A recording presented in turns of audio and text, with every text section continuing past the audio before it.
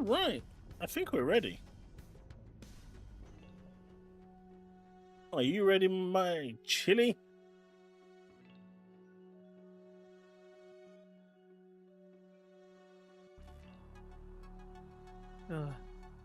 Yeah. One sec. Hey, chat. I don't know if you can hear me.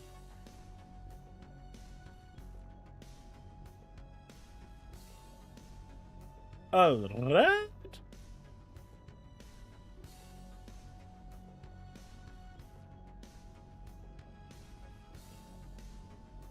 Nay. Now I'm being attacked by whatever this dive bombing thing abomination is. Why does everyone have to die? Everything have to dive bomb me?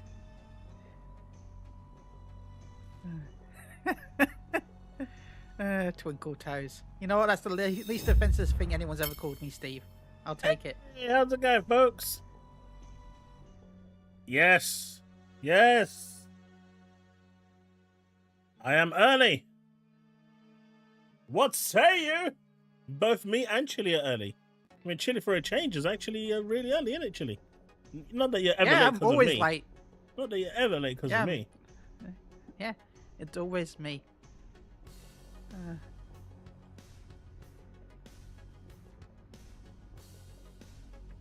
But yeah, I posted some pictures of myself on Twitter today because I found out I can wear large shorts instead of extra large. I was proud of myself.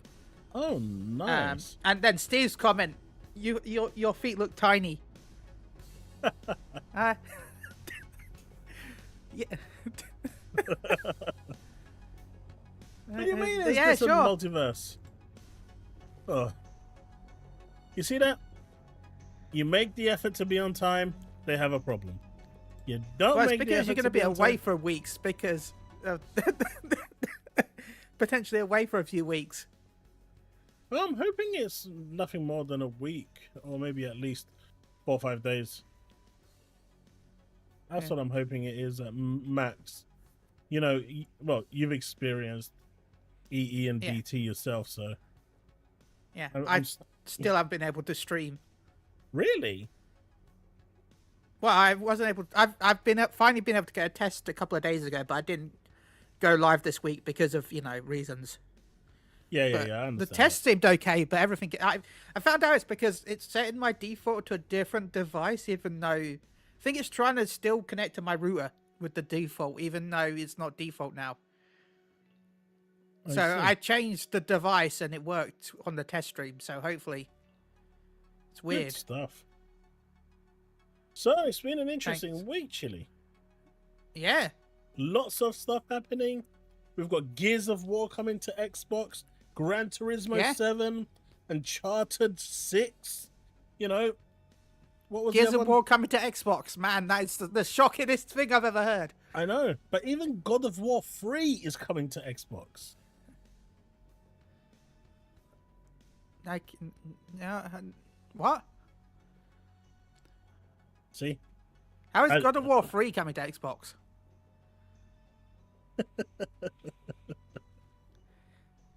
I know, Steve. Gears on Xbox. It's a shock. I always thought it was a GameCube franchise. No, that'd be Resident Evil. That's a Sega Saturn franchise. Dark Saviors, then. I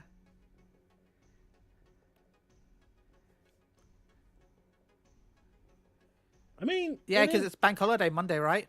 It is, yeah. Yeah. So, yeah. We had a lot of news going on this week, especially with the reveal of a certain game that apparently now is really good.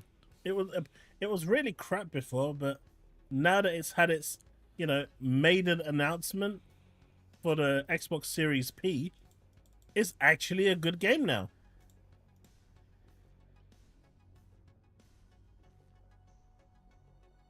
But Chili, what have you been up to? What have you been doing? Well, first complaining about my internet because it's been really fast, but streaming hasn't worked, which has been frustrating. Apart from that, downloading everything possible. I've been playing a little bit of Warframe again recently. I just noticed that. I didn't notice that the first time. What? The video. I did not notice that the first time when I played it.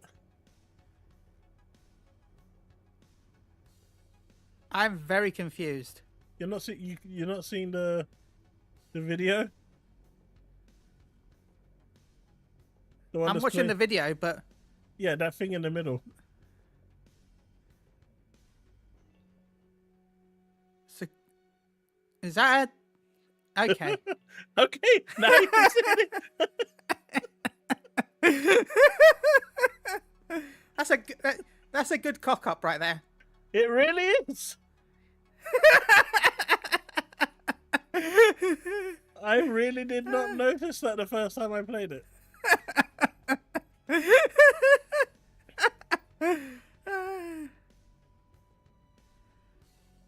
Anyway, so yeah, I've been playing a bit of Warframe recently because I re-downloaded it. Apart from that, I wanted to get the Wolverine skin in Marvel Rivals and only had a couple of days to finish getting the grind. I put all the effort I could into it, and then the day after I finished, sorry. Oh, we've made the event last 2 weeks longer. Yay! Anyway, I got the Wolverine skin on Rivals. I do like Rivals, Well, but apart from that, just making content and playing stuff really. Apart from work stuff, of course. What about you? me, I've just been busy with moving, boxing everything. There's still boxing in the back. I took Tuesday. I was, as you know, I took Tuesday and Wednesday off streaming, and just been boxing and just getting ready for the move. So we get our keys tomorrow, and we properly settle in on Saturday. Where the delivery van's coming around on Saturday morning, and then that's it. A new venture into unknown territory and unknown forbidden lands is ahoy from 10 o'clock. But other than that, I've just been playing bits of bobs, Withering Waves. I tried to play some obscure, but having pockets of 20 minutes doesn't really do anything. And so I've been just playing other games that you can just pick up and drop, like Blueprints. So Yeah, it's been good. that was on free on Plus, right? But I think so. I think Blueprints. I know it was on Game Pass. Yeah. I downloaded Doom. Okay. I booted it up, and then apparently I fell asleep at my desk, so I didn't get to it. It's just been one of those weeks, man. It's been one of those weeks. Thanks, Byron. I appreciate it. Chaos has been bringing Barbie Funhouse on his Switch.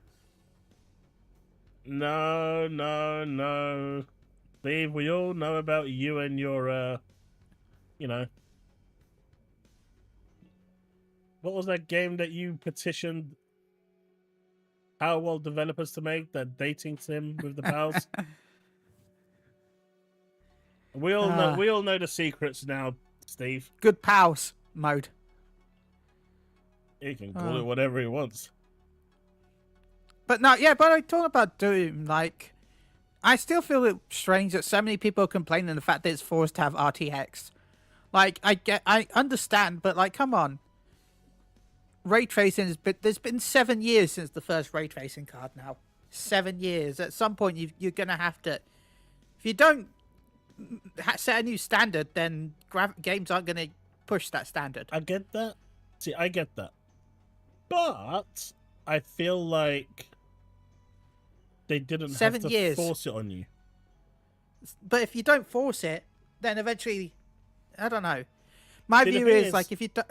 But the thing is, software ray tracing isn't good. Yeah. Like, I've got a 3090 Ti, and I can get 120 frames on most games, right? At 1440p. If I enable ray tracing at max, at times I drop below 60. That's the impact on software. Now, if it's hardware ray tracing, like you have in the 40 series graphics cards, that's different. And that actually works a lot better and functions better, right? Because it's not, it's not trying to do it via there's the software. Specific chips dedicated to it. Yeah, and we've only had 2 generations of that. Maybe if we had like 3 or 4 generations of that, I can say okay. But I don't feel like now was the time for them to do that. But hey, the game still runs 60 right on consoles, so don't see what the problem is. And Gorsty, I am moving back to London, sadly. Southeast London. It's not too far from here. God, now Steve is camped outside my window spying. How creepy is that? I thought I heard someone outside my window yesterday.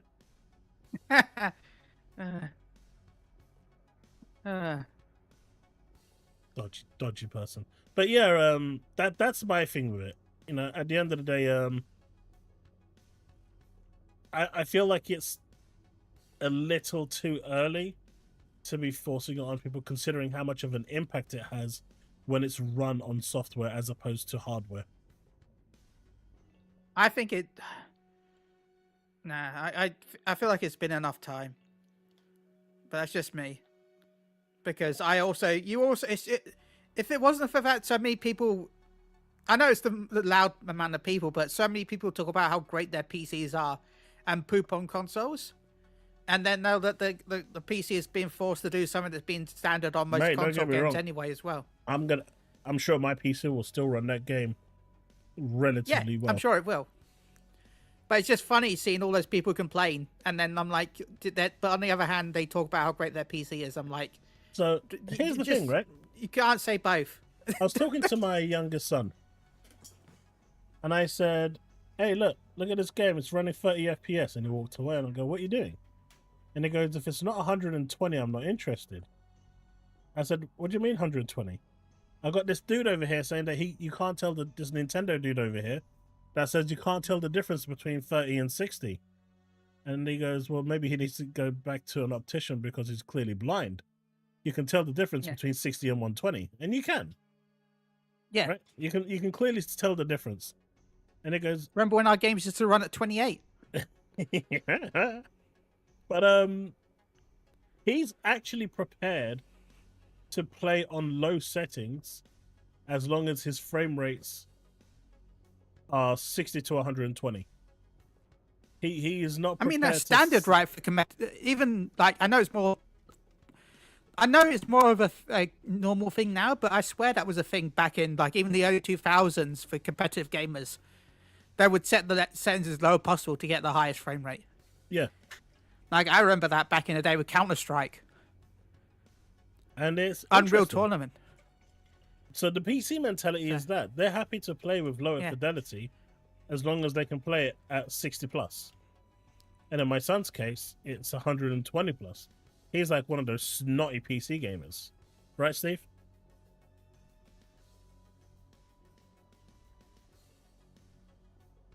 Do a reaction to DSP playing Doom? Once I move, we'll look into it. I mean, Steve wanted to buy that gold 5090, right? Yeah, but see, the thing is, right? I don't care about people spending over the top for what they want. Yeah. And well, I don't know. That gold 5090 is a bit much. And, you know, but think about it. That thing is solid gold, right? No, it's only plated. And how many of them are there? And like 1,000, I think, right? Right. So that I can't remember much gold. I don't think it's solid gold, though, right? From what I could tell from the Linus video. I read it was solid. But how much is that thing going to be? How much is it going to be worth in the future? But it's very pure gold, should we say? I don't know if it's solid. Right, pure gold. But what's it going to be worth in the future? Looking at that as an investment, you spend 10 grand on it now. That's probably going to be worth about 40, 50 grand later on to the right collector. As long as you don't use it. It's 24 karat 999 gold. Yeah, it's 6.5 grams of 24 karat gold. Hey, Paul. Yeah, 6.5 grams of 24 karat. Gaming, put it into the reaction section. I'll check it out. The gold itself is worth at least $700. I actually want to watch that if you just video. bought the gold. How much is it? The gold itself is worth around $700 if you just bought the gold. Not bad. We're actually going to check out that video later, gaming. I want to check that one out. See Dreamcast guy getting sued for the greatest game of all time. Quantum. Yeah, Dreamcast guy getting sued for baby steps. Quantum error. As if those brain dead devs could actually make it any worse. The one company that they decided to follow, and they're trying to push away their fans as well.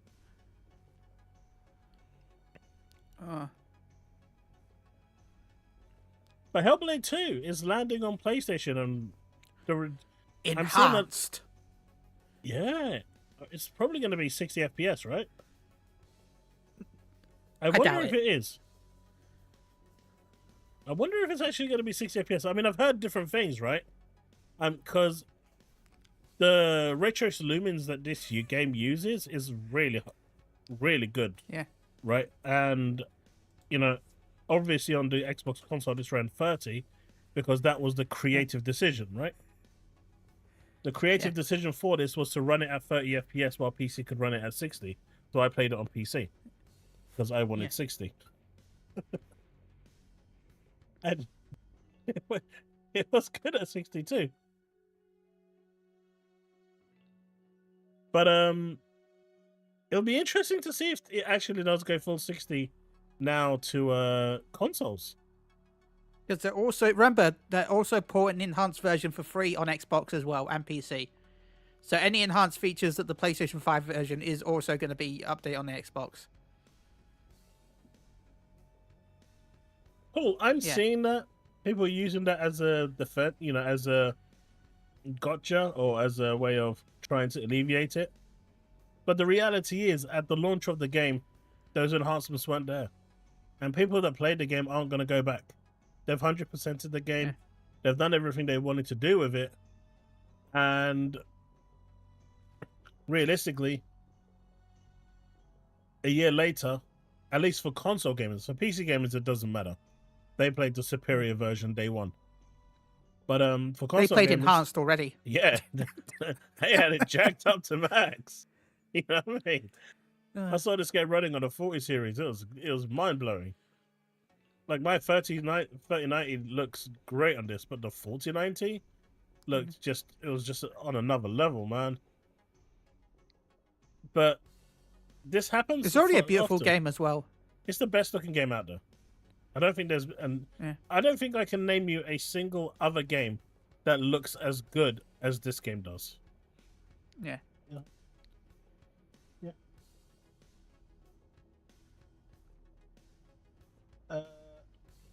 Keep that out because I'm going to hold on to it so I can use it. Huh? Yeah, put it away. But yeah, to me, I haven't seen another game that's as good as this one. Pete says, why don't they release the 60 patch now and PS Players get the release after? Why release the patch at the same time? Because they probably haven't finished the patch. No, the patch is ready. Patch is ready. And this is the point. See, what Pete is saying is 100% true. Yeah. Right? To me, that is 100% true. Release it now, or release it, you know, a few months ago. And, you know, make your consumers who are on your platform feel special.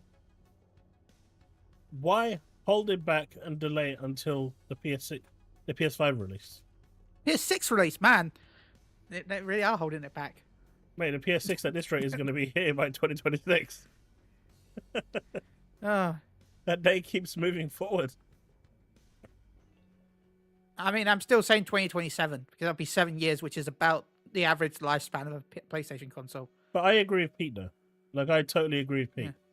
You should not be holding patches back for Xbox players. Period. I don't know if they are until doing the fact that Starfield is probably holding the expansion pack for PlayStation players. No, that comes in September. Yeah. The expansion. Oh no! Wait, September.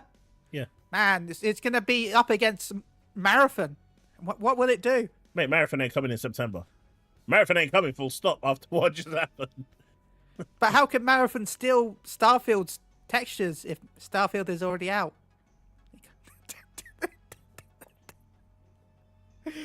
Oh, sorry. Marathon's finished, man. Man. What happened to United? It's a shame.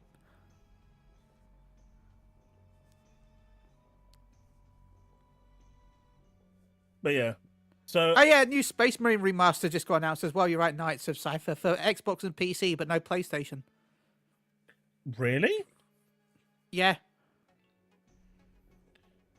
You mean they actually done you guys in for a change? Yep. Well, that doesn't sound right. Do you know what I forgot to do? I forgot to add a screen share, so let me do that real quick. Yeah. Oh no, it is. No, there's one. No, 1 second. There is one coming to PlayStation. New game, Dark Heresy. But supposedly there's also a remaster coming that's not coming to PlayStation. What for? Warhammer. No, Space Marine remaster. Well, we'll get to that in a second. I'll pull that up to the agenda list. But what do you think about the whole what is it? Hellblade 2. Now it's apparently a good game. I mean, I still don't care about it. I didn't really care about the first one. You So you thought it was a good game though. I mean, I thought it was a good game on Xbox as well. Just because it's coming on PlayStation doesn't make it suddenly a good game. Like the whole story behind the game, the graphics, the story, from what I've heard, the music's insane. What waifu bomb? What are you on about? He's trying to make sure the picture of my feet don't appear on stream from Twitter. Oh, stop telling people. Master Crafted Edition. But yeah, I think it's going to be interesting to see how Hellblade 2 does on PlayStation. Because if it does well, receipts are coming out. It's going to do well. I don't know, if it does well, receipts are coming out. If I see the same people that were bashing this game come out and say, oh, it's good now. I mean, look at all the people that have said, oh my god, I'm going to buy it. Like, there's so many people that are saying, I'm going to buy it. It's going to do well. I'm not going to buy it. I can tell you now. I have no interest in the game. I hope it does well. But nah, I'm good. Hey, it's very good to showcase audio though, right? The audio in the game is fantastic. Yeah. Yeah. It will do 500k max.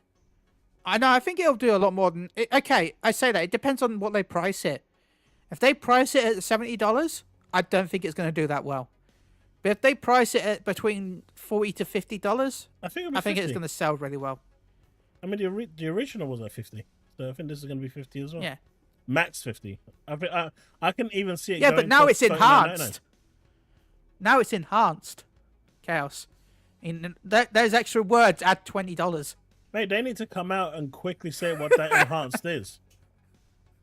Because that's all. weird. No, the only enhancement is the fact that they've added the word enhanced. That's it.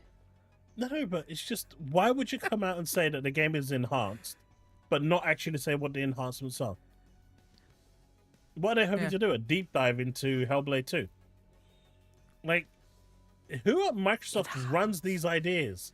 Hey, they probably come around the table, right? Sit there and go, right, guys, ladies, we need to come up with an idea that's going to piss the Xbox community off. I want ideas quick. Go. Let's tell them that this version's going to get a really cool enhanced version. What are the enhanced? You don't need to tell them that. Just let them think for themselves. Like, we'll let them speculate and talk about what the enhancements are. It's like, come on. I mean, and then there's just Steve in the corner that's like, well, maybe we shouldn't release it on PlayStation. And then Steve gets fired by the end of the day. Yep. By the end of the day, that's an instant. That's instant. You suggest that of Microsoft right now, and that's an instant dismissal. It's like, get the fuck out. It's like, out. I mean, that's literally, they'll pretty much just bring Gordon Ramsay in just to tell him to F off and get out. He'll come in, get 2 pieces of bread, slap it around his head, call him an idiot sandwich, and get out. All I'm thinking is, that boardroom meme where they're like, so we need to do something. And then there's one person going, let's call it enhanced. The second person, we'll give the early access to the PlayStation version only, but not Xbox. Xbox will get beta access, and Xbox will get it for 4 months, and he just gets kicked out the Devin window. Brooking celebrates 11 months of membership. If they really wanted to mess with Xbox users, they could release an Xbox game exclusively on PS5. Sony fans buy games. I mean, Sony games, they seem to buy Microsoft games. Oh, can you imagine if they did that? Oh, yeah. No. Oh, God. Even if it's just early access, like, I think that would be, like, if they just say, the new Call of Duty has 2 days early access only on PlayStation. I know, but can you imagine? Or even if it's beta, like, the beta is exclusive to PlayStation. Can you imagine if that happened, though? It could, though. That's the scary part. It could happen. You can't rule it. I mean, everyone says it won't, but with the way Microsoft is at the moment, if Sony offered enough money, I think they would do it. Yeah. I think it wouldn't be permanent exclusive. I think it'd be it'd be time. Definitely but time. It's possible. We think about it. A year ago today, we would never be saying this. No. It would be like ludicrous to think this. But a year later, it's like, yeah, this is the norm now, man. Yeah. This could happen. Could. By the way, I'm going to use the word could. I doubt it. It's like a less than 1%. Wait, Devin is actually working for Microsoft. He's actually infiltrating these streams, trying to ask all the podcast holders these questions to see what their reactions would be. I see his game. Yeah. He's trying to get insider information. What a guy. What a guy. He's getting thrown out the window.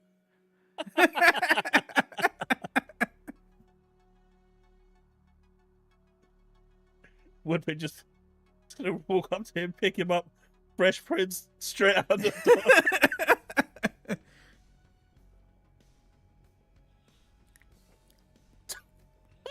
By the way, why would you name yourself Crap Gamer? Why would that? What you're for all man? There's all these different words and names that I can call myself in the world. I think I'm gonna go with Shit Talker. That's gonna be my new handle. When you call yourself a crap gamer, you're generally quite good. Like most of the people that you see that have like these sort of bad things, like derogatory things said about them as their username, they end up being really, really damn good. Except he's not really good. It's just, it's a memorable handle, yeah. Twitter's broken for me. There we go. I feel like you shouldn't give them ideas. I need that for sport. Oh, that was good. I like that. But yeah, I mean, look, at the end of the day, Hellblade 2 came along. It did relatively well. I remember Hellblade 1 when it landed. It sold 500,000 copies, and that was deemed like insanely good for that game. And that's when it was available on pretty much everywhere. And then it sold, I think, up to 1 million. I think it sold 1 million in the end, being available on all platforms.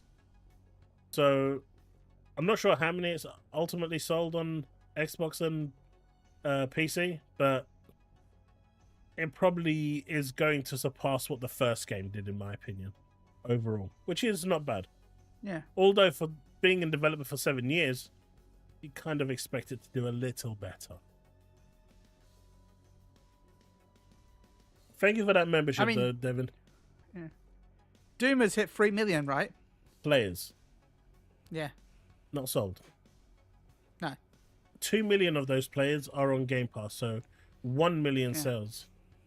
So here's the thing. I mean, let me just say what I'm gonna say about Doom, and we'll move over to. Actually, let's just talk about Doom for a second. So, you know,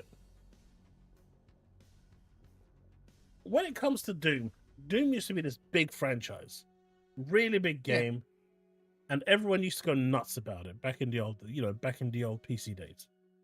And then they released Doom 2018, I think it was, or whatever, 2016, sorry. Doom 2016. Yeah, and that was a massive hit. And then they released Doom Eternal, which was, I think, actually sold less than Doom 2016. Yeah. I just don't... How can I say this? I like Doom, but I'm not excited. I don't have the same excitement for it as I did... It's okay, this might sound weird, but... 10, 15 years ago, as I do today. Yeah. Does that this make might sense? sound weird in a way, but not weird. Okay. Doom has always been a single-player experience, right? In my opinion. Doom... It had multiplayer, but how many people really focused on multiplayer Doom? If you wanted Doom multiplayer back in the day, that was Unreal, right? Unreal and Quake. Yeah, that was like Doom had a multiplayer, but it really wasn't. Like it wasn't really something you'd focus on. But the issue is they focused down on the single player with the Doom games, and the new one doesn't have a multiplayer at all. You know, the new Doom game. Oh, really? It has no multiplayer. Yeah, that got scrapped completely. It's just single player.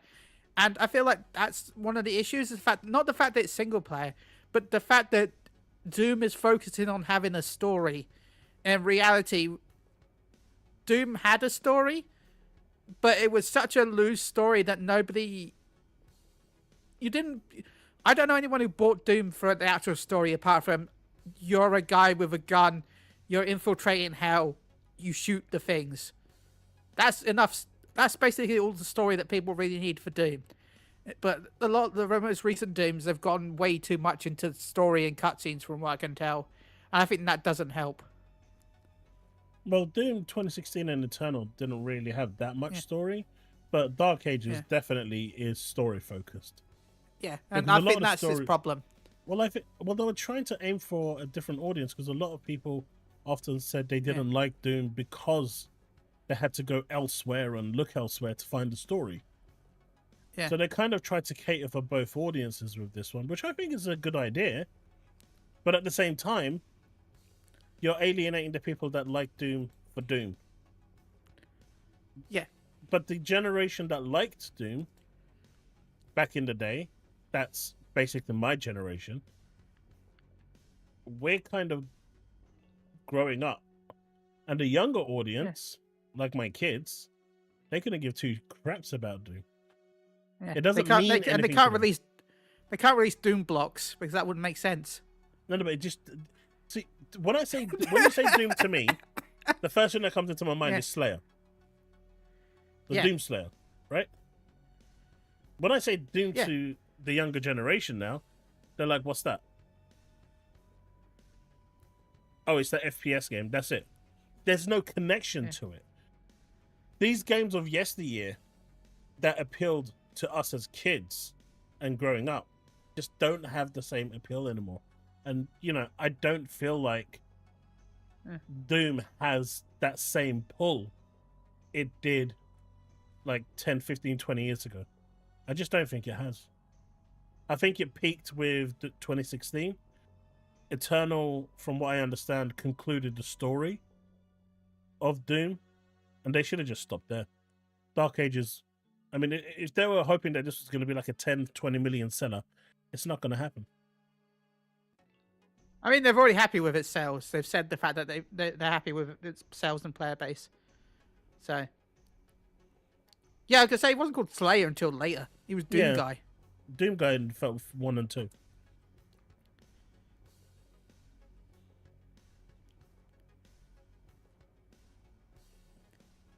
Searching for keycards is not something anyone liked. But yeah, no, Doom. Yeah, so I think, 3 million players, I think being on Game Pass is good because it introduces a new audience to it. And if the audience actually enjoyed it, and if they can get that up to like 5, 6 million, even if it is through Game Pass, I think the next game that comes along will be more successful. because this would be a really good way to bring a new generation into the game. And through Game Pass, it gets them exposed to it even easier. So if there was a strategy for this, I think that would be it. Introducing a new generation of the audience to a new version of the game. Because the older generation is growing up.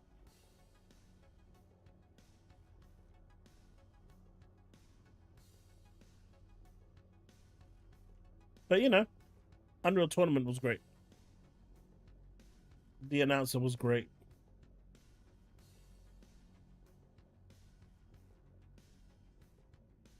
But you guys were talking about Warhammer 40k Space Marine Master Crafted with Master Cheeks Edition announced for PC, Xbox, and Day 1 Xbox Game Pass. It looks kind of cool, no? I mean, it'd be nice if you guys could actually see what it looks like.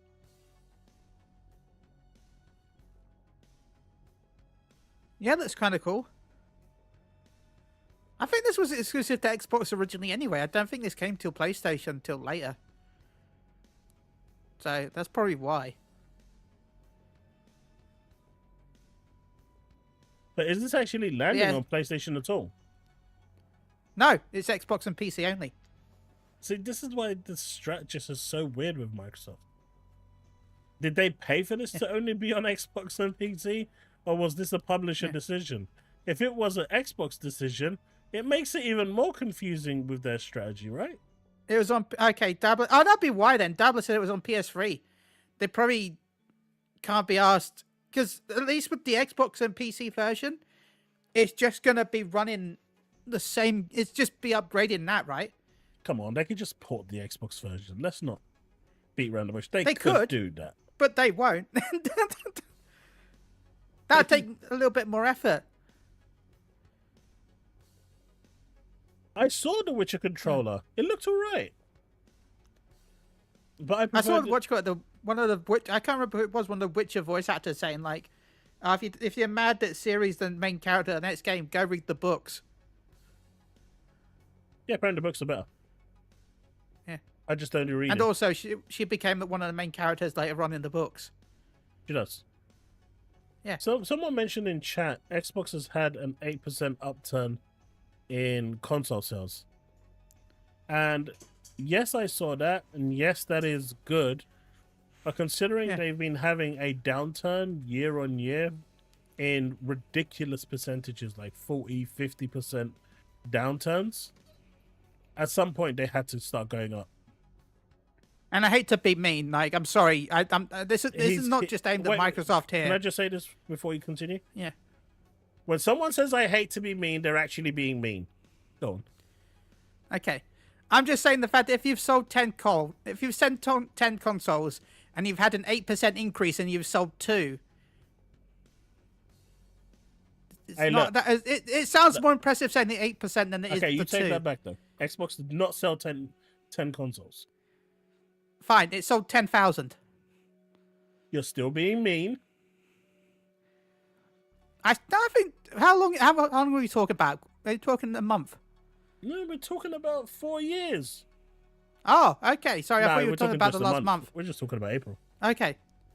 Then I would say 10 to 20,000 is fine, depending on if you're talking just country. No, it's globally, I think. I don't know what it was. Oh, okay. If it's just a country, then 10 to 20,000 I think is a fair amount sold, especially during the summer period. Fine then. Xbox sold 150,000 last month, and now it's sold 155,000. Although 155,000 sounds a lot more than that, it's still like 8% sounds more impressive. Do you know what? Xbox should have increased the price sooner. They increase the price, then get a plus in sales. He's not wrong. Did you last night see catch David Jaffe was interviewing Shuhei? No. I did see people comparing to David Jaffe though recently because of all these stupid things he's been saying. Randy Pitchford. Yeah, we're going to look at Randy in a minute, but it was interesting. Nobody wants to do that. I started. I saw it pop up, so I immediately went in, and they were just starting. So I watched it for about 45 minutes to an hour before I passed out on my chair, because you know Jaffe starts really late for us in the UK. I still have a. I don't know if I think I can say it. There was a game that Jaffe was releasing that never. I don't think it officially got released properly on PlayStation 3. Anyway, I got the early version. I actually have the save file still, and I actually got some trophies for it. The game, I don't think I think I got it Concord before Concord was a thing. Basically, it got released for like about 3 or 4 weeks before they pulled it from the store. Drawn Together, I think it was called, or something like that. Or all drawn up. It didn't release for long, if it even released. Interesting. It was like a cartoony style shooting game. All right. Well, maybe one day you can show it to me. Yeah. Anyway, sorry. You were talking about David Jaffe. Yeah, David Jaffe turned around and asked Shuhei, I've been inviting you for ages to the show. Why haven't you turned up? You know, did I do something? And Shuhei was like, no, I've got, you know, the greatest amount of respect for you. We worked together. You created some of the best franchises out there for PlayStation. You were part of the reason why PlayStation is a success. The problem with your show is you destroy careers. That was...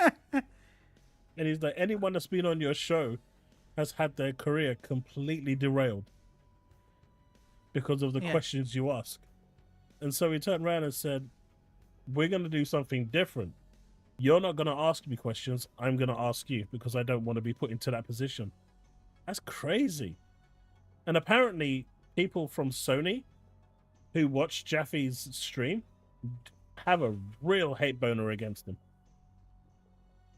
They do not like Jaffe at all because he speaks quite openly. Yeah, he's definitely an individual where you either hate him or like him. He's a Marmite content creator. I like him because he's upfront with what he feels and he just says it. He doesn't sugarcoat it. But I thought it was interesting nonetheless that Shuhei openly turned around and just said, you know what? I've not been here because I like my career. And people that come here to end their career. So, then Gaz asked him if he had ever worked for Microsoft, and he just laughed and said he'd never worked for a big corporation, full stop.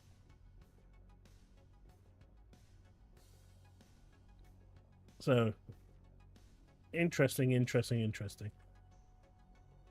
But yeah, Warhammer looks good.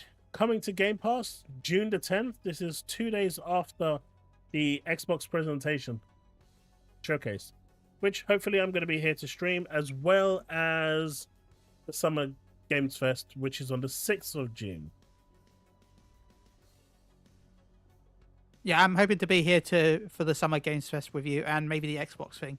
Sweet! The Summer Games Fest is late, though. If you'll have me. Yeah, but it's well, okay, Summer Game Fest, actually, no, I can't say that because I normally... We'll see if I also stream it. Because I always apply to co-stream it. I don't even think you have to apply, to be honest. You don't, but you get an approval email and then they send you a load of assets to use. Yeah, I never use them. I do. They kind of take up a lot of the screen. Yeah. And I don't like that. I just want to have the clean screen with me in the bottom left-hand corner. Fair. So that people can see the majority of the screen. But yeah, it starts at 10 o'clock and it'll probably finish at 2, 3 o'clock again in the morning. Yeah. Crazy times. Borderlands 4 is $80. GTA $100 makes Game Pass more consumer friendly. It does, Sanchez. And yeah, you know, but neither of those games will be on Game Pass. Just probably. Okay, GTA won't be on Game Pass. One day it will. One day in the future it will be. I'm not going to say it's day one. It won't be though. Borderlands will be on faster, but wait, is that really MBG? No, that can't be the real MBG. Hellblade 2 is the best game ever. Who knows? Where's MBG? Oh, that says Mag. Is it? Is it? I don't know. People create fake accounts all the time. Are you MG? Hello, if you're MBG, say it. If you... It's not real. So this actually stirred around quite a bit, Chili. Oh, okay. If you've seen this. Man, I wonder what handsome devil mentioned this before. I know, right? Let me see. Oreo, where are you? You handsome devil, you.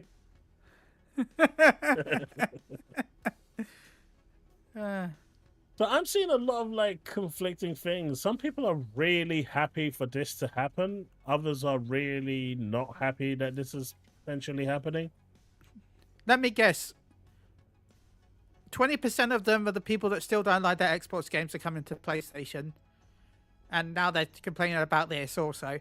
And then the other are PlayStation fans complaining that PlayStation games might be on Xbox now because of Actually, this. I don't really hear anyone from PlayStation complaining. Oh no, I've seen it. I've seen some complaints. I've probably muted or blocked most of them because they're thick as shit.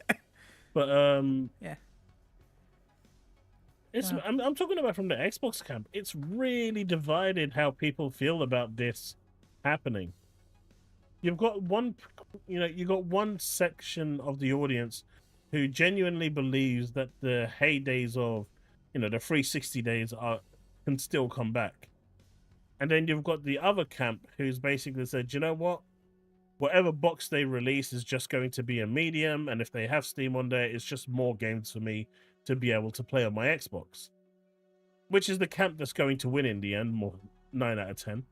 But yeah. It's interesting. There's also supposed to be rumors around this that I read that because of this, there might be issues with backwards compatibility with the next Xbox, and that Microsoft might be dropping a lot of backwards compatibility with the next Xbox because of this Steam integration. Supposedly that's one of the issues that's popped up. What's the issue? That the next Xbox might not have as much backwards compatibility as the current Xboxes do. Like it's probably only going to play Series S and X. Nothing before then. Mate, as long as it runs, what's it called, Xenon or something like that, it can run everything. Yeah. But this is an old document, so there's a huge chance one of the reasons why they've been working at Windows emulation layer is because of this. But I just don't get it. I mean, to me, this just means that as an Xbox gamer, you won't miss any games.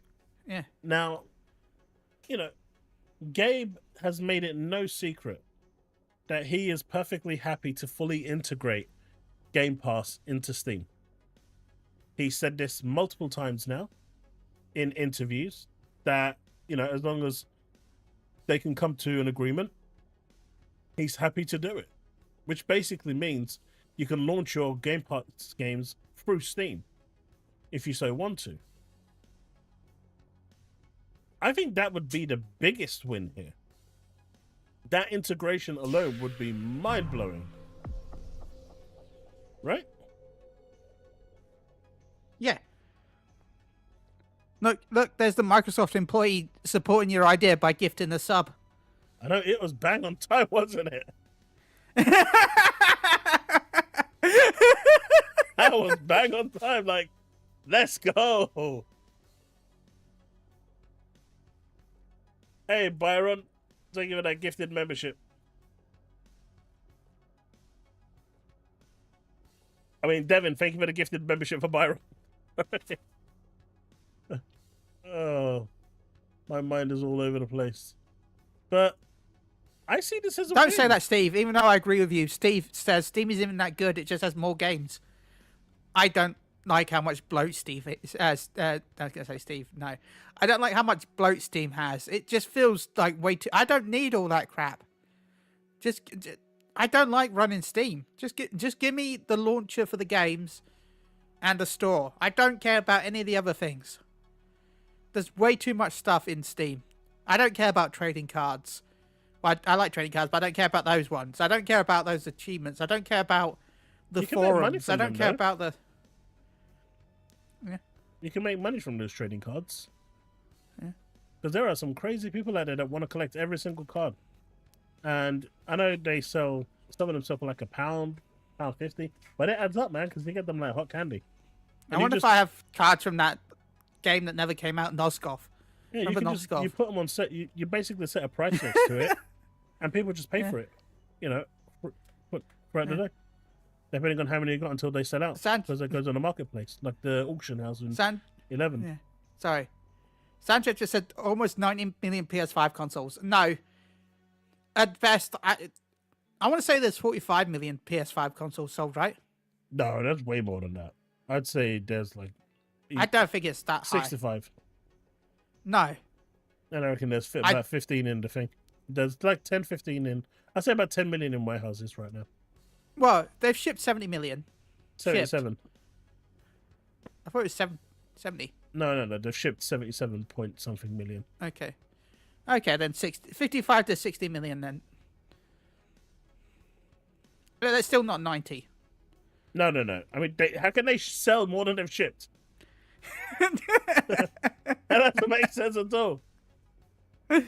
Yeah. But you know what Bold Alpha Wolf said is his thing. It's a win. No other way to slice it, and I agree. You know, I don't see the negatives to this. Now, some people argue, what's Microsoft going to get out of this? There's two ways of looking. Microsoft will do this. If the Steam application is on their console, if it's a third-party game, Microsoft will maybe take like a 10% cut. Steam will take a 15 to 20% cut. Now, people are saying, well, why will Steam want to do that? Well, 15 to 20% is better than zero, right? Yeah. And Steam doesn't give two shits anyway. They just want money. So even if they were getting 15%, that's 15% more from a new market, a new set of audience that doesn't have a PC, that isn't playing on PC. So that's like a whole... And if you just say there's 35, 40 million consumers there that are going to buy the next Xbox, that's 40 million new players that they've got access to. And at 15% a pop, why are they going to complain? So there's that. But even if they didn't get anything in return, at the end of the day, it's clear that Microsoft is more interested in the software than they are the hardware. So regardless of how it looks, it's still a win for them. And this just gets more people onto their platform because as a console, it's open season. They can play everything.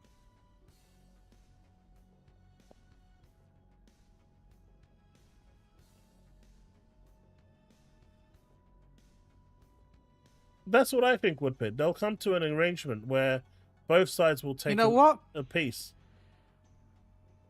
You know what? If Xbox gets Steam, I would probably buy an Xbox. You know why? You know what I could do? Dual box Final Fantasy 14. No, I was thinking I could play Final Fantasy 11. True. Actually, putting it that way, if you actually put it that way, right? The Xbox console will be the only console out there, if that were to happen, that could play every single Final Fantasy from 1 to, well, when 16 gets announced on the 8th to 16. I mean, no, even it's got on Steam, so isn't... Yeah, that's true. It will be the only console that can play all of them. No one cares about the Echoes games.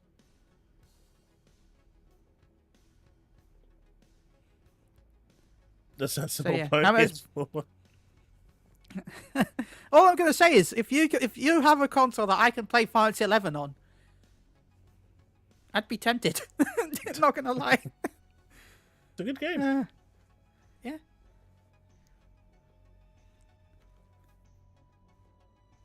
I mean, my Pro only gets used now when I'm playing Weavering Waves. I know there's a new update coming for Stellar Blade, so I'll probably check that out. And there's Ghost of Yote. But I generally don't really use it. It's just gathering I mean, dust. I'm on my PS5 every day, but that's just me. Yeah, but you're stuck on one platform. For me, I can jump between any platform I want. So, like, for me, it's different. Because I've got access to Xbox, PlayStation, Switch, PC. I just bounce around whatever I want to. I only usually switch my PlayStation on now for exclusives.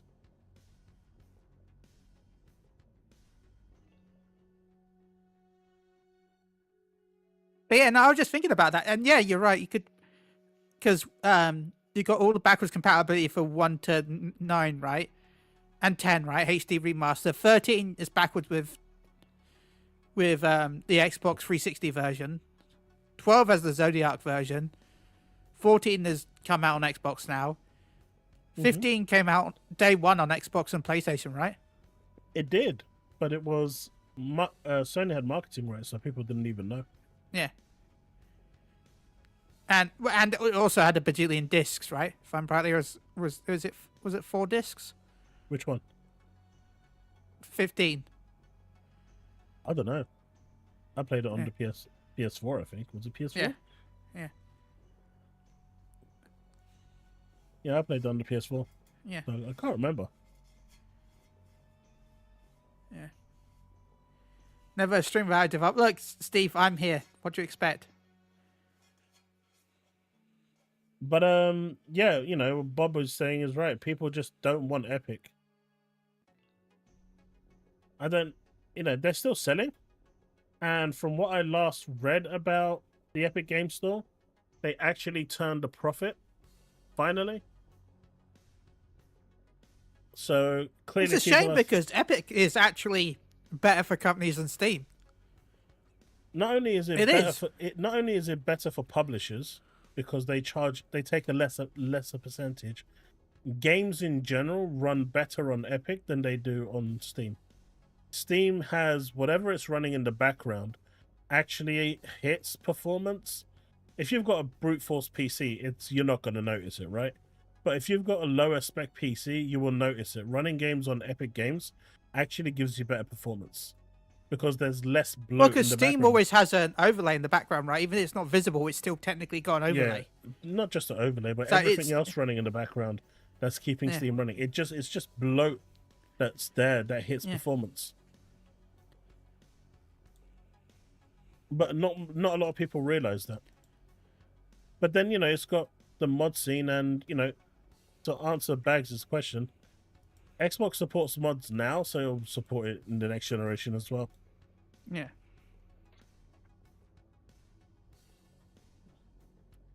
If it was Windows bloat, Epic Games would be affected by it as well, and it's not. So it is directly related to Steam.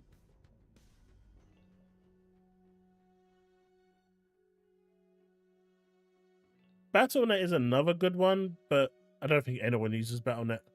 Battle.net right now only is getting games because of the Steam Deck. So you can natively install the games on a Steam Deck. £20 a month for mod support? Go away, you troll. I still remember when Unreal came out on PS3 and it had mod support. That felt so cool. I modded Cloud into Unreal Tournament. All in TV, if Steam does go on the next Xbox console, I'm pretty much saying, I would say 100% Xbox Live disappears. It's going to have to. There's no way that can stick around. I can't see it. I can't see it personally. It wouldn't make sense.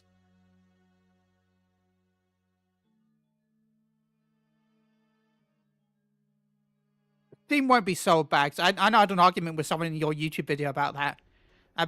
He said, "Oh, what if Microsoft bought Steam?" I'm like, "It's not happening. It can't." And technically, it can. I don't think it ever will. It would take so much effort for Microsoft to buy Steam. Why would they though? I mean, they wouldn't. No, but what interest would Microsoft have for that? They could build Steam into Windows and make it a native client. Nah, they would probably just shut it down and make Xbox Game Pass app the only app available. GOG is good. They would buy Steam and rename it into Steam Soft. Oh yeah, Steve, I 100% agree with that. Once Gabe is out the picture, Valve is selling Steam. Without a shadow of doubt.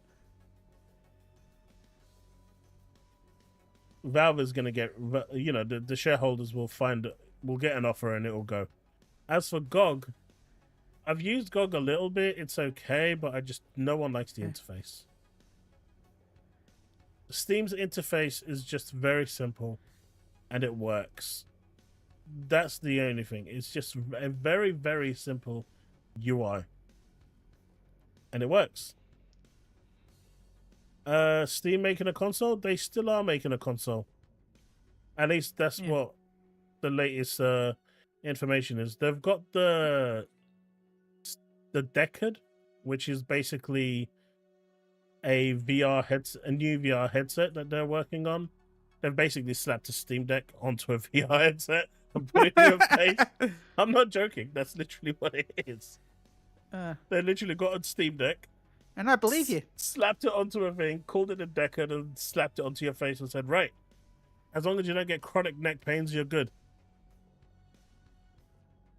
What's up, man? Oh, I thought you called me. But and they're still working on. I can't remember what the project name for it was, but it's still there. Valve work on stuff for like 20, 30 years before they release it. So it'll be a while before we hear anything. But to me, I don't really see, as a consumer, I see no downside for this. And as I'm not a shareholder, I couldn't care less how much money they make. They're $1 trillion company. $3 trillion company, in fact. So if their finances advisors say that this is the right move for them, then clearly it's the right move for them financially to make more money. Yeah, and they like money. His wife, I know Gabe owns, I think, 25%. The wife owns 20%. And then the other owners own the rest. It's a limited company in the end. But Gabe doesn't own the whole whack. He had to I think Gabe owned like 45%, or was it 55%? Something like that. But he gave a huge portion of it to his wife when they divorced. That's why you get a prenup, people. That's why you get a prenup.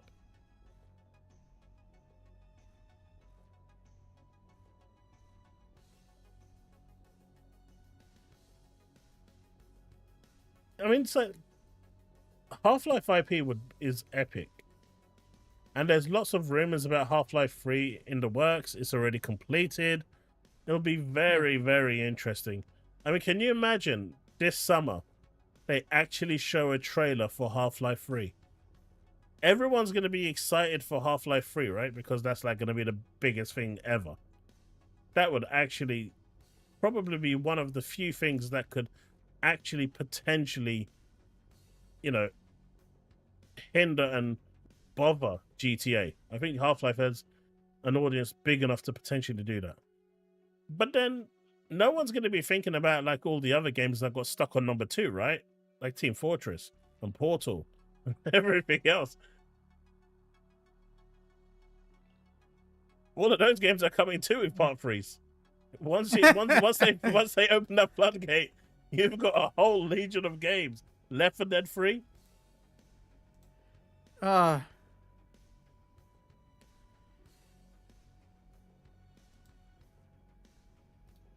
haven't seen the modding community for Alex, but I have played Alex. Alex is phenomenal. I'm just trying to get my tolerance for VR games up. Believe me, it's really bad. My tolerance is really bad for it at the moment. mean, it's the only VR game I really played with Skyrim.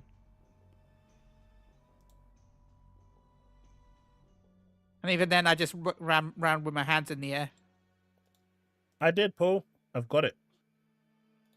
I have it. Yeah, Bob, it basically takes you... You just got to keep at it for over a period of time. And eventually you'll get used to it. Like, at one point, when I used to play VR a lot, I could play it for like a couple of hours without feeling sick or anything. And then I stopped playing it for a long time. And now I can maybe do like 15 minutes. So, like with anything, you've just got to build up your tolerance to it. But it's good.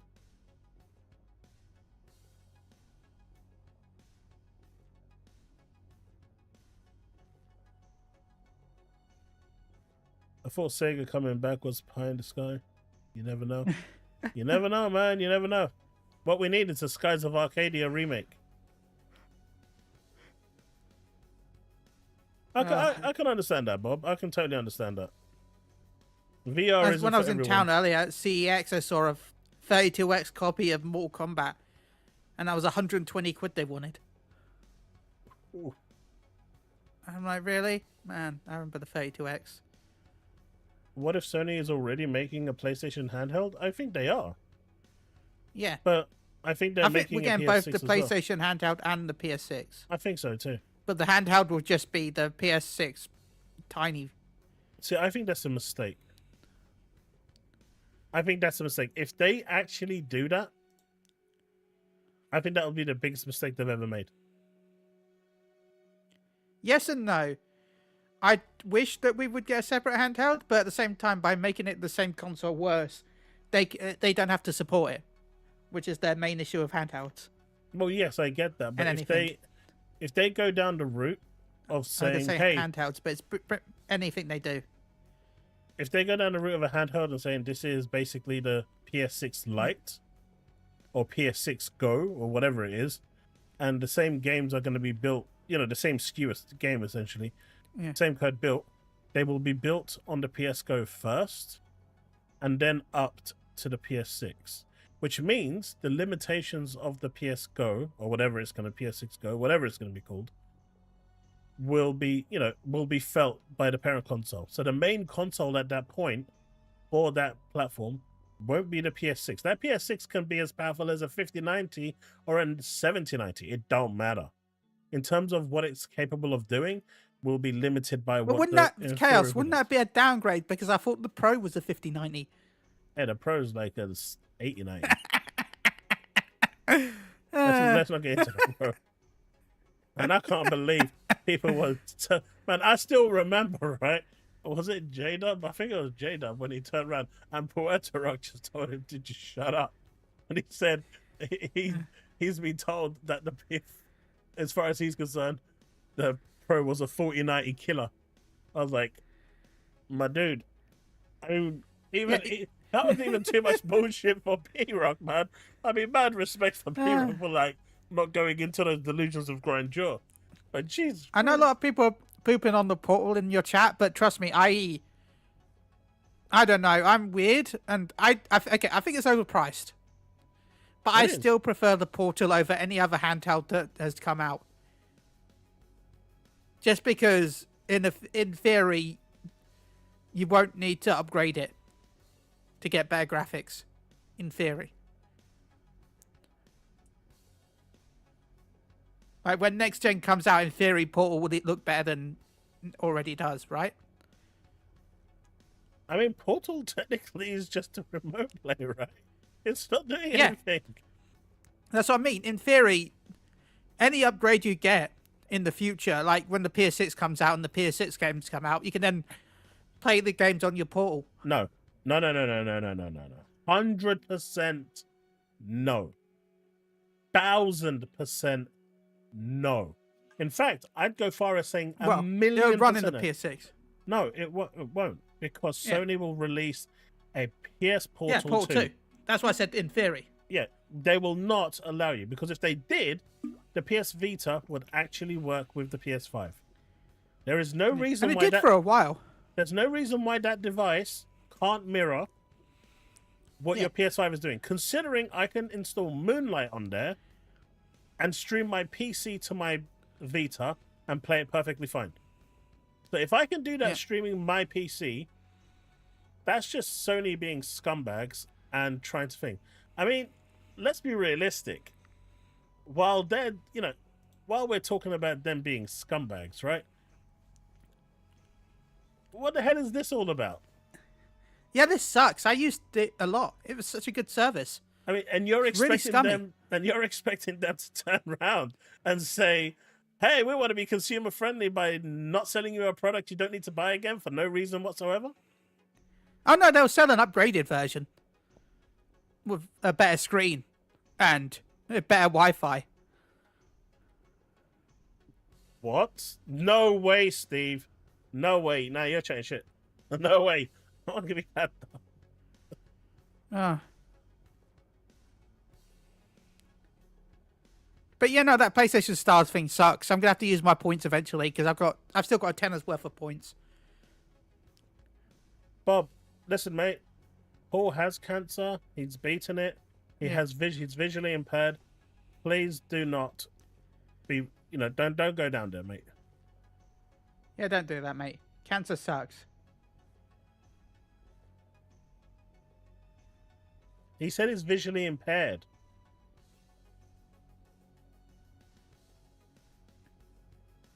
Don't do that, mate.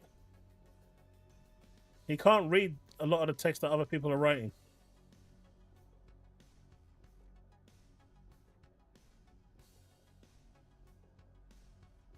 Nah, give me the streaming device venture over anything that has native hardware. Because the streaming device would last longer battery-wise than the native hardware. And the graphics will look much better because you're running on a larger device.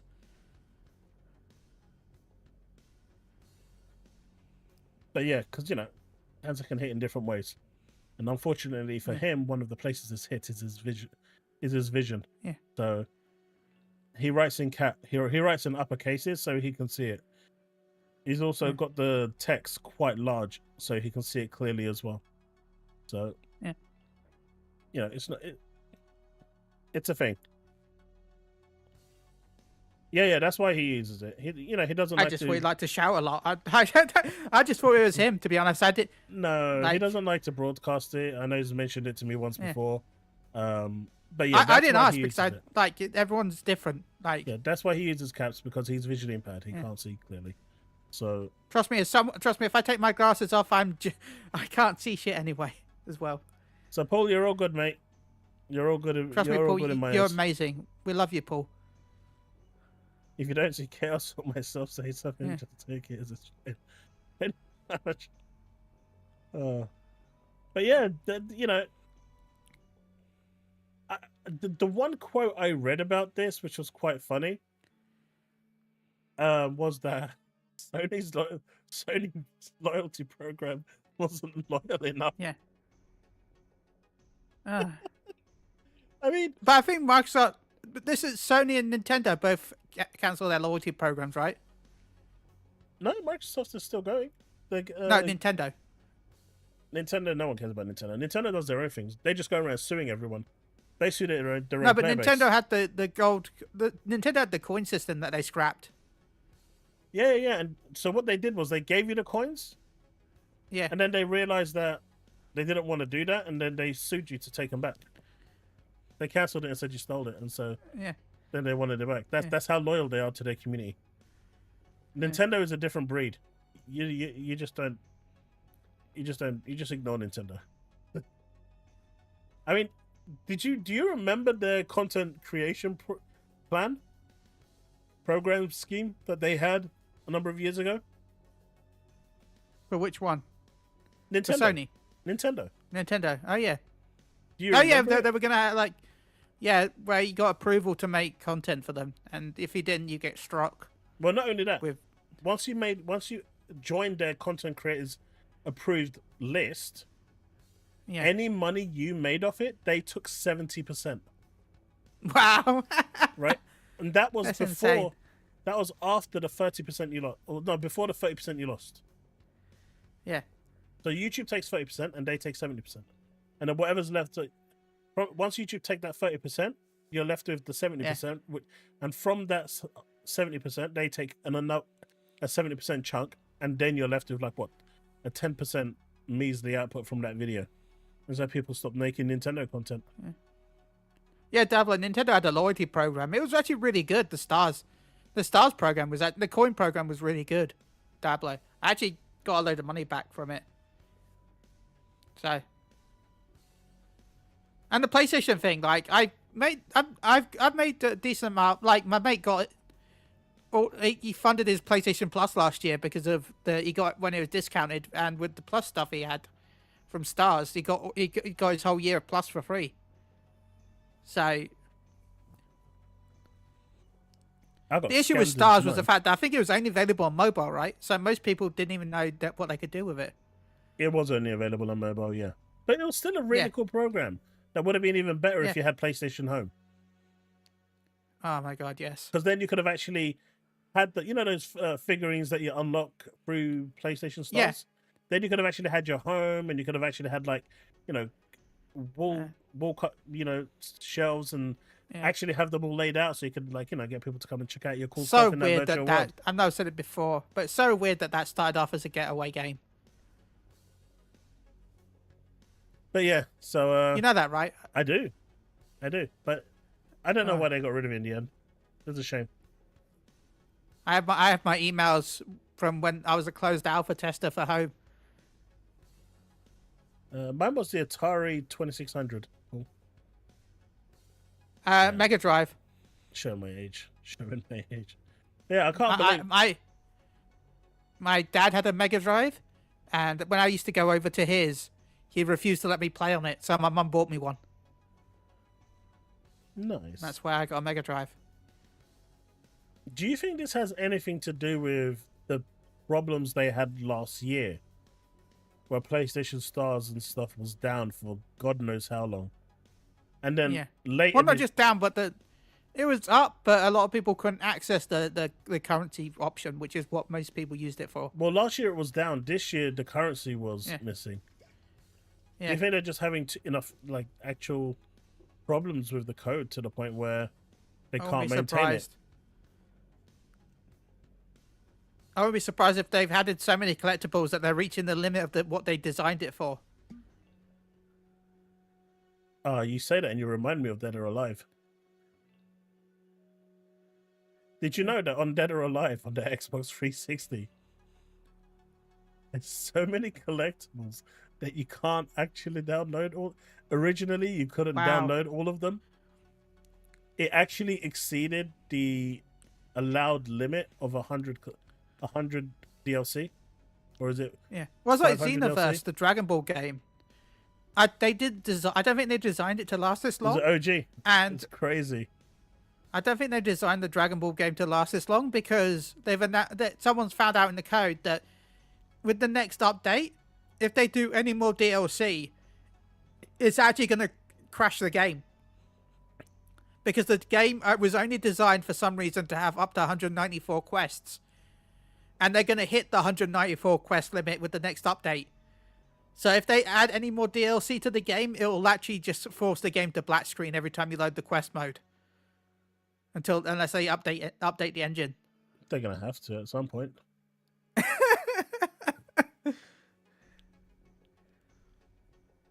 And 194, I'm guessing some person just said, 194 limit, because when are we going to add 194 quests into a game?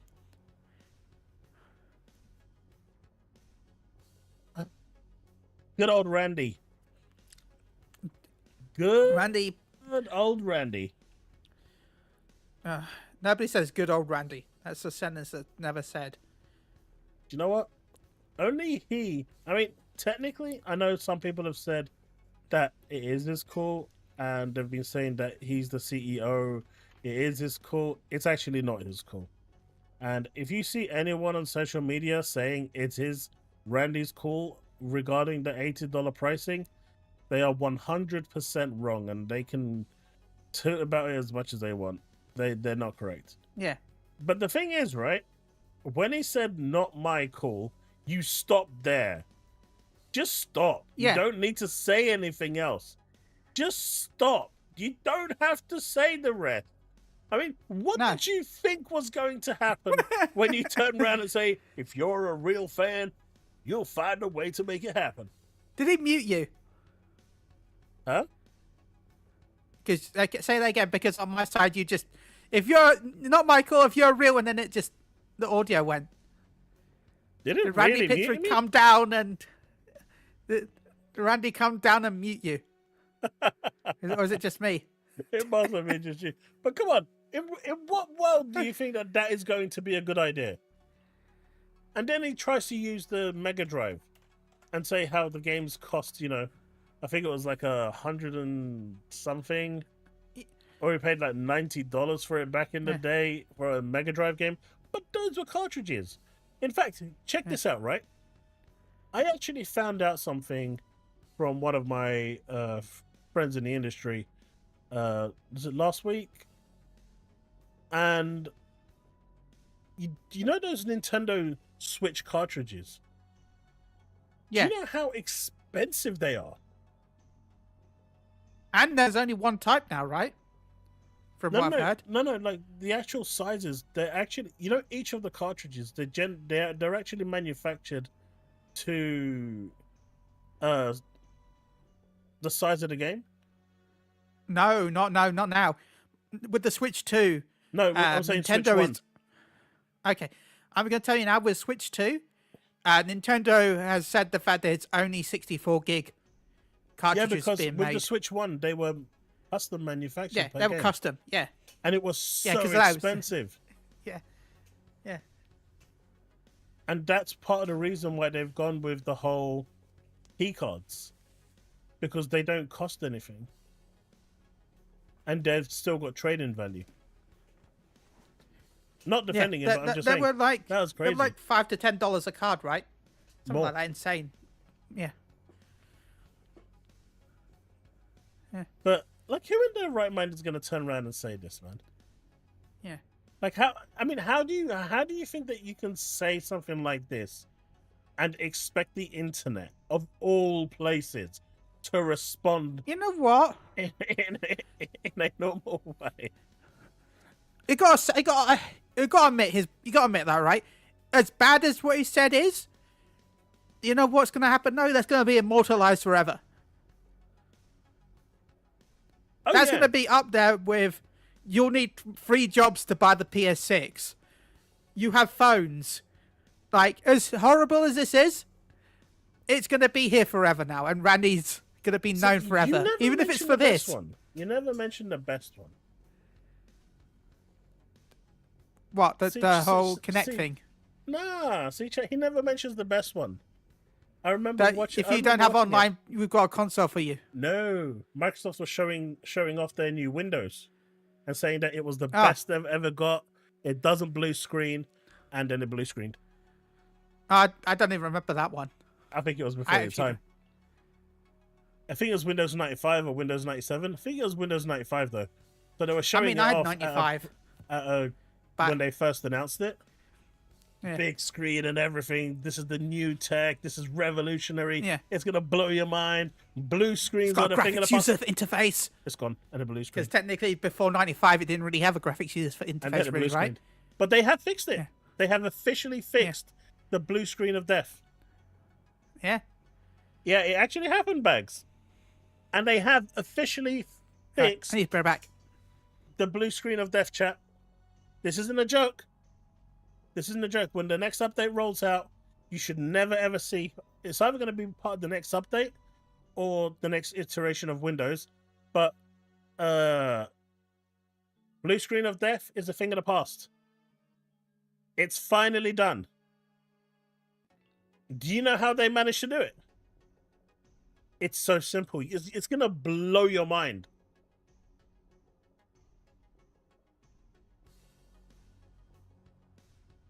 They actually instead- fixed it.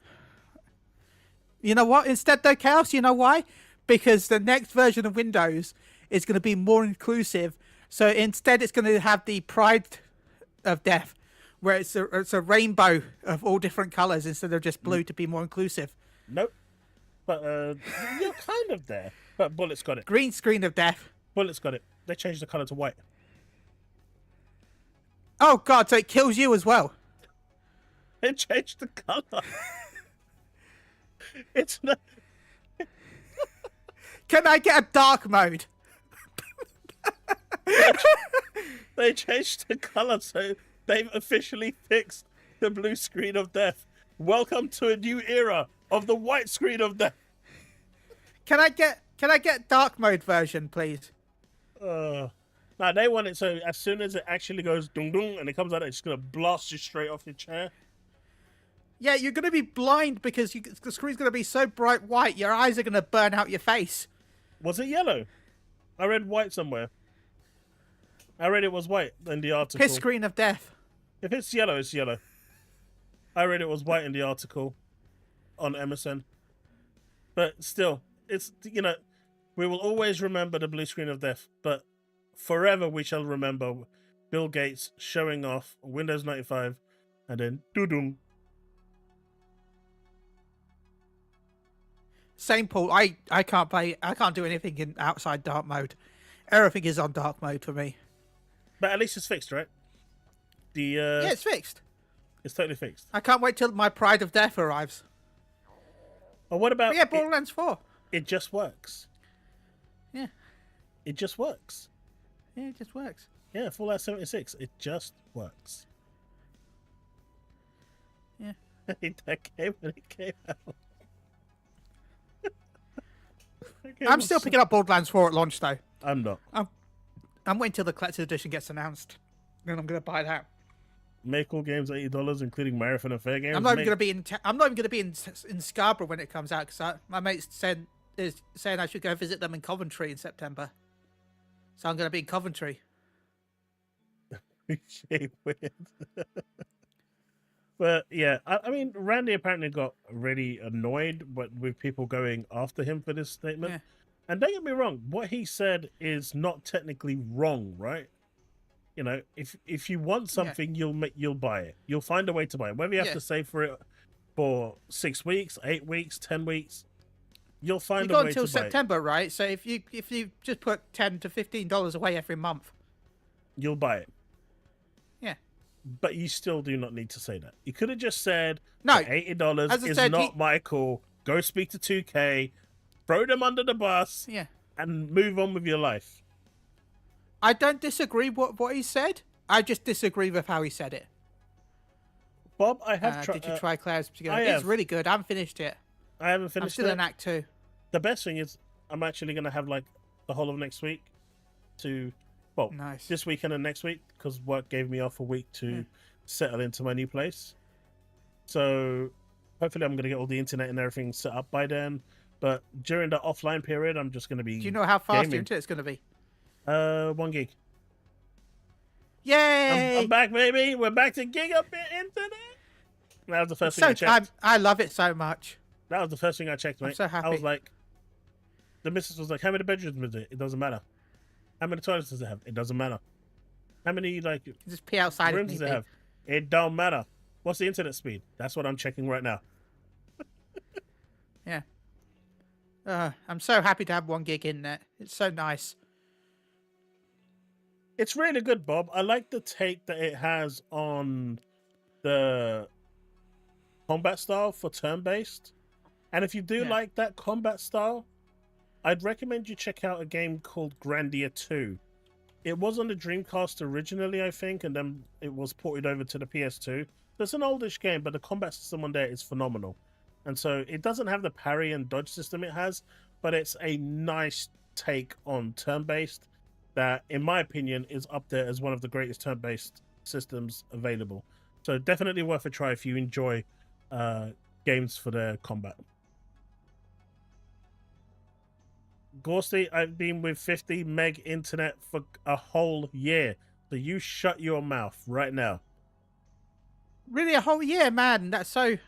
Bullets already Man, a whole year. Look at it. Bullets already Man, Chaos. Man, Chaos, a whole year. It's been a whole year. He already knows. I've had it for I've had it for what, 17 years, 18 years.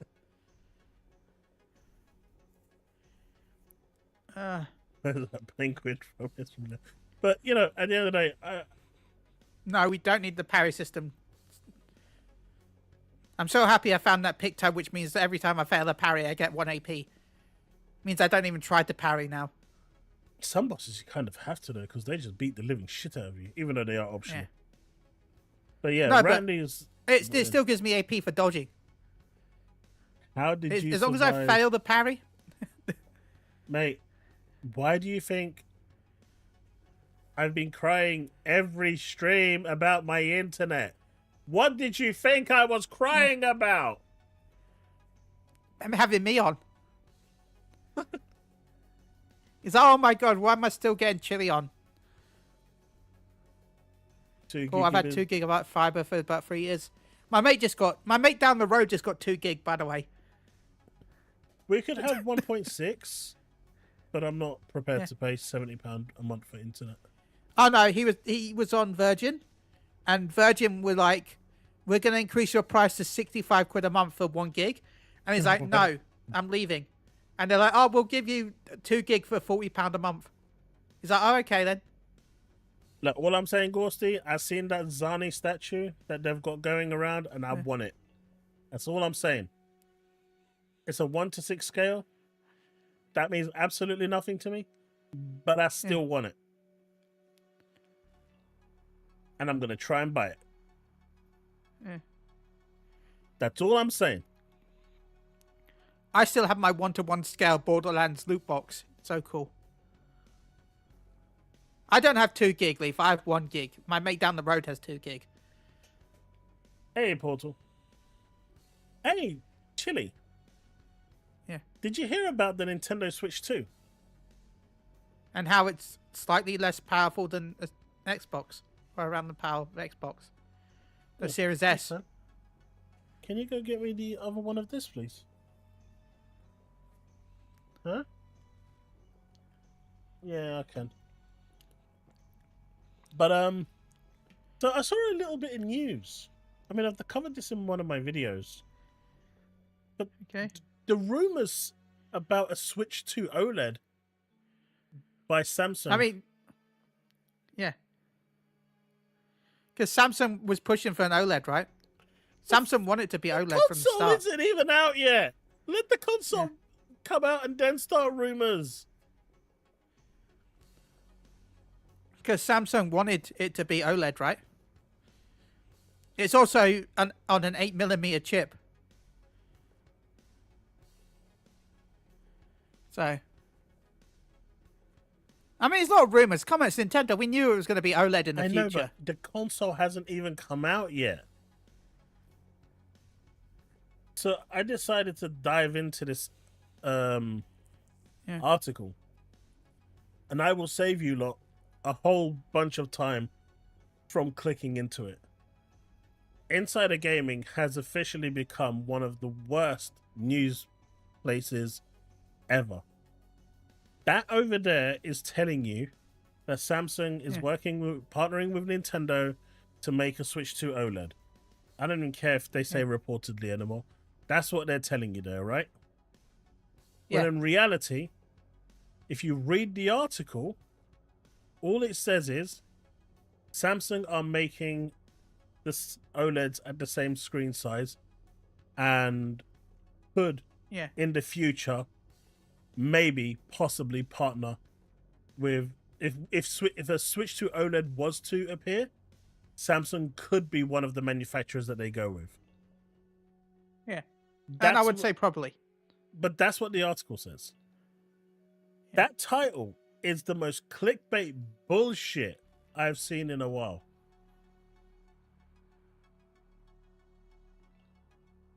You know, the article clearly states that there's no plans for an OLED. There's no anything for an OLED. But that's not what that title says at all. That's crazy. Hey, Atazek, how's it going? Brick, what's up? Hey, Brick, you've seen that Zani statue, right? LG are the kings when it comes to OLEDs. When we move, I'm going to try and get a C3 or a C4. Probably a C3, I think. That's going to be within my budget range. Not sure if I can stretch to a C4, even though the C5 is out now. Oh, wow. Okay, I don't know how true this is, but the person that leaked this kind of says the truth about a lot of things. Resident Evil 9, it supposedly got a major reboot in 2021, but a complete rehaul and reboot in 2021 from its original version. But supposedly the original Resident Evil 9 was going to be an open world multiplayer game.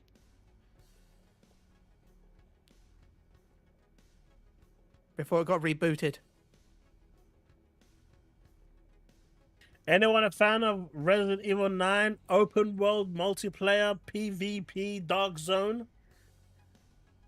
It was going to star Leon and Jill, and it was going to be based on Singapore. You get to enjoy pad thai while you're running the streets of Singapore. Yeah. So, yeah, it's going to be completely rebooted. Okay, so So, Bags, not is gonna be like that. Bags is definitely on board. Yeah. Yatazak is on board. Do we have any more people on board with this? Yeah. But it started development in 2017. Banisher is But on that board. was another game. Yeah. Yeah. That was another game that shocked me. Did you hear about the Mario Kart game? What about it? It started development in 2017, the new Mario Kart for Switch 2. It's the same game. Yeah, they started development in 2017 after finishing the DLC for ARMS. It was going to be with Switch 1, and then it got scrapped because they couldn't get running on the Switch.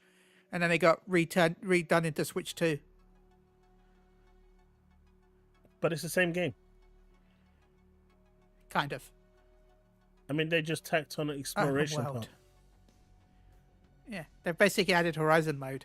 Yeah. Yeah. By the way, as I said, it got rebooted. That open world stuff isn't true anymore. Well, thank God for that. But do you know what could be true? Do you know what could be true? That could be announced this June the 8th? Halo for PlayStation. Close. Oh, Halo. Close. I hate the fact that I'm close. Very close. I've been hearing a lot of rumors about this from different places, and I hate the fact that my joke was real. I can't joke about it because it's happening.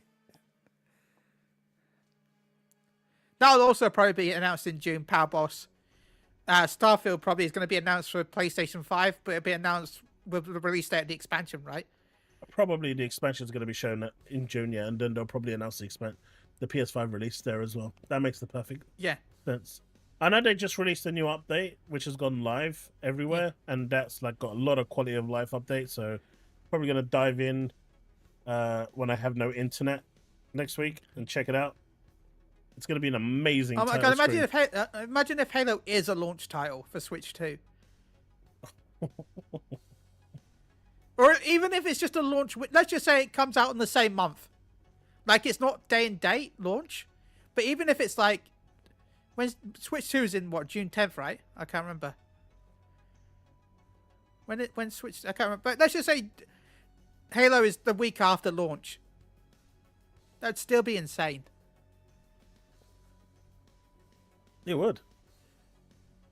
Okay, so the 5th of June is Switch 2. Okay, let's just say they stealth drop Halo after the game show. The Xbox game show. Because that's June 6th, right? What's that? June 8th is When's the the Xbox show. showcase? Okay, let's just say they stealth drop Halo at the end of the showcase for Switch 2, PlayStation 5. Technically, although it's not launch, it's launch window, in my opinion. So yeah. God. Then that would mean the Switch 2 has more launch Halo than the new Xbox does. Well, no, because that's going to come out on thing as well. Xbox. And we've got Infinite. No, I'm just saying the fact that I'm saying the fact that they didn't have a Halo game as a launch title on the Series X. And the Series X had with Halo, that was just, what the fuck? Yeah. That's what I'm saying, that it would technically mean that this has more launch Halo than Xbox did with this gen. Even though technically, this has more Halo now because you have Halo Infinite and Halo 5. And all the previous Halos.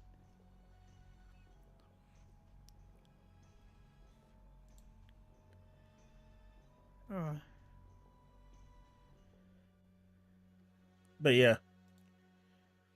Would you rather buy? I would rather buy a Switch 2. Always. Give me an actual handheld over a stupid PC handheld. What do you mean? The PC handheld is awesome. No, it's not. It is. Why is it not awesome? I don't know. I just don't see any point in it. You get to play your games on the go. Give me the Switch 2 over that. But I can play my Switch 2 on the PC on the go. Yeah, sure you can. I bet you within a month you will be able to. Not at a decent rate. Yes, you will. At least not on a Steam Deck. Maybe not on a Steam Deck. But the Steam Deck 2 will. And the Z2 Extreme Yeah, the will. Steam Deck 2 will be, yeah. And the ROG Ally X for $1,500. Sure. Yeah, I'm also Team Switch 2. Give me an actual Power Boss. handheld. We've spoke about Hellblade, Warhammer, Steam Cross Xbox, PlayStation Stars going bye-bye, Randy Pitchford being crazy. And that Final Fantasy will be all on Xbox. And Final Fantasy, potentially, if 11 was ever... Well, with Steam going on there, will be... Yeah. Have the full catalogue. And we landed on Halo. Yep. Because Coming to everyone knows PlayStation and Master Switch 2. Cheeks... No, it doesn't say anything about PlayStation. Here, just switch to. Mate, I'm calling it now, right? When Halo, I don't care what version of Halo it is, it's gonna happen. Yeah, it's gonna happen, right? I'm telling you all now. Halo remake, which they're doing of Combat Evolved, is going to land on PlayStation, and when it does, good lord, the internet is gonna melt. I'm pretty sure that X is just gonna go down. The amount of shit that's gonna be coming out from people, it's gonna. I'm stepping away from Twitter that day. It's gonna be like, you're gonna see like the demons and Onis and shit. Like, nah, that's even too much for us, man. We're just gonna go. It's gonna be crazy. The amount of salt that's gonna burn down and rain down on that day is going to be mental.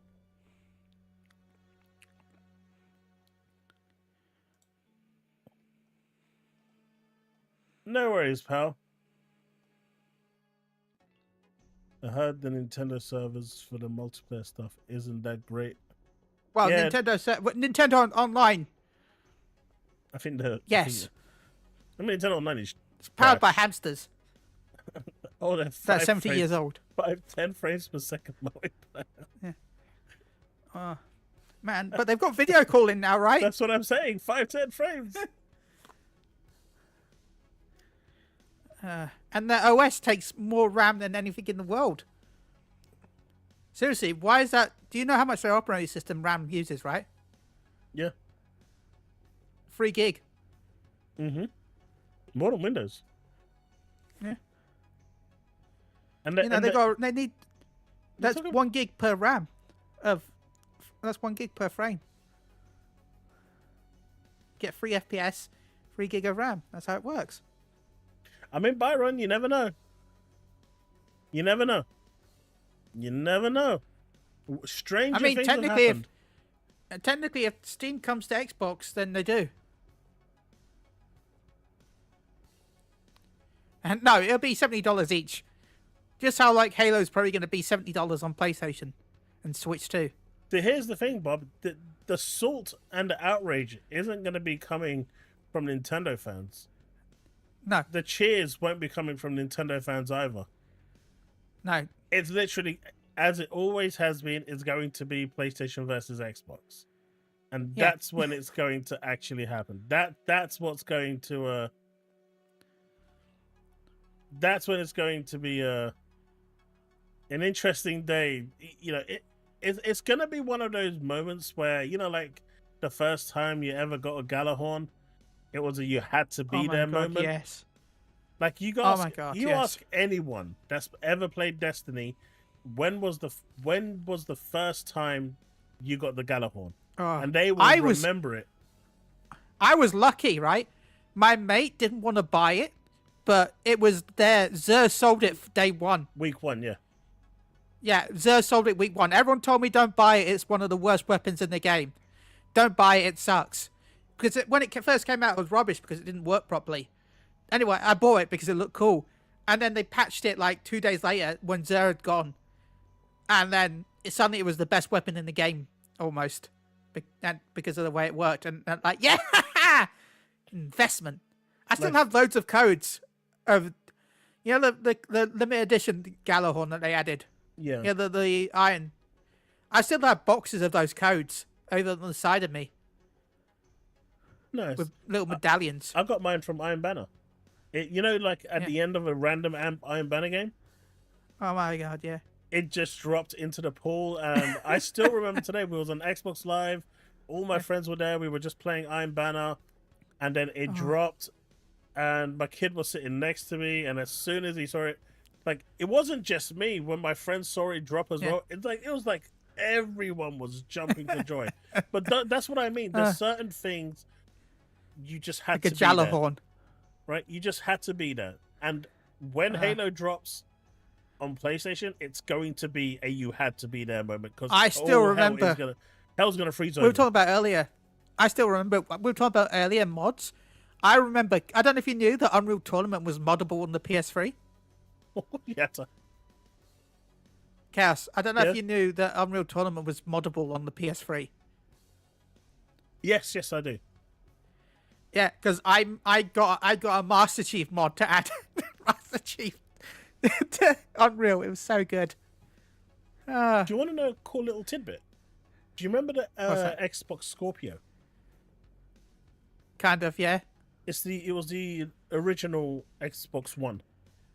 Xbox One X, Xbox One X, I think, or is it just Xbox One? But the Xbox Scorpio, I think it was the Xbox One, right? It's Yeah. either the One or the One X, but it was like the original, like first, like It print had of a them. cool name.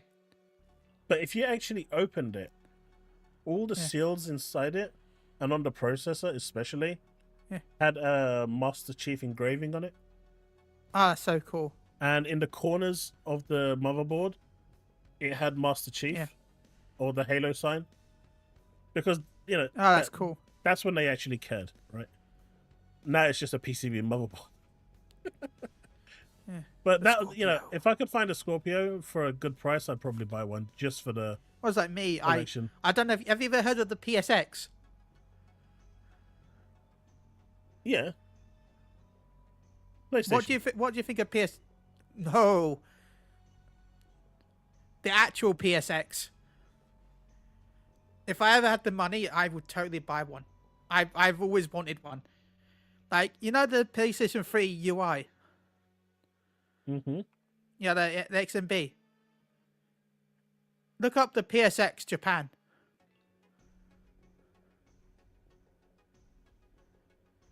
I don't know if you're looking it up and that's why you... I'm trying to find the motherboard. The only ones I can see with it was the Xbox One X.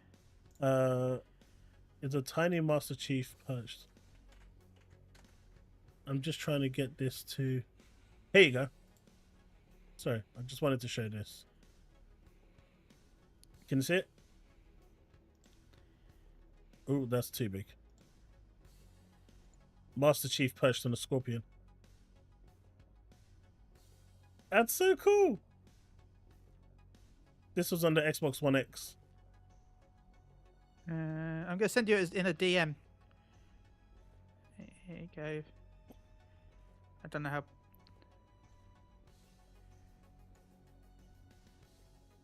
This released in Japan only. Oh, I remember this.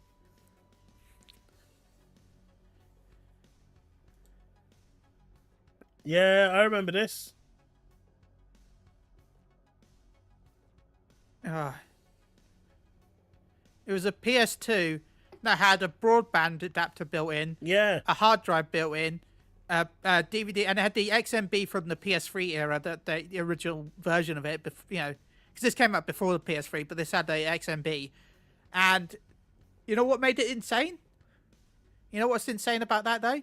I still don't know why they included it. Do you know one feature that I don't think any other console would ever have, has ever had, or will ever have? It was in this system. Do you know what it was? No. It had a DVD burner built in. Yes, it did. This was... Why did they think that was a good idea? They just threw everything. I actually wanted one of these. I always... When I first still read want about one. it, I really wanted one of these, and then I saw the price, and then I didn't want one of these. Yeah. It's expensive. Oh, But yeah. if I ever win the lottery, that's one of the things I would buy. Just to have it in the collection. Like, I always wanted a Pocket Station, but I bought one of them. I've got one of them now. I want this. That's a VCR. Damn, man, I haven't seen people talking about VCRs in donkeys. Man, I wish they But, released it had a the DVD Dreamcast. burner built in. Did anyone see, like, the Dreamcast 2 that someone tried to make? Yeah, it's called the Xbox. No, actual Dreamcast 2. I mean, you're right, it's called the Xbox. No. The Xbox was the Dreamcast 2. No. Internally. Oh, internally it was, yeah. I'm talking about those that...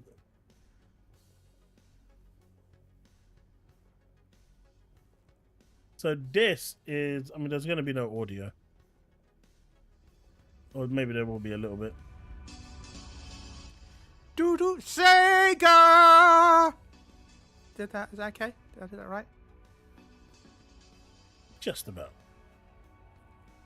Someone was actually trying to make this.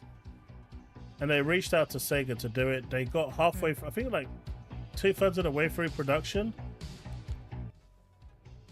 And it got shut down. But that's what Damn, it was shimmy supposed to be. That just looks like a 360. Mate, I still would have bought it. I don't care. I would have bought it. I would have bought it. Is that a Series S? Shut up. It looks more like a Wii than it does a thing. Man, symmetrical analogs. Looks like a router. Everyone said that PS5 looks like a router, but that definitely looks more like a router. So yeah, Project Dream never came out, but it would have been so awesome if it did. I would have bought it. Yeah. Without a shadow of doubt. I like this color the best though. I mean, yeah. I mean, you say that, but you say it's not actually Sega, but that's the reason why it got shut down, because they went, oh my god, Game Gear. Oh my god, I'd buy that. There we go, chat. See? That I would buy. That looked good, though. That Game Gear 2 looked really good. I'm sorry, but that looked good. But only if it died after 10 minutes because of the batteries. Even if it doesn't actually have battery life that long, it just needs to be pre-programmed so that every 15 minutes it says low battery warning. Even if it doesn't actually have You're that being low generous. battery. My thing started blinking the moment I put the power on. I think mine might have just been faulty at that point. Because I put brand new Duracell batteries in, and as soon as I put it on, it started blinking.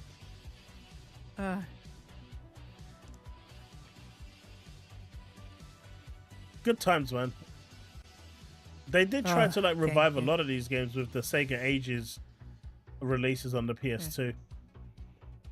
Oh, did you see that? I don't know how much actually went into it, but did you see that new controversy over the fact that they showed off Sonic Adventure with RTX NVIDIA recently? But I think one of the artists said the fact that the footage they used in the trailer was actually footage from the version they've been working on, and they didn't ask permission. I didn't see it. I mean, I saw the RTX thing, but I didn't hear about it. Yeah, I just saw an artist saying the fact that they were working on an RTX project, and this is the version they've been working on, and NVIDIA didn't ask. See, Heidi would have bought it.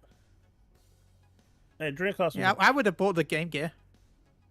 Dreamcast But is a great doesn't console. look like a Dreamcast to me. That was not a Dreamcast. That was a Dreamcast. I'm sorry. That would have been a great Dreamcast. So, Xbox announces retro classics. Apparently, these 50 games from Activision aren't included in the Ants, whatever it's called, one that's currently available. These are actually separate. Nice. And for those of you that remember these games, because, graphically they were just ahead of, right now there's just nothing that graphically can compete with these games. They are really, really damn good. I mean, they're on another level, but you should check them out. Man, I didn't even know there was 2 Pitfalls, to be honest. I didn't know there was a sequel. And Oh, look, stream, there's that's the it. dolphin right there. Yeah, it's just not the Echo style. Oh. I do, because the Saturn was more powerful. But yeah, there's like 50 Activision games here, range from PlayStation all the way up to, well, down to Amiga, DOS. God damn it, jeez. So cool stuff for anyone that wants to check it out. It's available on Game Pass right now, so you can just go download it and have some fun. Check out some of the games from. I mean, just look at those graphics. Jeez, I mean, Yeah. You know, oh my god! Look at that RTX. man, and there path is tracing. nothing on PlayStation that can compete with that right now. Nothing. I bet that is running at 16K. Man, that is running at 32K. 32K, 150 FPS. I bet they kept it at 30. They kept it at 28 FPS to make it feel like PAL. Remember, because our TVs could only handle 28, right? Was it 28 that our TVs could only handle? Yeah, I mean, but they kept it at that for a creative decision. Yeah. It was a creative decision to keep it at that. Well, no, it was a design reason, right? Because it's our electricity, I think, right? See, when Because I of think our of wattage. Decathlon, yeah, it was. When I think Yeah. of Decathlon, I remember those joysticks that you kind of, it had a square base and like almost like a Yeah. flight stick. And in order to sprint, you had to Oh my god, flight hit sticks. it left, right. You had to move it left to right. Yeah. And yeah, those games were pretty much joystick killers. I think I can't remember how many joysticks I went through playing those games. It was crazy. But that's still cool. We're joking about, it, but that's really cool that they're doing this. I actually think that's cool. I don't think there's anything here I'd play, but I think it's cool. It's good for those people that actually think exactly why I mentioned it. Yeah, Diablo. Yeah. Trust me, you know someone's played them when they mention shit like that.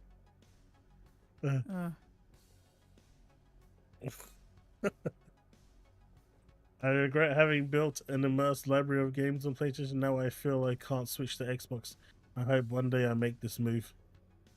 Good for you, Marcos. Marcos, you know what you need to do, buddy.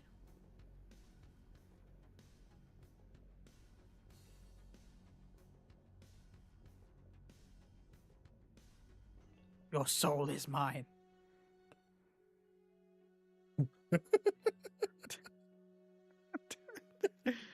You know what?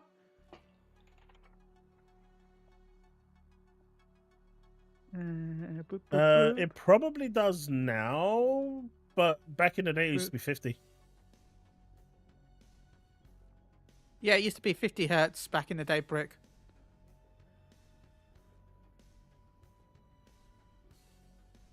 There you go. I liked it. You played a few games, Joshua? Hey, I'm not making fun of it. I was there. I grew up with that shit. The Commodore 64 was like the jam, man. Americans' electric grid was 60 hertz, right? And UK was 50 hertz, and that's why PAL. That's why our games ran with a slower frame rate, but had a higher resolution, I think. No, we had black borders, man.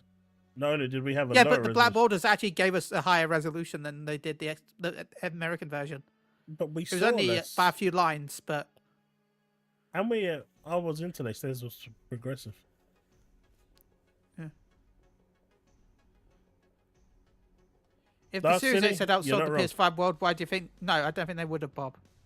If the Xbox Series X had outsold the PS5 worldwide, do you think Microsoft would have this multi-platform? No, they wouldn't. 100% not.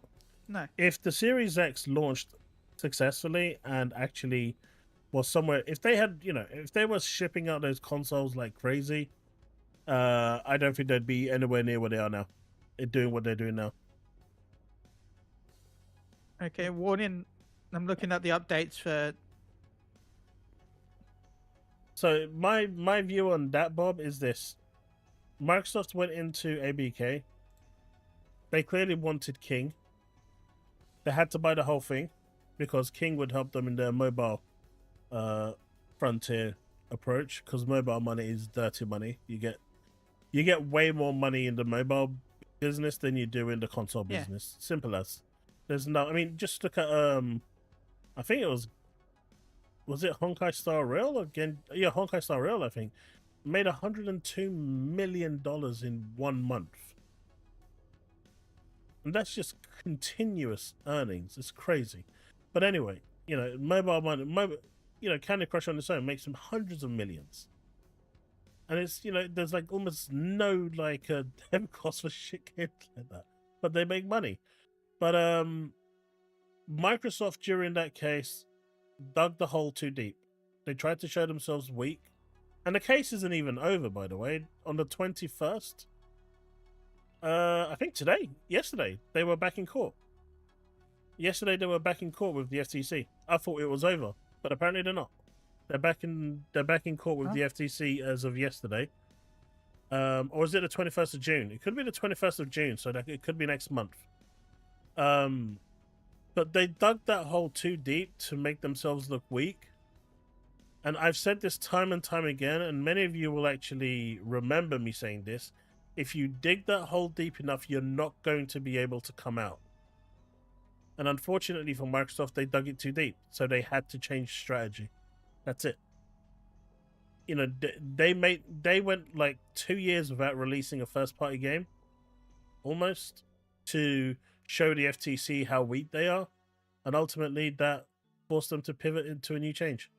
So no, I agree. If they didn't actually, you know, if they didn't fall behind so much, they wouldn't have gone the multi-plat approach. There'd be no need to. Sorry, I'm reading because the patch notes for Marvel Rivals Hey, just Steve, came go out. get some rest, man. I know you've been up for like, what, 48 hours? Go rest, Steve. My dude's been Thank up. you for... Oh, Steve, I Have a don't good know rest. if you're still here, but if you are, did you post that stuff off? Just answer in Discord if you want to.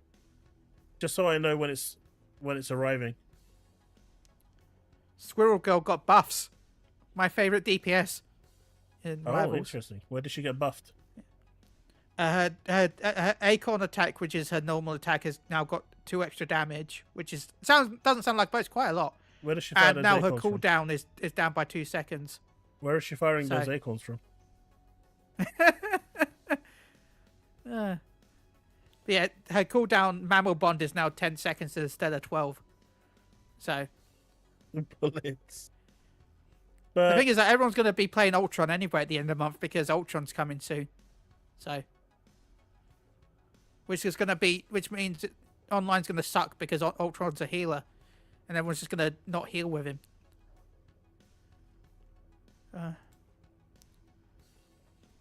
yeah, everyone thought, Microsoft could afford to sell the Xbox, but no, they couldn't sell it for $200, Bob. That is too much of a loss.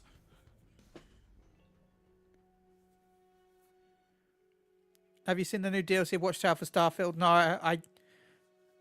yeah. No, I haven't.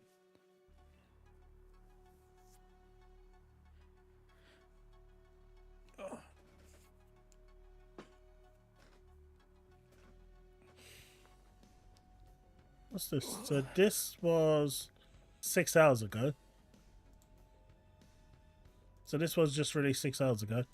The FTC's administrative law judge has denied a motion by the FTC's lawyers that would have prevented Microsoft from presenting at the ABK merger trial starting July 21st.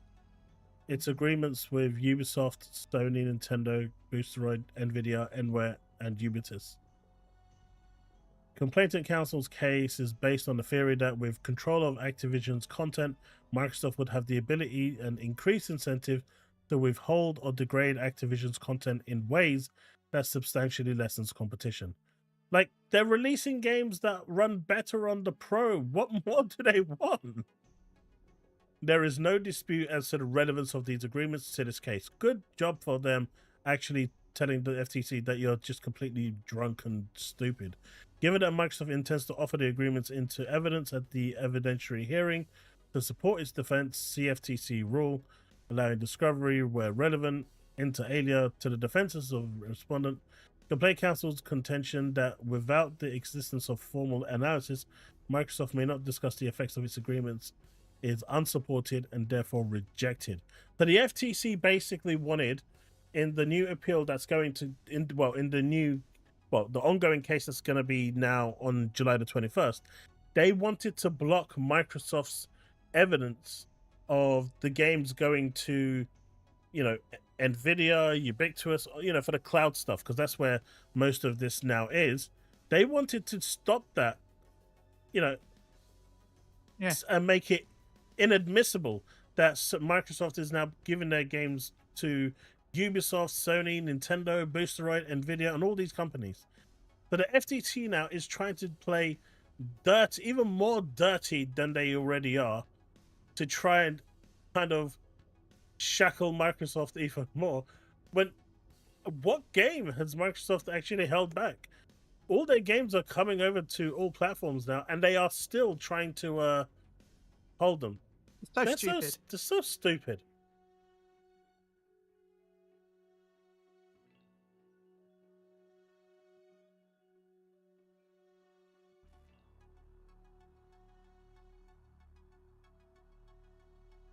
Steam. So the thing is, because the Series X runs a modified Windows 10, I'm pretty sure if they really wanted to, right now, Bob, they could make it work. And all it would take is them releasing a new firmware update, and that firmware update saying, hey, would you like to install a partition on your hard drive that will run Windows?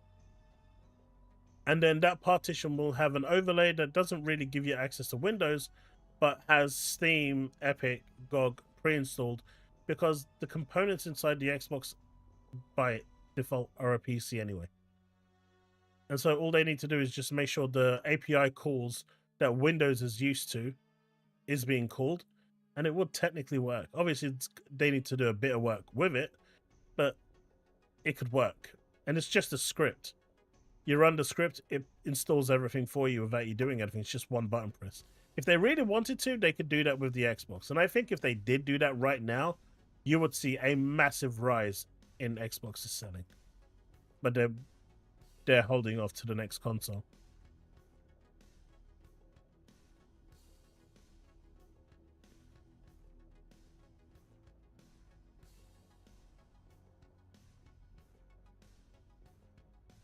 But Bob, they're still holding the Activision case is all encompassing, right?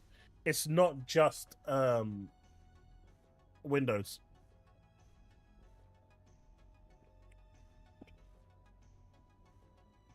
Their preliminary injunction got denied. So I don't know. And the FTC's own administrative law judge denied their motion. The FTC's own administrative law judge has basically told them, just stop. Enough already. You've wasted enough money with this. Just give up. The damage you've already caused is done. You've destroyed competition as it is. What more do you want to do? You're supposed to be here for fair competition, and you've destroyed competition, which they openly have between, the console platforms. There's no real competition left. So, I just don't get what they want. But yeah, it's still ongoing, and July the 21st, it'll be back up again. Yeah, me too, Power. I'm gonna finish. At least I'm gonna finish E33, and then decide between Doom and Thing. But Doom's supposed to be a small game anyway. Later, Paul. Chat. I'm just gonna go use the restroom real quick. I'll be right back. I'll leave Chili to entertain you, but I'm gonna be like 2 minutes. Hey, everyone! I'm entertaining you. Hi, how's everyone doing?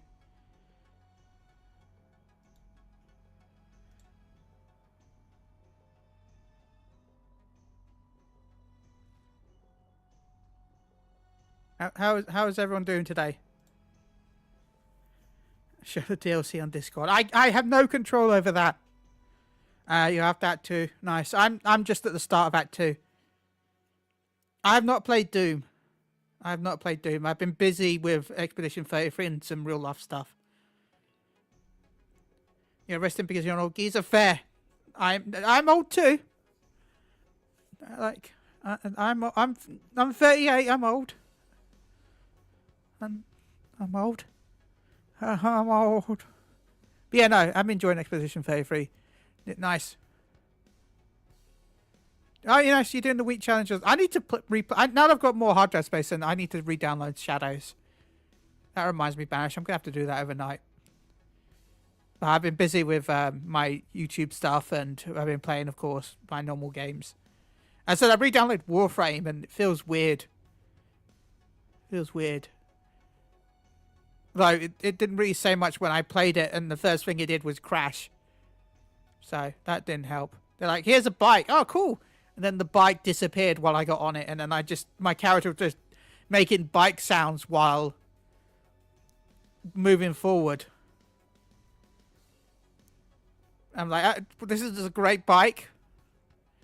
As my character just goes, vroom, vroom, vroom, and he sat on nothing. It is amazing. A twist in it. Cool. Nice. Yeah, I'm excited to keep going. Even the start, even end of Act 1 was crazy. But no, anyway, remember, if you're watching this as a VOD and you are in the stream right now and you haven't already, please hit the like button and think about maybe subscribing to Chaos's channel. Chaos is a wonderful content creator. He creates all different videos about Xbox gaming in general. So please, if you're watching this as a VOD right now, I don't know, leave a sentence down below saying, shut up, Chili, and maybe hit the like button and subscribe. There should be a sub-tier called The Ancient Ones.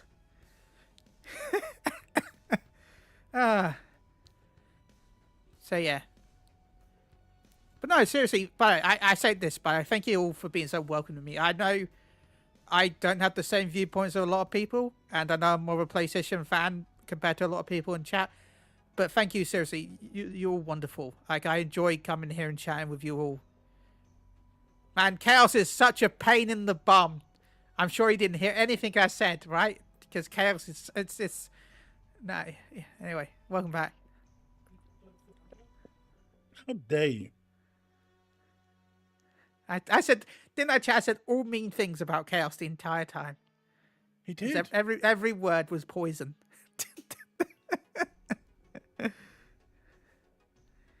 So yeah, thank you everyone. Seriously. I will have to bounce soon though. I kind of want to go. I'm gonna have to go in a bit. Yeah, no worries. So, next generation Xbox. So far, these are the rumored stuff. Just as about that. Sorry. I find it funny. I said I'm gonna have to bounce in, and you're like, next gen Xbox. Wait, you said you have to bounce in a bit. Yeah, it just sounds bad though. It's on my side. Timing is everything. Yeah, Not Windows necessarily, based but Steam, fall backwards. Steam. It says Steam twice there. huh? It says Steam Epic integration, Hey, and look. then later on it says Steam/Epic Game Store. Don't tell That's me the same thing. That's a PlayStation, dude. Don't. You know, that's the best they can do. Yeah. You know, don't insult them. I get it. Told you to let your great grandfather before you. But Bob, just to counter that, PC Steam games need Windows. They also run on Yeah. Linux. Steam OS is run on Linux, so it doesn't need Windows. It just needs the right just API like calls. the PlayStation, technically, kind of. Yeah. PlayStation uses a fork of Linux, right? Unix, free BSD.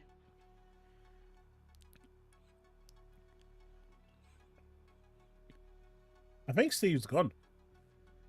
Yeah, Steve is gone. Steve left. But This one is interesting, which I totally expect is going to happen with the next gen Xbox. Yeah. What new Game Pass tiers? Yeah. Yeah. There's already too many. See, I would get rid of, well, Xbox Core is gonna go, right? I reckon. Yeah. Xbox Game Pass Core is gonna go. Standard is going to be the new Core, priced a bit more fairly. You're gonna have Ultimate. You're gonna have xCloud only as well. Yeah. That sounds about right.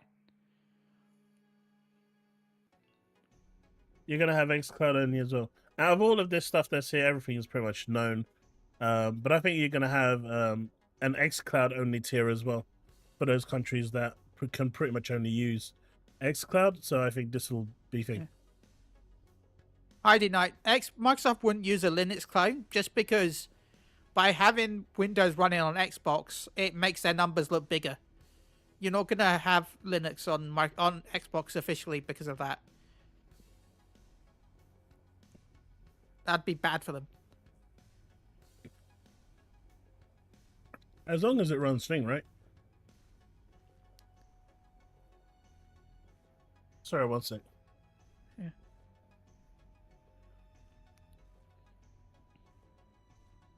But it's interesting that, you know, people are Yeah. the information for the new Xbox is starting to ramp up a little bit. So who knows? I'm hoping to see the Asus handheld at the Xbox showcase. That'd probably be the best place to show that now that it's been leaked. So that should come out sooner or later. End of this year, hopefully. Well, they need to hurry because MSI are about to release their version of the ZX Extreme 2. And most people are just going to bounce on that. Yeah.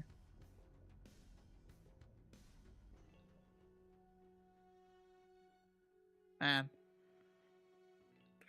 But you get a lot of Game Ooh. Pass games, and I really wish that they changed this layout now. This layout is so confusing. In my last video, I tried to differentiate what's coming where.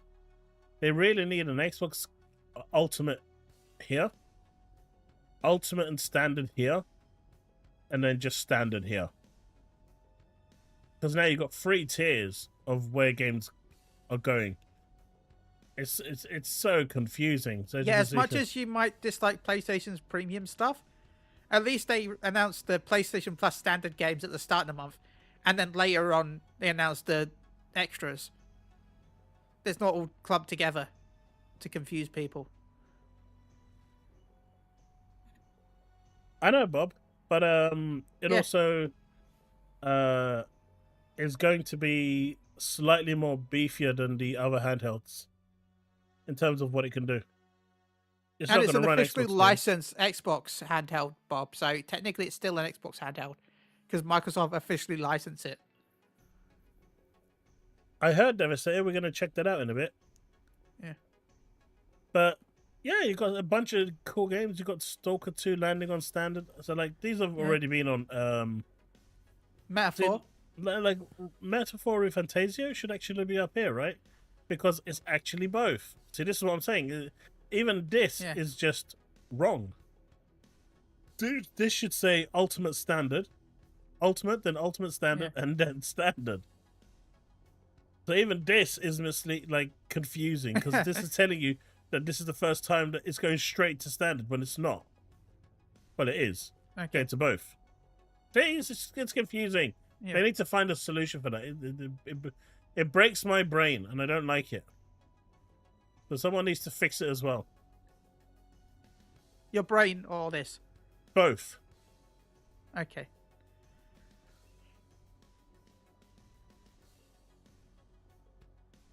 So this one is kind of bad, right? And we were talking about what is it? Marathon earlier on. Marathon. And this is pretty Please shocking. don't sue us. I've actually got a video coming out probably tonight for members, and then early hours of the morning tomorrow for normal regarding this. It's pretty shocking the way Bungie has devolved. And I'm just gonna be upfront. The shady shit that I'm hearing from different parts of, community managers that I know that I talk to, or just people that are developers that in the industry that I talk to, the stuff that they hear from their peers, Bungie is probably one of the worst places to work right now. Their leadership is absolutely donkey shit, and they don't care about anything outside of their own pocket. It's a really horrible I can 100% environment. believe you.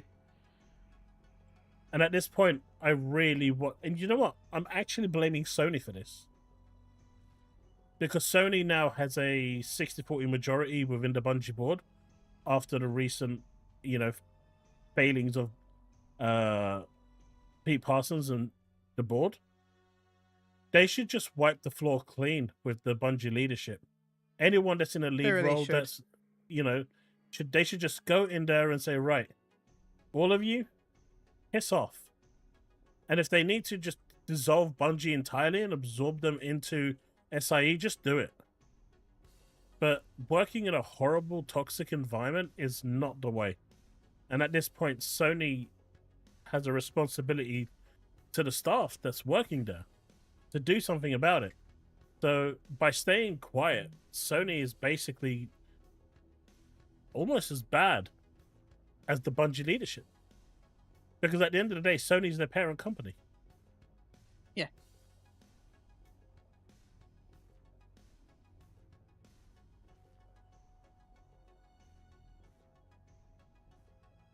Wait. What's happening?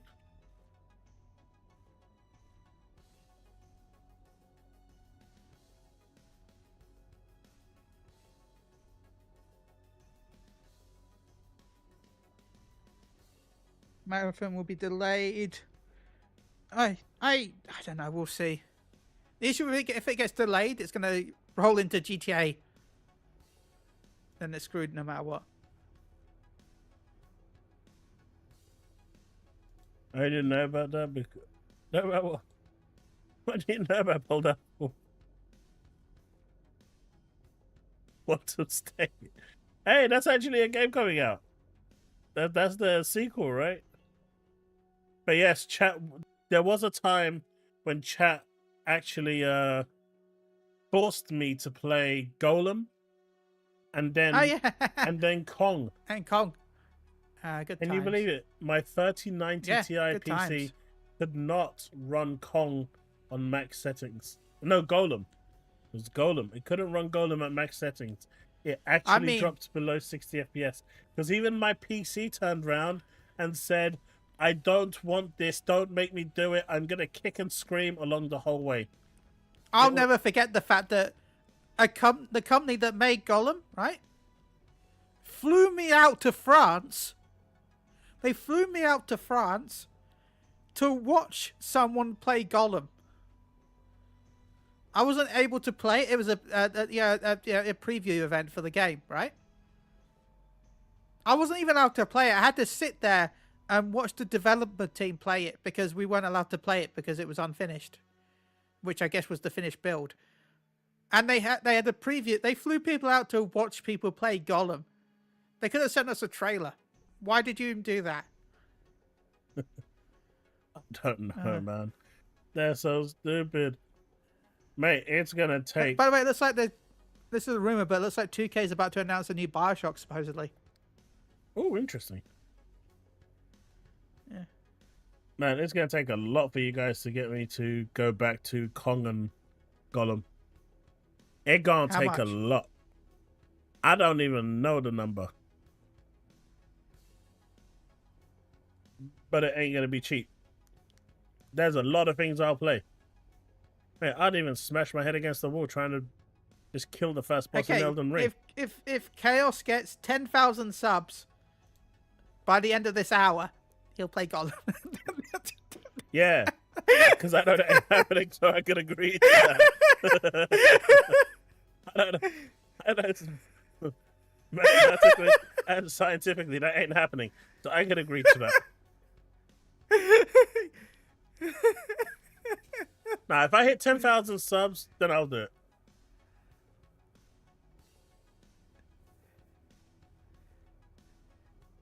But I'm telling you this now. I'd rather smash my head against that first boss in Elden Ring. No, you can't give subs, Devastator. I mean, like the actual, not memberships. Now, if you reach 10,000 memberships in an hour, I'm sorry, but Chaos can have some of that money, please. You somehow got 10,000 memberships in an hour. Hey, you give me 10,000 memberships. Are we okay? I'll do it. You won't see me for a while. I've been a psych ward. Wait, you guys aren't even seeing what I'm looking at. I was looking about this. But yeah, no. Gollum and Kong, I had nightmares with that one. But yeah, I think Bungie is cooked. The thing is, right, this isn't the first time that they've done this either. They did this with the Ace of Spades replica gun. They stole assets to build the weapon. They did this with the Veil. The race or the planet where the Veil is, whatever it was. They stole that asset too. They apparently stole all of the Red War storyline because there's no way for them to refute it, whether it's right or wrong. At the moment, they stole the characters from another game as well. They had the Nerf gun that they released that was also drawn by someone else. Yep. Designed by someone else. Just recently, just today, I got notification that their whole PR team basically tell their staff that all they're interested in is their own profits that come their way, their own payouts, and they couldn't give a shit about the staff. This is what's coming from people who have left the company. A lot more shit is coming out about Bungie. Bungie's cooked, and from, like I said, in my opinion, Sony just needs to step in and say, do you know what, guys? You had a good run. We're going to continue Destiny. Gummy Bears or whatever it's called can continue in incubation and be developed. Everything else... Gummy Bears turned into something else, right? Gummy Bears has become the... They just need the team that was making Gummy... a new live service team that they announced. Yeah, LFG. Yeah, that's the Gummy Bears squad. They just need to go. I mean, not the LFG, but I'm saying the actual leadership at Bungie needs to go. They just cannot stay. I mean, just look what they've done to that guy when they threw him out to the wolves. Yeah. Now, I'm going to go back to the Avowed situation, right? You don't remember that creative director when he made those racist remarks? And... No.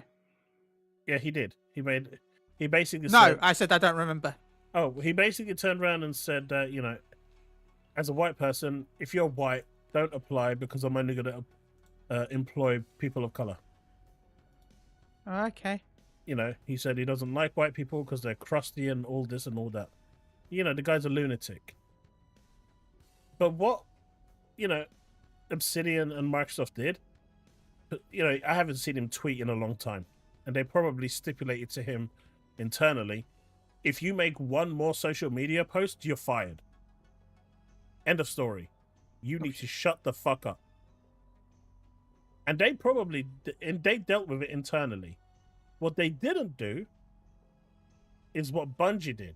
They basically got the guy to go out on a stream a few days after it happened and came to light and get absolutely slaughtered by the community.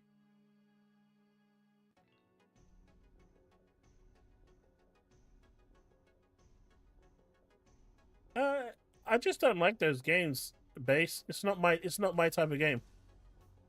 They should have fired him. I agree 100%. But the point I'm making is they did not throw him into the wolves. Right? They did not just throw him out there to get absolutely obliterated. And regardless of what action or what decision they actually chose, I would have fired him personally. But they dealt with it internally, and that's professional. That's how you do it professionally. I don't agree that they did that. Yeah. I think they should have fired him openly to set him as an example. But you don't do what Bungie did, man. That guy that was sitting there reading that statement, he hadn't slept for days. His eyes were black. You can see he's been crying his eyes out over this. He's been stressing, suffering. You can see the anxiety in his face as he was reading it. It's like his world, his whole career just came shattering down. And sure, you know, he committed plagiarism, but at the end of the day, that was okayed by someone else up above him, right? Yeah. It's not like no one else knew he was doing this. It's not like this keeps on happening without Bungie leadership's knowledge. It should have been. It's not his fault. It's the art lead that should have checked over it. Yeah. Right? They knew about it. And they threw him out like that to get absolutely destroyed. And in my opinion, you know, I don't understand how anyone can work for a company like Bungie. As, you know, their leadership just needs to go.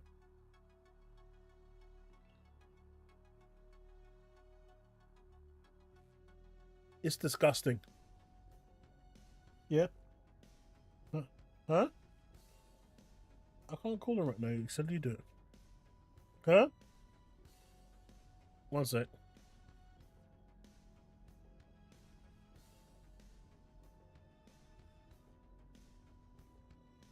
Okay, sorry about that. The cat's about to feel sick, so little one's gone to get the missus.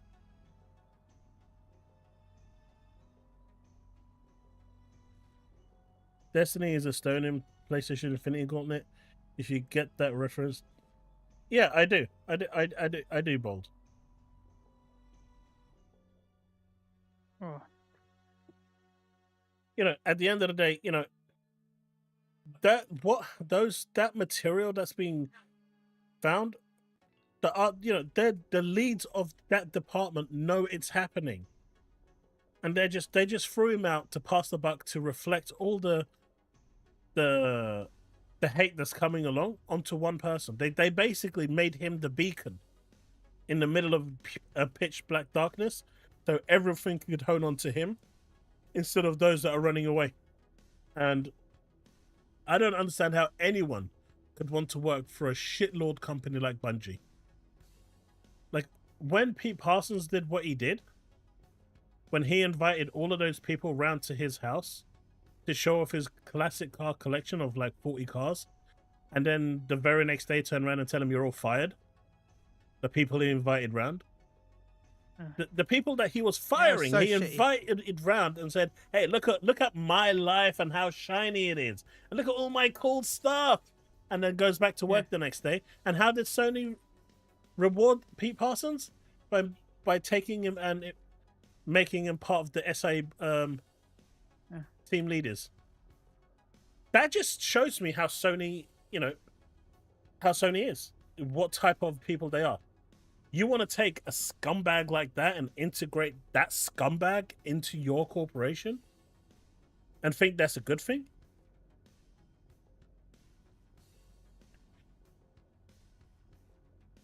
You just don't do that, man. You just don't do that.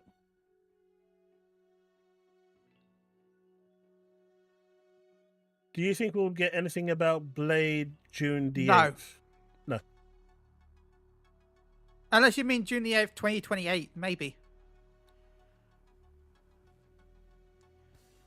I don't think you're going to hear anything about. Or will we? Okay, 28 is too late. No, I feel like Blade.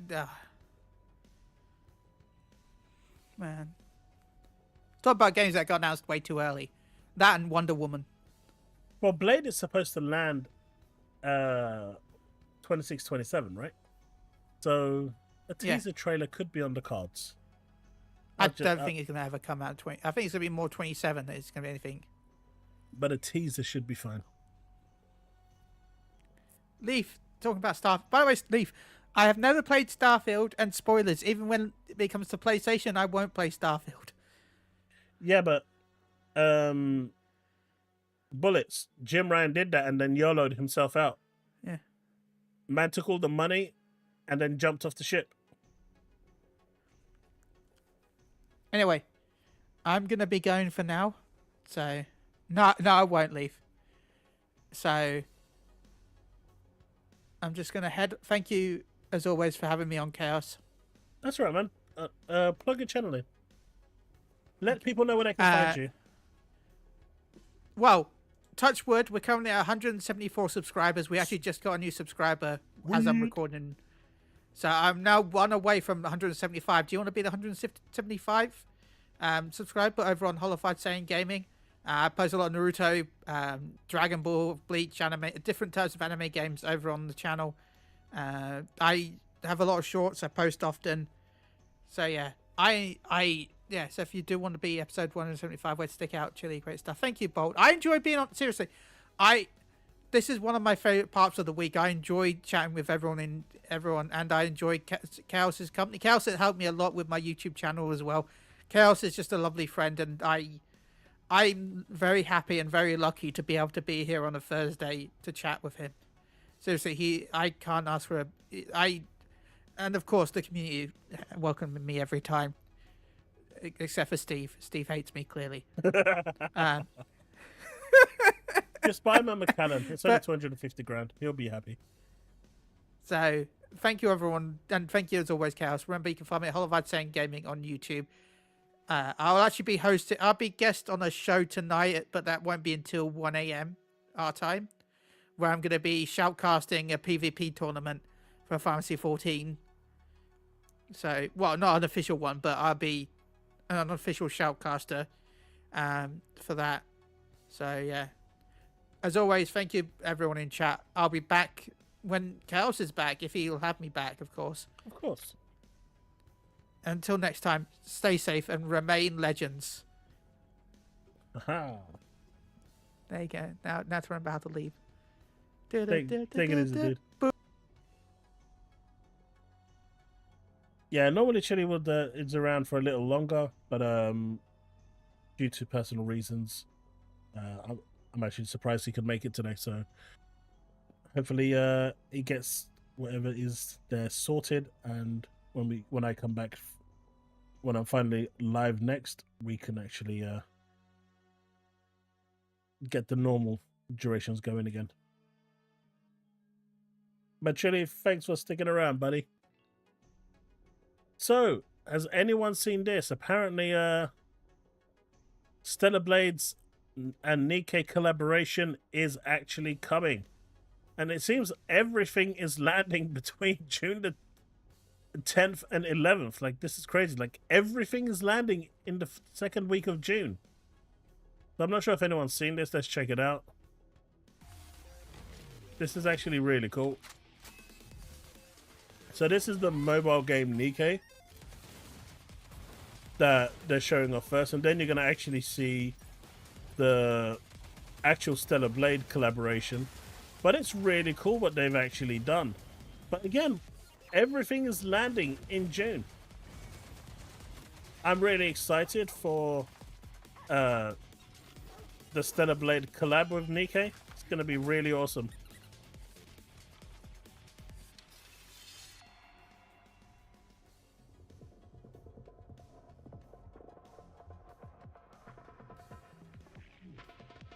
This looks insane.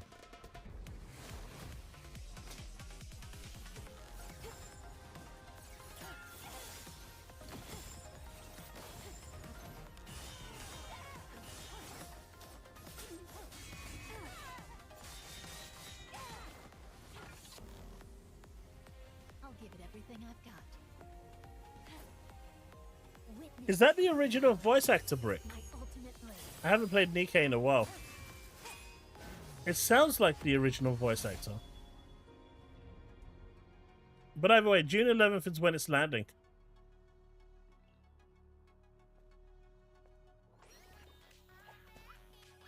No way! I didn't see this bit. They actually put Doro in there. Oh, no way. I didn't see that. That was funny. I have Devastator. We're going to check those out in a sec. Stellar Blade. So there's a sequel to Stellar Blade coming. Hopefully that will at some point eventually possibly never land on Xbox, but hopefully it will land on Xbox at some point. But Project Witches is going to be multiplat. So whatever game this is, Project Witches, it's going to be on Xbox, PlayStation. I don't know if it's going to be on Switch too, but PC. And it's going to be a simultaneous release, unless that changes. But it looks like Shift Up is actually accelerating their division and growing quite rapidly. Clearly, Stellar Blade was very successful for them. And now they're looking at a sequel, which is going to be interesting because the way Stellar Blade ended was interesting. Now, for those of you on June the 11th that are going to get the game on PC, they have released a new skin that is going to be available. I don't know if... I'm assuming it's going to be available on PlayStation as well, but at the moment, everything they're saying is on PC. Obviously, PC is going to have their mods as well. But this is the new one of the skins that's actually landing on June the 11th for PC. But I'm assuming that this is going to be available on PlayStation as well, although they've not really said anything about it. Oh yeah, Bold, it was definitely fan service done in a good way. 100%. That Doro was... I didn't actually see that before. Yeah, for Scarlet.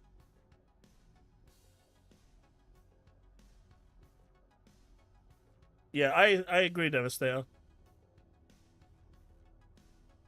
But, you know, interesting signs.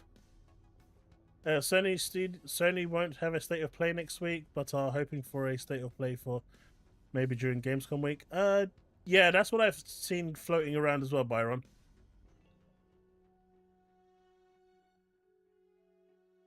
Yeah, Heidi. Yeah, Heidi, it was. I mean, I remember when I first saw Project Eve, and I was like, "Oh my god, this looks like Nier Automata." I'm sold.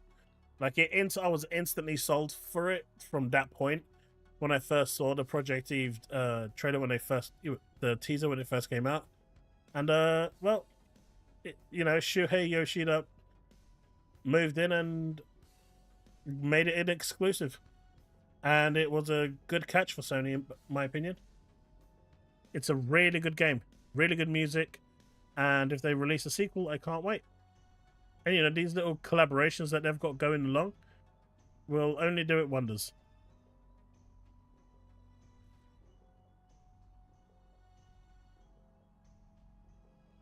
Embracer Group is about to do something that no one thought was possible, or it could just be Insider Gaming chatting rubbish. But the Embracer Group plans to release 76 different games in the next year.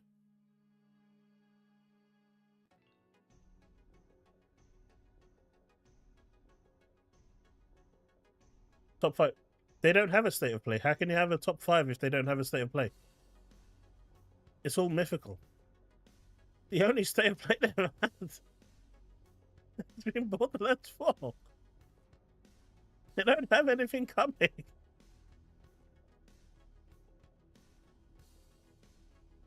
What do you mean, Alpha?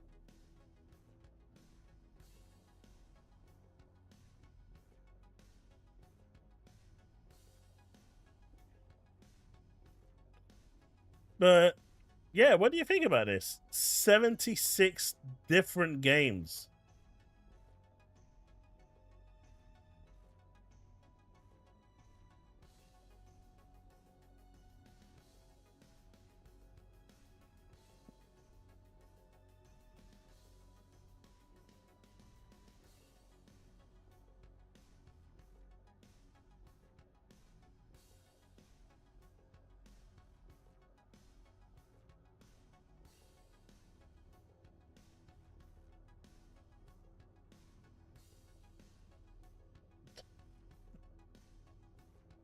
Oh, am I wrong though? I mean, you're asking for top 5 picks for state of play.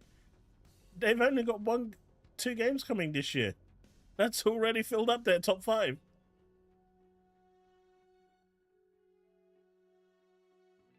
Chris USA, community manager, had a meltdown on Twitter going after and removing GFL2 memes. Really? Why, Brick? What's going on? Sony is currently being kept on life support. I mean, Sony has definitely pulled the pedal back. The urgency that they had in the previous generation just isn't there.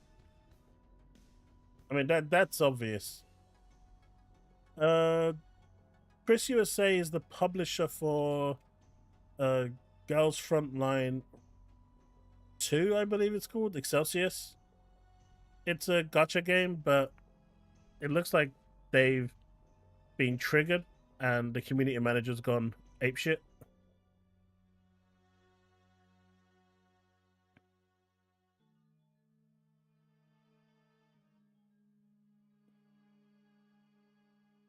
I'm curious how Forespoken was bad on the base PS5. It wasn't bad on the base PS5. It was a good game. And I think the PS5 Slim, but what if Forespoken runs way better on Xbox Series X and S? Forespoken ran, I think, locked 60. Like 99% of the game. The demo that's out there for Forespoken is a really, really bad demo. Like, it's horrendous. It's really bad. It's it's one of the worst things that they could have put out, and in my opinion, it really hurt the game's chances. But I really liked Forespoken. The story was pretty good. There's a few faults it had that, prevented it from really hitting the heights. The final boss was really irritating to fight. By the time you unlock the final skill tree, it kind of is pointless. It's overpowered like hell, but it's kind of pointless because you unlock it just before you go to the final segment, really. And the other big thing is that when you're working on your skill tree, you can only work on set things at once. You can select up to 2 or 3 of the skills to work on. And I think that's just a really dumb mechanic. I know, like, Starfield does that as well, right? You can only work on the stuff that is activated, but in this one, it's, how can I say? Not only you have to unlock the skill, and then when you unlock it, you need to activate it. So anything you do works towards it. So I think that's stupid. If you've got the skills there, and if you've unlocked the skill tree, just let me gradually work towards what I'm working and let the skills naturally unlock. It's just artificial stupidity, in my opinion, and it was a bad design choice. But those are really the only few things that I had wrong with the game. I actually liked Frey as a character. I mean, you kind of understand her as the more you play. Thank you, it's a ghost day, and I'll see you when I'm back online next. Oh, the firearms company, even worse.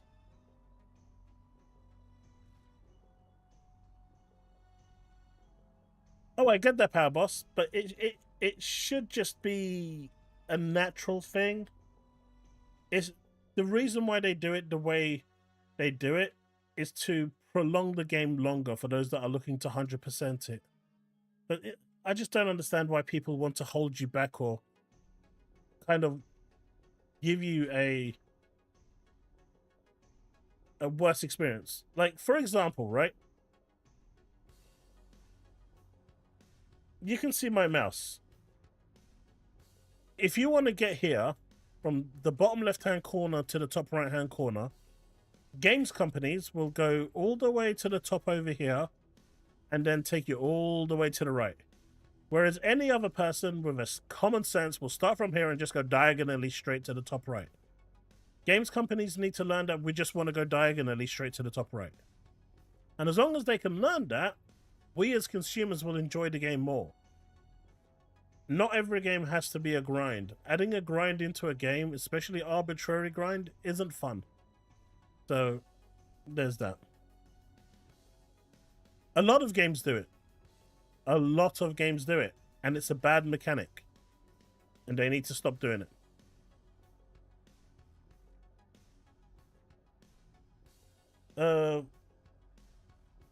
Forespoken, more like forgotten. It was forgotten. I mean, people were just sitting down. I remember watching streams of that. People were like crying in the corner, faking their hatred towards their game. It was interesting to see how much people could actually degrade themselves to that point.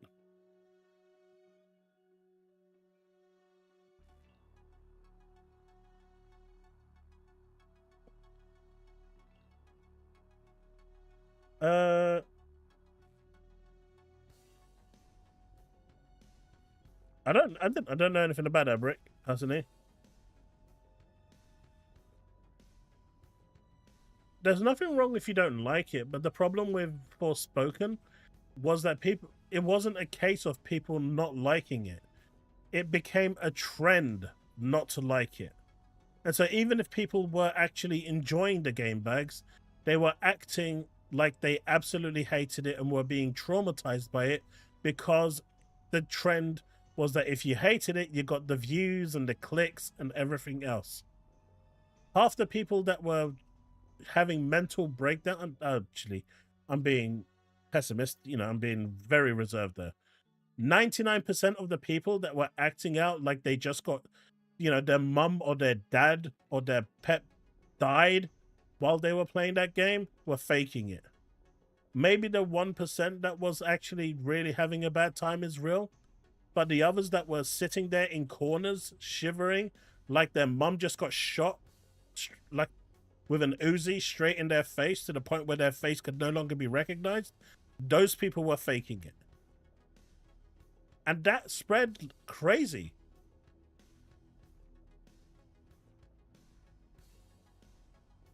Exactly. Exactly, Bags. That's exactly what I'm saying.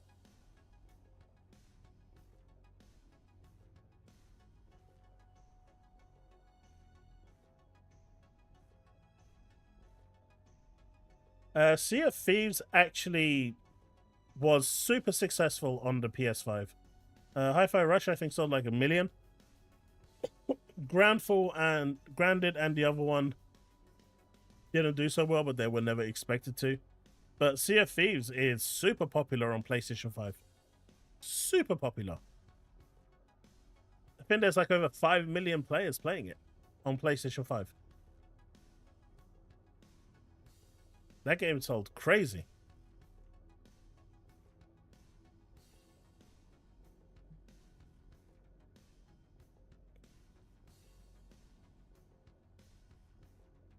That's just stupid, Power Boss. I'm never going to use it.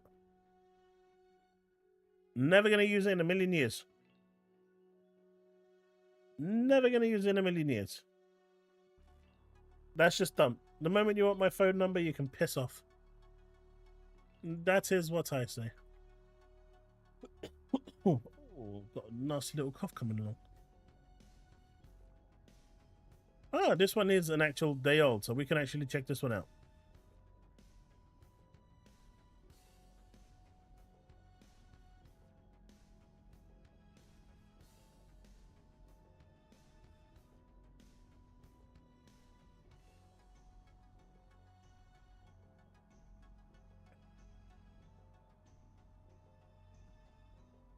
See, the thing is, Death Stranding 1 isn't a bad game, right? But it's aimed at a different audience. Saying a game is bad because it doesn't appeal to you is like me saying Elden Ring is a bad game. Me saying Bloodborne is a bad game. Just because it's not something I like and I enjoy doesn't mean it's a bad game. It's, Bloodborne has its audience. Elden Ring has its audience. It's not me. I'm not the target audience for that game. I do not enjoy it at all. But to say it's a bad game would be disingenuous. It's not for you. And there's a difference between a game being really bad, like let's say Fallout 76 launch, Anthem launch, which was horrendously broken, unplayable, and then a game that, sets out to do something and achieves it. It's aimed at a certain audience, and if that audience is going to enjoy it. But it doesn't mean that just because, you know, you're not, you know, you want to play that game and you're not the target audience, means that you're not going to enjoy it. It's a bad game.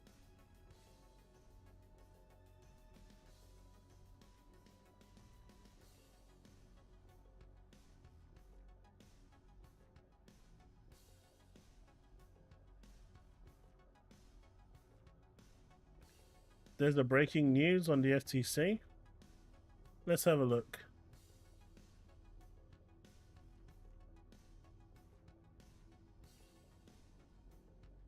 And there is. Today's decision is a victory for players across the country and for common sense in Washington, D.C. We are grateful to the FTC for today's announcement.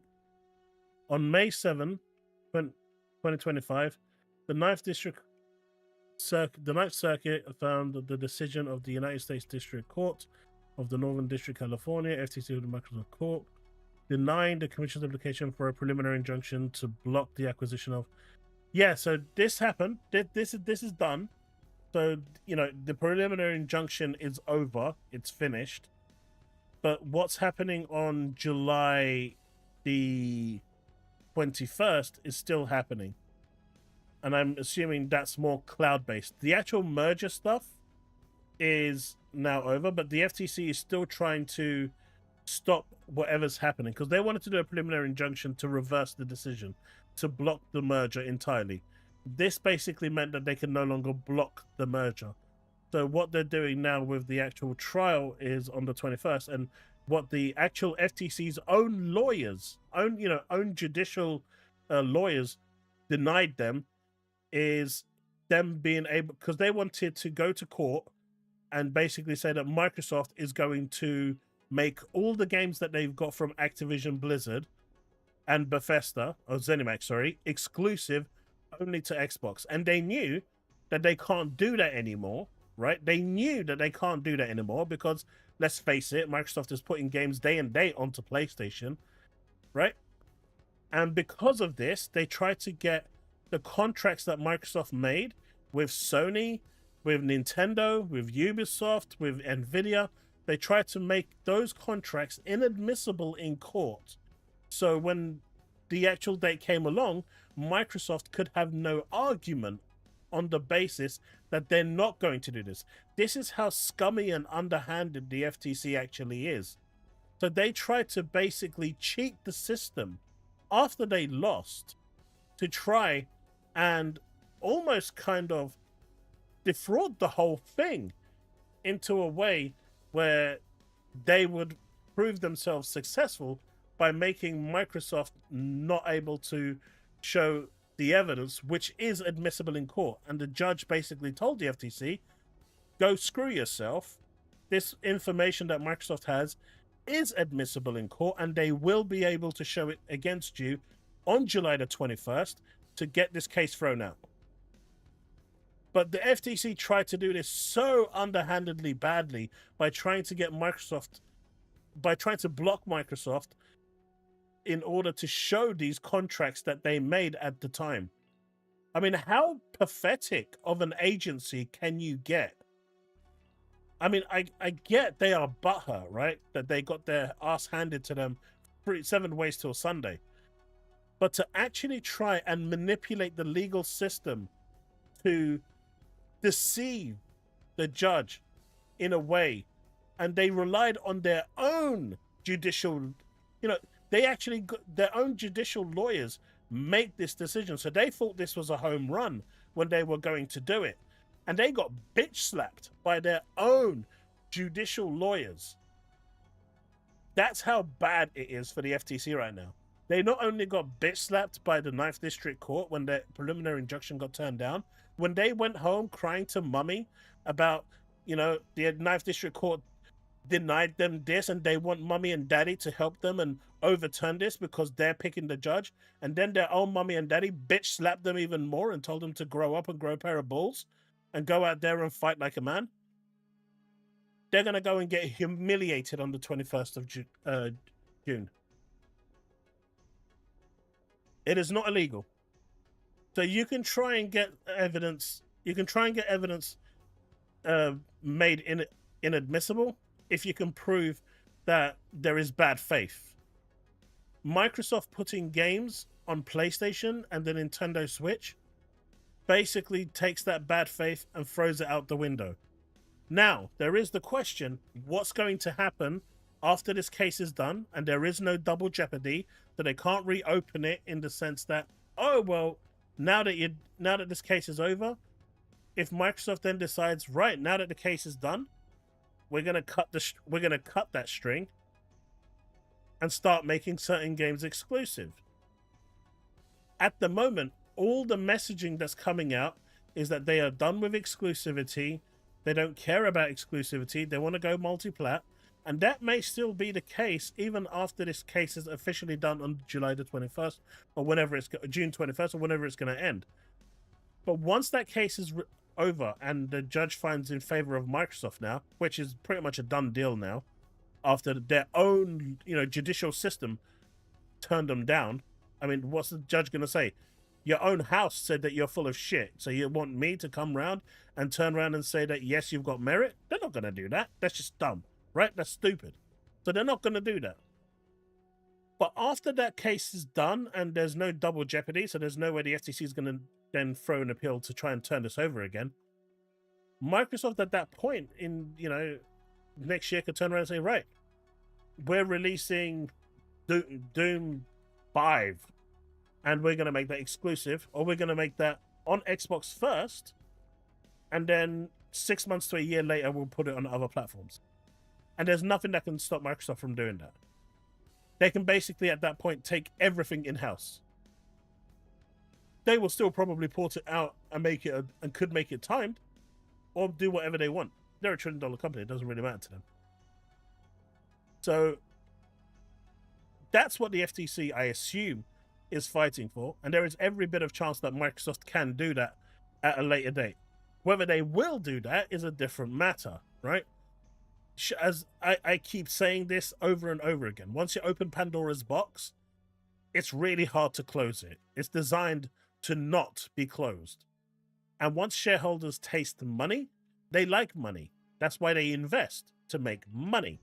And so when you port your game to other platforms and you make more money, you don't want to lose that earning of money. Now, if Microsoft can prove that making it exclusive can earn them even more money, then they may consider it. But that's a hard case, right? But what I'm saying is it's not impossible. And so this could all be a long game. I don't think it is personally. I think, the bag's out. The hat's out of the bag. But that's what the FTC is essentially trying to fight. And Microsoft has been doing a great job. I mean, if that is Microsoft's endgame, well done to them. And if they actually do that, I mean, that's one hell of a endgame. I don't think that's going to happen. I don't think that's what they're doing personally. But this is something that they can do.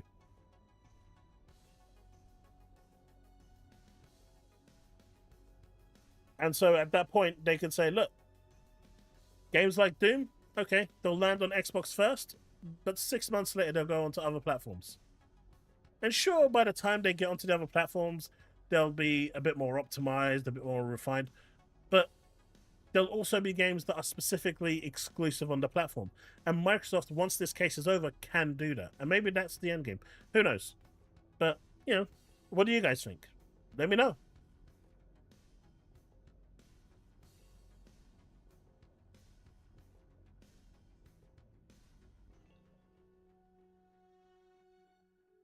That's why Sony shareholders are looking at Microsoft shareholders getting way more money from...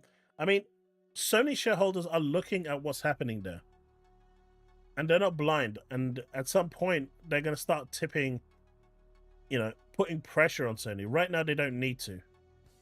But eventually, as they see other shareholders making way more money than they are, wouldn't you want to make more money than they, the same money as them?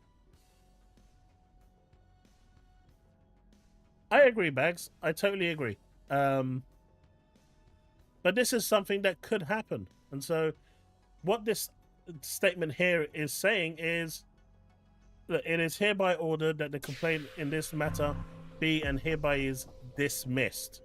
So that's it.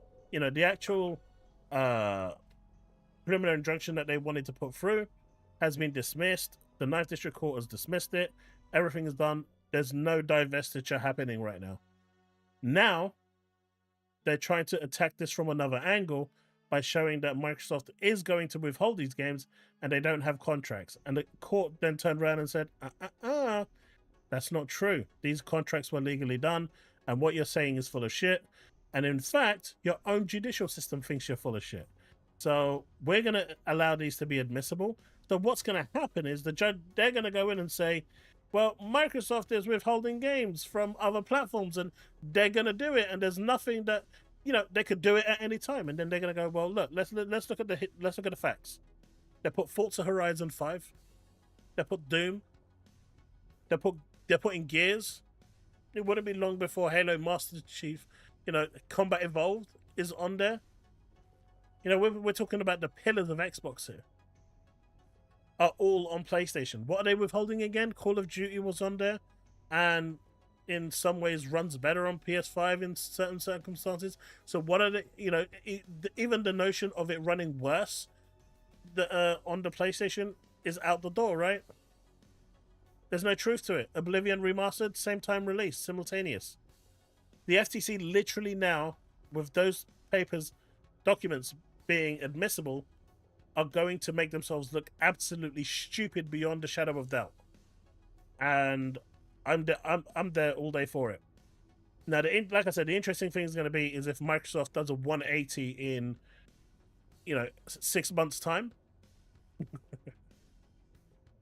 That's when it's going to be interesting, because at that point the FTC won't have any grounds, because I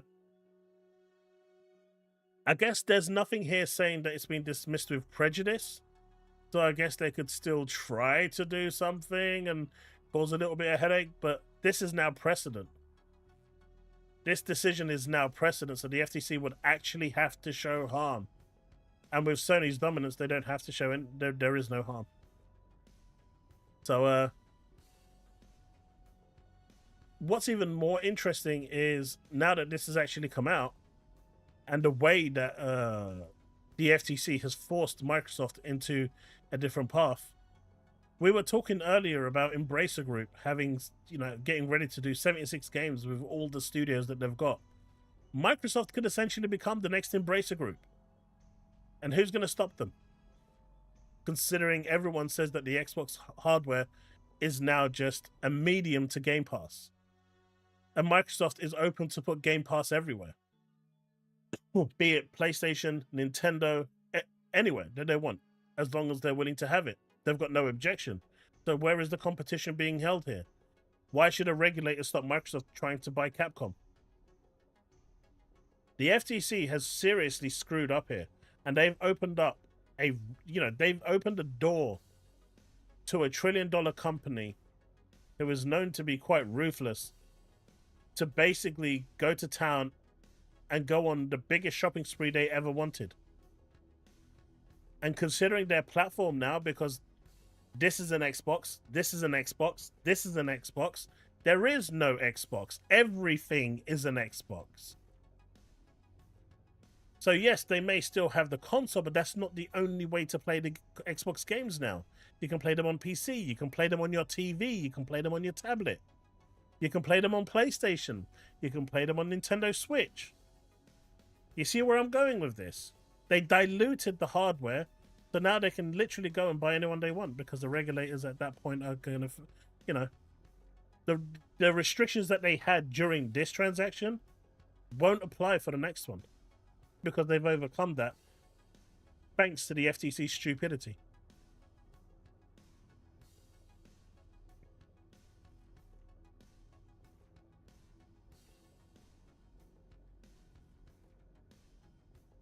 Once you dismiss with prejudice, that's it. You can't reopen it. There is no dismissal here with prejudice, though. It's just been dismissed, not with prejudice. If it was with prejudice, that'd have been crazy. All right. Let's check this out. Man, I might actually cut that bit out and make a video of it. Sorry about that. Let's check this video out, because apparently he is being threatened by of game studio. And for the first time, his worried face probably is actually factual.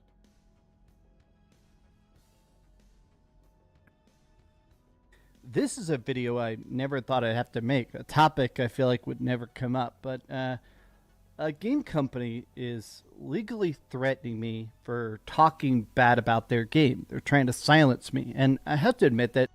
Is it too loud?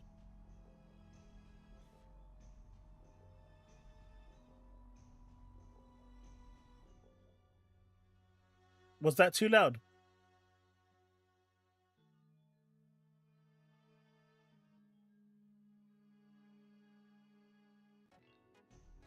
Okay, cool. This is a video I never thought I'd have to make, a topic I feel like would never come up, but a game company is legally threatening me for talking bad about their game. They're trying to silence me, and I have to admit that this is just such a strange circumstance. I've reviewed hundreds and hundreds of games. We've talked about thousands of different games on this channel, and I think this is the first time that a company has basically just said, we would rather threaten you than just make a good game.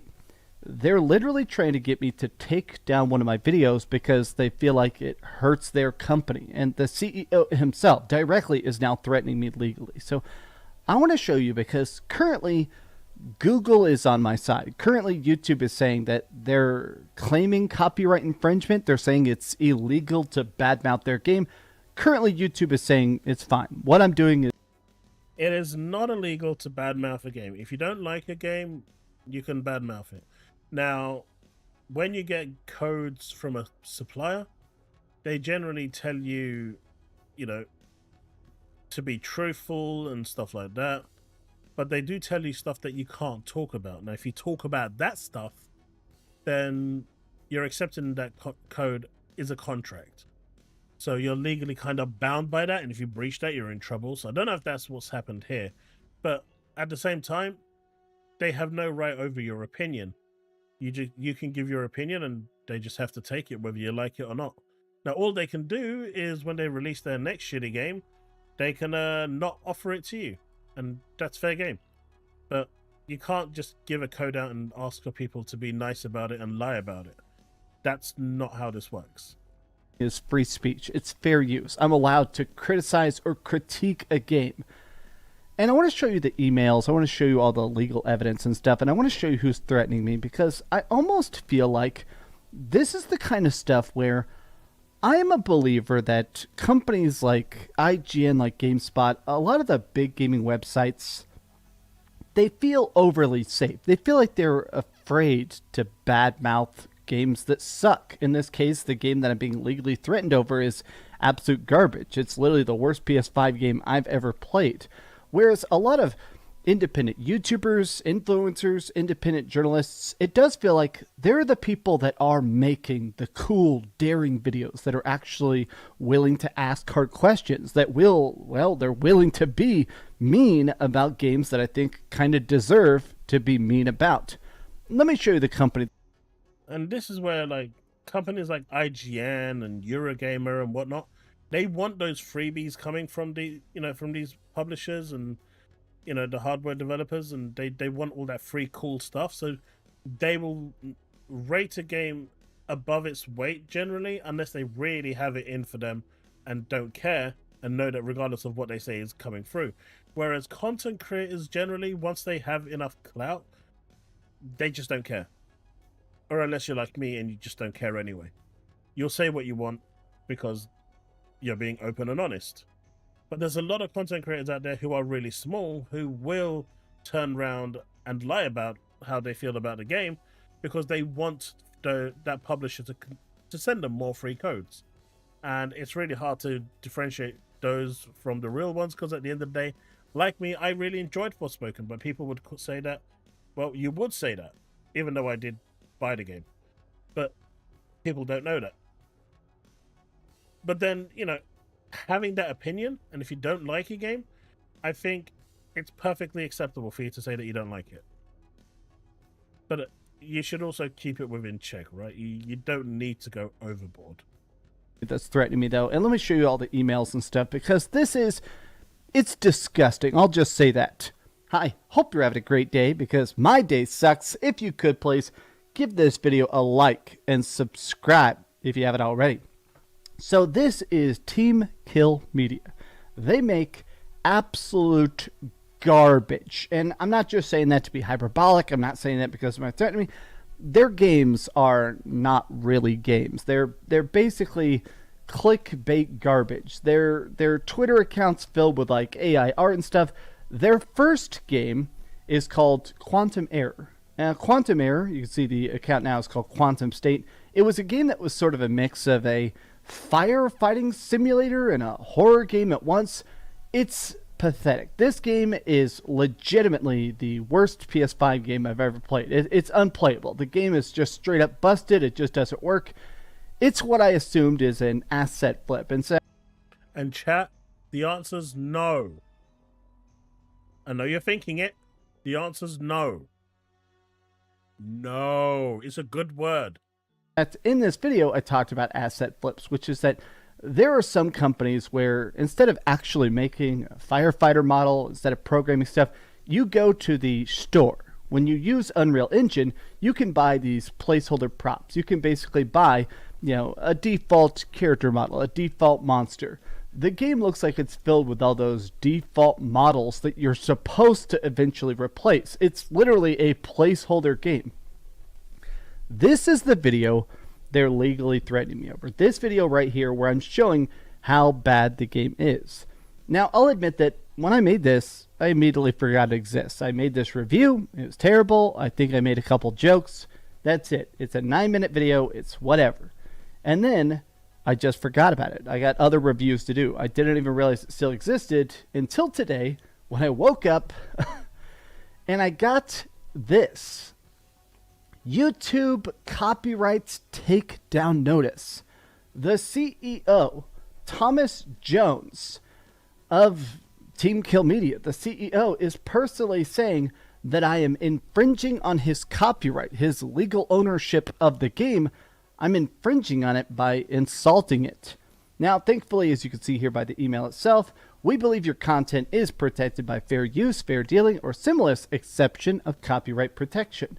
Now, again, my video does not use their audio. It's not like I'm just uploading cutscenes. I literally am doing fair use critique. That's literally part of fair use. And thankfully, I like the fact that they said, we do not plan to remove your video at this time. You control your availability. If you want to private or delete it, you can. There is a chance they may reach out to you personally and request a removal or takedown. This email is not legal advice. Now, here's the thing, right? How does he know that the CEO of Quantum Error, or Team Killer, whatever they're called, actually contacted him? Because there's nothing here to... Oh, no, there it is at the bottom. Company name applicable. I thought it could be something fake. Do you know what? I can actually see the guy's email. This is really unprofessional of DCG. He's just pretty much doxed their details if they didn't have it public. He's going to get into big trouble if that Gmail isn't made public. I am annoyed about the fact that it does feel like companies are, in a way, a lot of these companies are afraid of their games failing. And I respect that. Because that's really bad. Yeah, this could be used against him in court, yeah. He just, by making this video, he very, very, very seriously screwed up. Not only is he trying to pander aggression towards the company, but he's exposed sensitive material and information that should not be exposed. He could get serious... Dude, he can get legally shafted by this really hard. And people have seen this video now. And so has Team Killer, no doubt. And if their lawyers have a brain, he's about to get a summons to court. And he is going to be screwed. Like, really, really badly.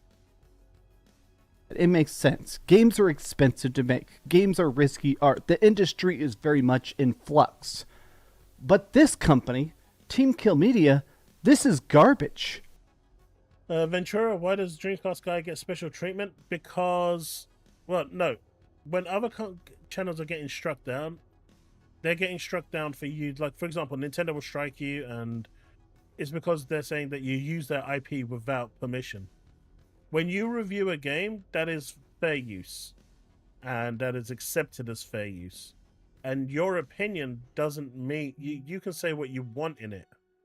Now, that company could get offended by what you say and try to get it stricken down, but the policies of YouTube are in place for a reason, and they're designed to stop that from happening. And in this case, YouTube did their job for once and actually stopped the video takedown. What DCG here did that was absolutely moronically stupid was he actually leaked personal information, which is, as you all say, doxing. So he basically doxed the company, and that, as you know, is a criminal offense. So if they actually want to now, they can really go after DCG, and he will, well, I don't know what the law in the US is for doxing, but from the ways I've seen everyone talking about it, when the generic Eric and stuff like that was doing it, it seems to be pretty damn clear cut. So I don't know what he was thinking by showing that information. He thought he was getting a win and getting another free video out of it, and well, he could be slapped with a hefty fine, or even worse. Like, this is what you call pure stupid. You guys are a garbage factory. And if you think this is going to somehow silence me, I do truly believe that the reason they're doing this now, I put that video up just shy of 2 years ago. I think I put it up 1 year and 9 months ago. The reason they're trying to take that down now is because they know their next game is about to come out. They know that this Code Violet is about to release, and they're afraid of anybody talking bad about their previous, well, I don't want to say a bad word. We're going to say their previous very unfinished products. I kind of want to say scam, but scam is a bit too far. Your games are clickbait garbage. They're made to have cool trailers and flashy visuals for a product that is literally an asset flip. And I'm annoyed about the fact that you guys are coming out here and trying to just threaten people legally. I find it fascinating that they thought this would turn out good, that if you just sent down a bunch of copyright notices, that it would turn out for the best. I mean, do you really think this is magically going to make more people play your garbage game? Do you think this is somehow going to get more positive headlines? Screw you. I mean, legitimately, I'll be honest, I was going to buy Code Violet, 100%. That's Well, no, Ventura, that's exactly true. If it's public information, and I said that, if this is public information, it doesn't matter. It only matters if it's not public information. But what he's saying here, he's basically telling this company, come at me, bro. So if you see another GoFundMe go up for Dreamcast guy because he has to fight a legal battle, at least you know why now. If you're going to bait an organization when you can't even afford to pay for your own teeth, you're just being plain stupid, right? That's why I'm still following this account. I was going to buy it with an open mind, and if it sucked, I was going to do another negative video like I did for Quantum Error, but why isn't your game just good? Why is it that your games are such cheap garbage? Maybe it's because you know they're cheap garbage. Maybe it's that you're actually afraid of people talking about your cheap garbage. Team Kill Media, screw you. Screw you legitimately. Don't send me any more takedown notices. Don't mess with me. I'm not going to talk about you because at this point, you guys don't deserve even word of mouth. Nobody buy this crap. Nobody freaking even acknowledge this. These people... He's now turning around and telling people to boycott the game. That's what he's doing. That's what he's doing. There is so much wrong with this video, and all he had to do was just keep his mouth shut and just go on with his everyday life. But now he's openly telling people to not buy this game.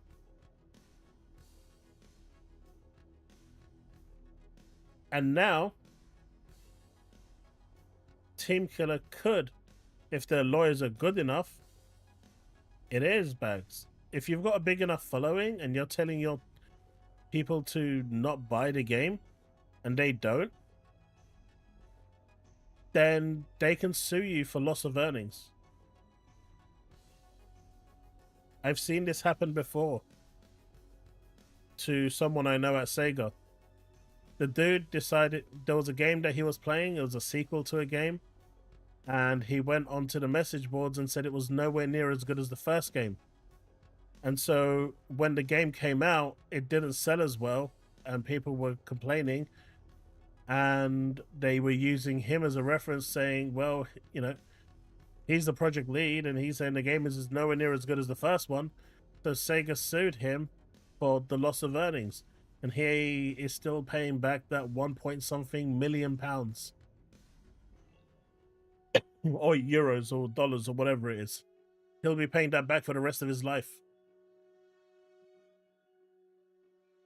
So I've seen it before.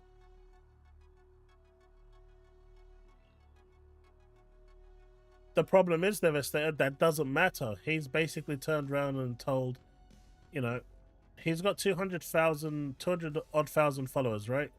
You usually have about 60-70% of people who watch you that aren't subscribed on top of that 60,000, 200,000. So if you're looking at an average audience of 500,000 at the base minimum, you're looking at a lot of people that you're telling not to buy the game if they're watching you and following you.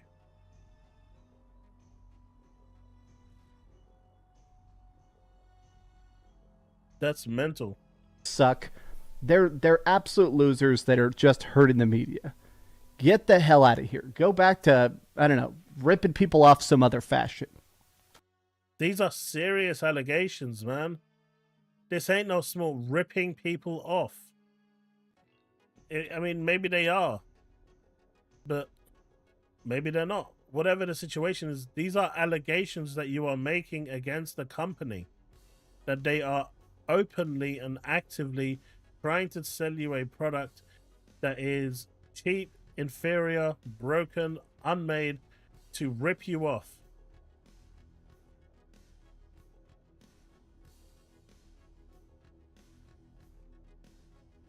That's crazy. I don't know. This has been an off-the-cuff video. Hopefully I don't get super sued. He knows it's coming. That right there tells you that he knows that after he made the video, while he was making the video at that point, he knew what was coming, right? He knew it. And then he decided to say and said, screw it. I'm going to release the video anyway because I am DCG, he's saying. And he's saying that no one can come at me because I'm too big for them to come at me. What are you going to do? I appreciate you guys watching. I appreciate you guys supporting the channel. And I appreciate you guys tuning into this very strange circumstance. I love you very much. Please have a great day. And Guy's crazy. Like, that's insane.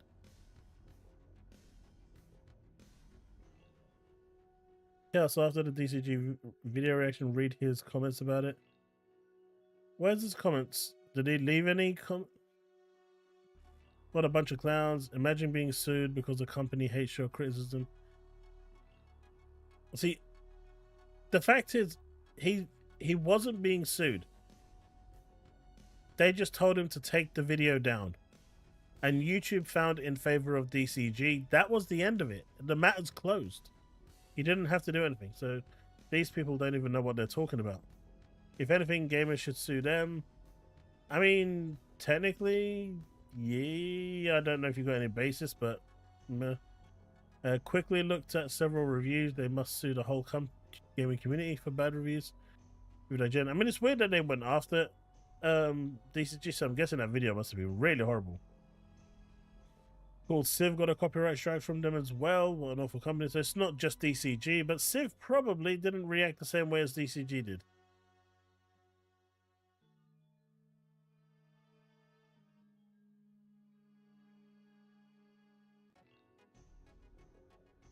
410. What's going on at 410? Insulting it. Yeah, see, everyone is looking at this. Thomas Jones. And now he's basically pointed what he's done, he's actually pointed a red target against this Thomas Jones. So there are people that follow DCG that, are completely within the nutcase fandom type of place who love his content and, will do anything to protect DCG. What if one of these people end up turning around and attacking Thomas Jones? He is going to be liable for that because he's the one that sent them in that direction. He's the one that instigated it by making this video. This could go badly in multiple different ways. Like, there was literally no reason to do this outside of thinking that you're untouchable.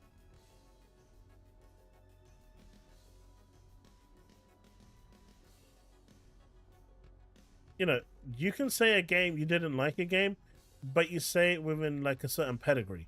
You don't go the way he did. This is crazy, man.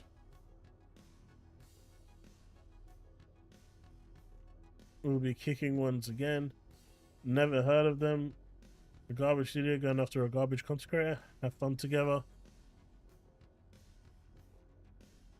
Yeah. I mean, what can you say? What can you say about this?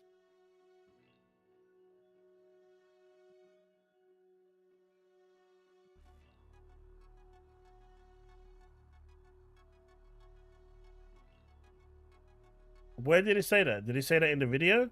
Or did he say that elsewhere?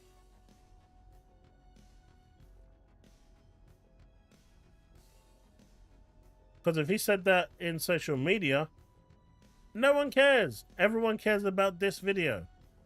That social media post is inadmissible. Because it wasn't here.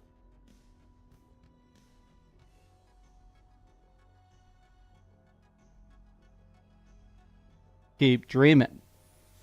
A copyright takedown. Get over it. Just Jesus. Thanks so much. Where? I don't know. This has been an off-the-cuff video. Hopefully I don't get super sued. What are you going to do? I appreciate you guys watching. I appreciate you guys supporting the channel. And I appreciate you guys tuning into this very strange circumstance.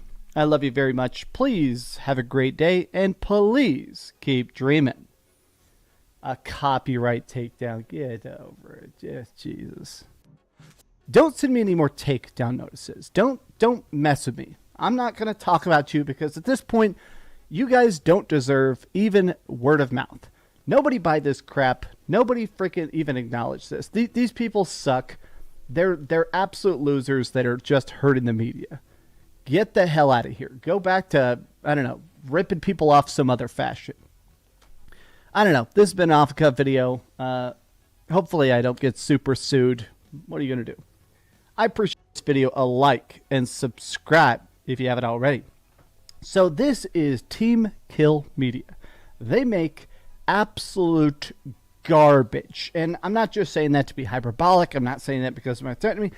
Their games are not really games. They're basically clickbait garbage. Their Twitter accounts filled with like AI art and stuff. Their first game is called Quantum Error. Now, Quantum Error, you see the account now, it's called Quantum State. It was a game that was sort of a mix of a firefighting simulator and a horror game at once. It's pathetic. This game is legitimately the worst PS5 game I've ever played. It's unplayable. The game is just straight up busted. It just doesn't work.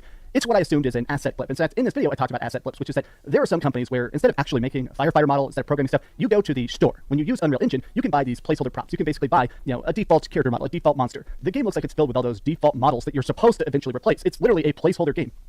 This is the video they're legally threatening me with. This video right here where I'm showing how bad the game is. Now, No, he didn't say it anyway. Brandon, we actually looked at that. That's just the FTC, the preliminary injunction being removed and dismissed. The case on the FTC's case on June the 21st is still ongoing. But yeah, I didn't see it anywhere. But good luck to him, man. If he wants to screw about with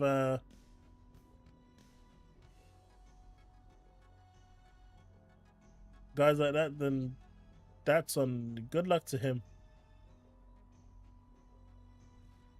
Let's see this one last video for the night then. It's a Nintendo one. Wait, this is Twitter.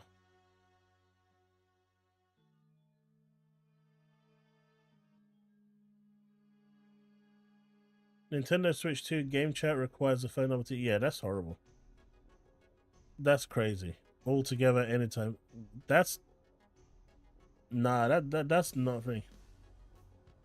Isn't this what you DM'd?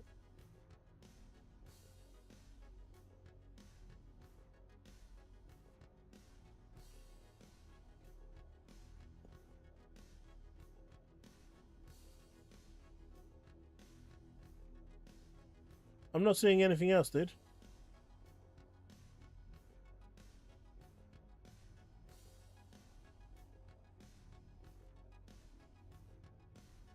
Nope, not seeing anything else.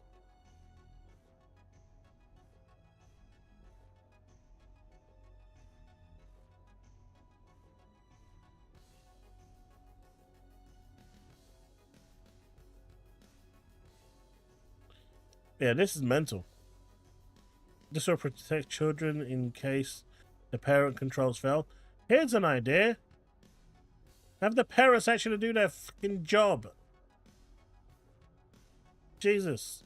Why are people so dependent on companies doing right by their kids? How about you be a responsible parent and do your goddamn job so your child isn't talking to some grizzly guy that's 50 years older than they are? Jesus Christ, man. You know, don't give your child permission to use, you know, the actual voice activation. If they're too young and you don't want it, make sure that they don't do it. Don't buy them a goddamn mic. Don't buy them a headset. This whole, oh, it's the company's fault that they didn't have enough protection in place. No, it's the parents' fault. The parents need to deal with this shit. I'm sick and tired of seeing people blaming corporations for the fact that parents just suck and can't deal with it. Just deal with parenting. Idiots.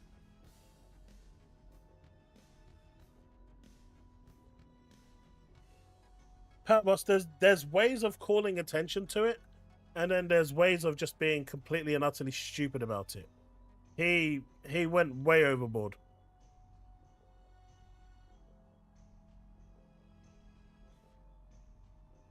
Exactly, Switch. There's like so many ways. Look, my kid plays Roblox. On console, you can't talk to anyone. You can't, unless you go into an Xbox Live group, or you can't type to anyone. So he plays on PC, and he's typing away, but he only plays with his friends. And as soon as other people come along, he just comes and tells me, Dad, look, this and this and this, or he just jumps servers with his friends to another server, and off they go. But you just need to have some control over your kids. If your kids are going to go the Wild West, that's just you being a shit parent. You know, deal with your kids, man. Don't rely on others to raise your kids. You raise your kids yourself.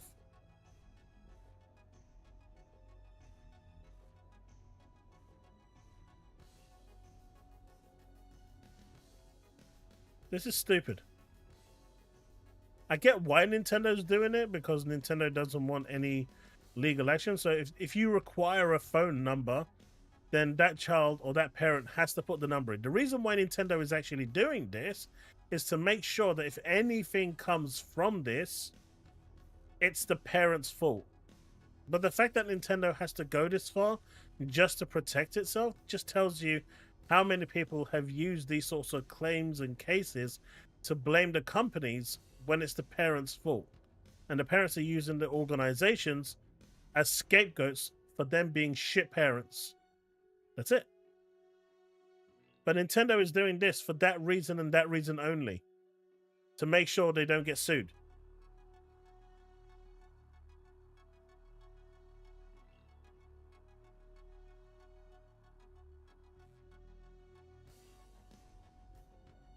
Exactly, Ventura. Look, Call of Duty is an 18 rated game, but we all know little shits play that game all the time. And getting owned by a 10-year-old when you're 40 and then them laughing at you is annoying. So what you do is you train your 10-year-old that you have to be a FPS god, and then you put them in the ring and say, right, do the same thing to them. And at the end of the game, just say hello to them in your squeaky voice, and then just turn everything off so you don't have to listen to them screaming at you because after they figure out they've been owned by a 10-year-old. See, it's really simple. That's how you do good parenting. See? You play the system.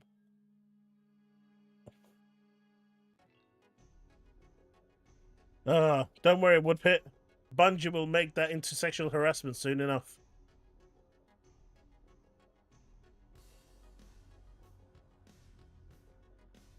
There's other ways around it, but it's it's just stupid. But Nintendo is covering their back with this by saying the parents now have to provide a phone number. Hey, Greymanad. It's just so they protect themselves from parents. Parents are stupid.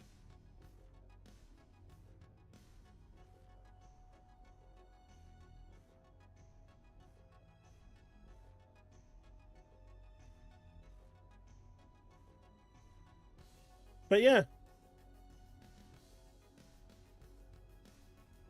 That's really all I had for today, folks. This is exactly copper stuff brick. Exactly the stuff.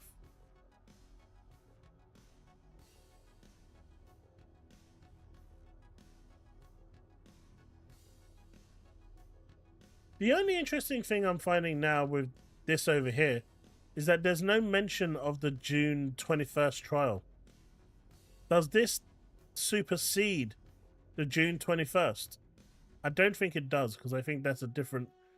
It's a branch of this, because this is talking about a preliminary injunction. But I'm not seeing anything superseding the 21st of June case. That one seems to still be in play. Yes, we've done all that. Oh, Harmon's always on a warpath. Guy's a douchebag. I mean, I'm just gonna say good luck to DCG. I don't want anything to do with that, man. That's just crazy. This is a video I never thought I'd have to make. A topic. That's just crazy. But good luck to him. You don't want to fuck around with organizations. The only thing he has going for him is that Team Killer is... I don't know how big Team Killer is. I know the studio making the games is tiny, but I don't know how big Team Killer is. But like I said, good luck to him.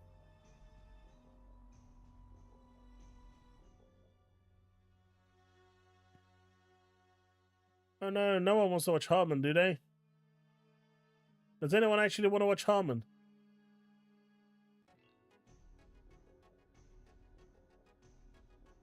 Chat, does anyone actually want to watch Harmon?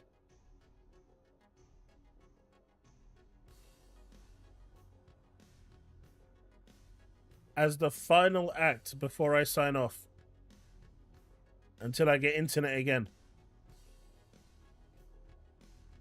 Is this what you want to do to me?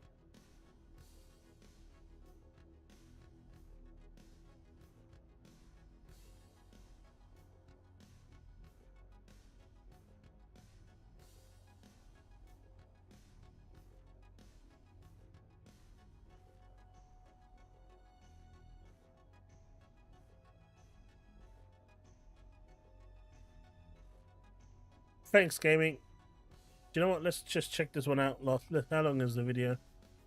It's an 8-minute video. Let's check it out, and then I will call it there. Alright, let's see what this donut has to say. I do think this bears repeating every single... Wait. Let's go down to 1.5. I do think this bears repeating every single time that like Game Pass is brought up in any YouTube video or any like news story or like it's trending or whatever. This service is a complete and utter failure. It will not go anywhere. It has not succeeded. It has been like just a giant money sink from Microsoft and has just been this complete implosion of a service that has just ruined entire studios. And this is something that like Microsoft is desperately trying to cover up, right? And I think a big reason why like people don't really I didn't want you guys to suffer. You could hear it. It was enough. But now you want to hear it too. address how much money Game Pass loses is because like Microsoft's desperately trying to like reach that point where the business model is profitable, but it simply isn't going to happen. You know, game studios have come out about this. This is obvious to anybody with any like business sense at all, but studios are just better off selling their games directly to their consumer than like being part of a subscription model. Right? This is. I mean, yes and no. It depends, because if people can't afford to buy games, the subscription model allows them to play those games, and they're actually getting money when they wouldn't be getting money. So yes and no. It's dependent on the audience. Because you've got the audience that can afford to buy 10 games a month, and then you've got an audience who can barely afford to buy one game every 3 or 4 months. But if they can now pay for 6 months of Game Pass with that, happy days. That's extra revenue you've now got that you wouldn't have got in the past.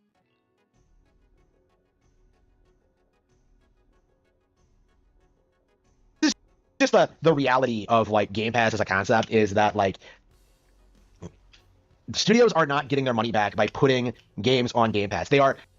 Again, that's not true, because they get a deal that they have to sign off and are happy with when the game goes onto Game Pass. Guardians of the Galaxy got $50 million. That's a lot of money, folks, right? So depending on the company, depending on the game, the deal is agreed upon. If these companies did not believe that that deal was good for them, they would not be putting that game on the service. You know, if Microsoft went and said, hey, GTA 6, I want you on my service, I'm going to give you $100 million. They're going to turn around and say no, because we can make more than that on the Xbox. And they probably will, right? So, you have to offer more. No one is holding anything towards these studios and saying you have to do this. They're turning around and saying, if the offer is good and you're accepting, it's a mutual agreement. Basically subsidized by Microsoft to put the games on the service to begin with, and then they are removed after like a period of time, right? And it's very interesting kind of seeing like, you know, some of the studios, like the narrative versus the reality, because immediately what people will say is that like, oh, we love Microsoft Game Pass, it's done so much for us. But what's actually happening is that Microsoft is giving devs like a huge chunk of change right out of the gate just to put games on the service, right? Just to get them on there, and then they don't really get a whole lot after that. Like they're That's because that money that they're paying to put the game on there is for a certain amount of copies being sold. Alright, can someone quickly do the maths of how much was Guardians of the Galaxy on launch? Does anyone know? Does anyone know how much Guardians of the Galaxy was on launch? Was it a $60 game or a $70 game? It's a Marvel game, so I'm going to assume it was 70, but does anyone actually know? Before I Google it.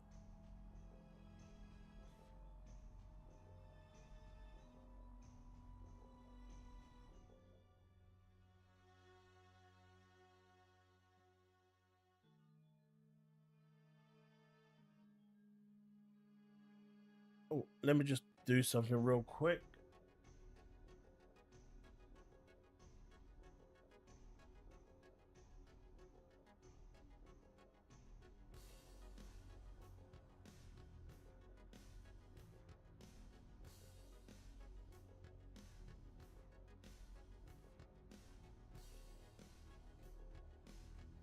One second, chat. I'll be right back.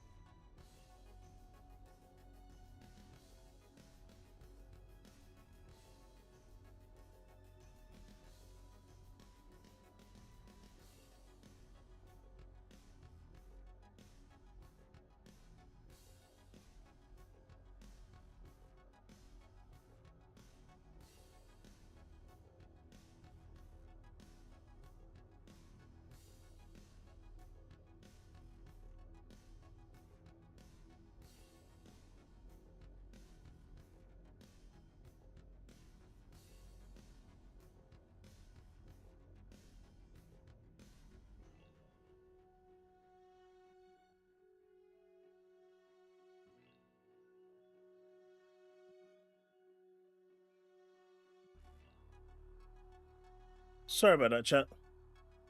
Does anyone else? You think it was 70? Okay. So if it was 70, what is 70 divided by 50 million?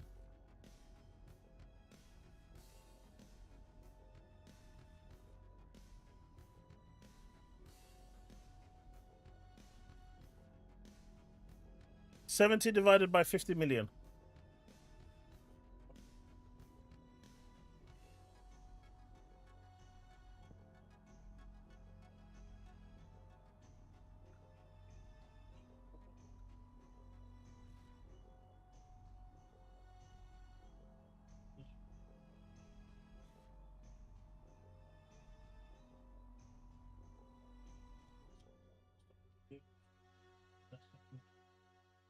You're gonna need to tell Edge he needs to. Okay, there you go.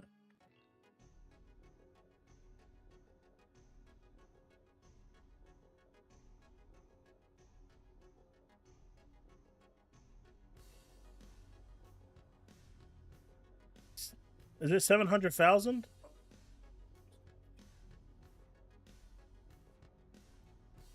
Well, that's how many copies. Not times, divided.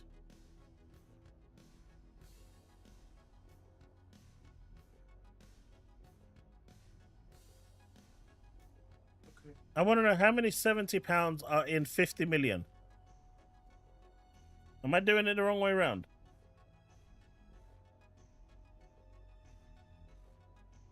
I am doing it the wrong way around. Alright, so it is 714,000. No. Bricky was correct. So Microsoft has essentially paid for 714,000 copies of this game. When they paid Square Enix $50 million, they paid for 714,000 copies of the game. And Square Enix has deemed that as acceptable. Now, if more people play the game, whatever. But they just received 714,000 copies worth sold. And they've deemed that acceptable. So I don't understand what you're saying.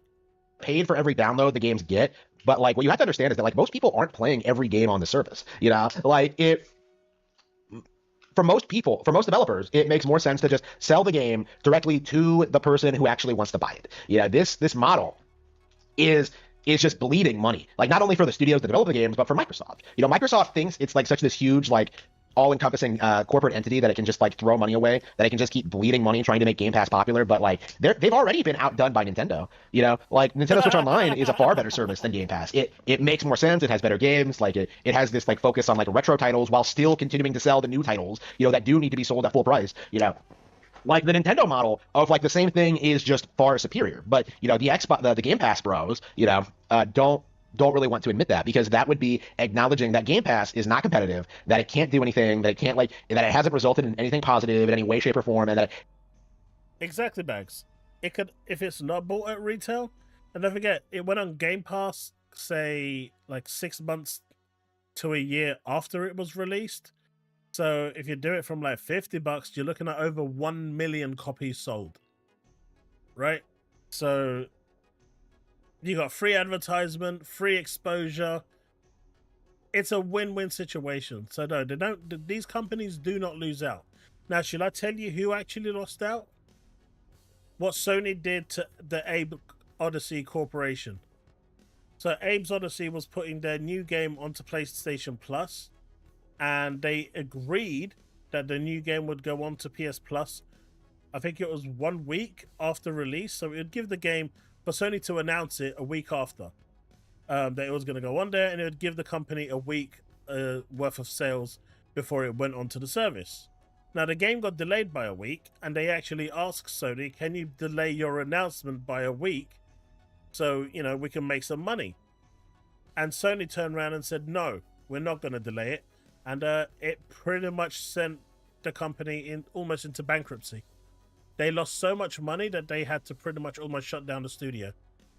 That is the Sony way. That is the Sony way. They were happy to see a studio pretty much get crumbled down to worthlessness. When what would it have really hurt Sony to delay it by a week? Oh no.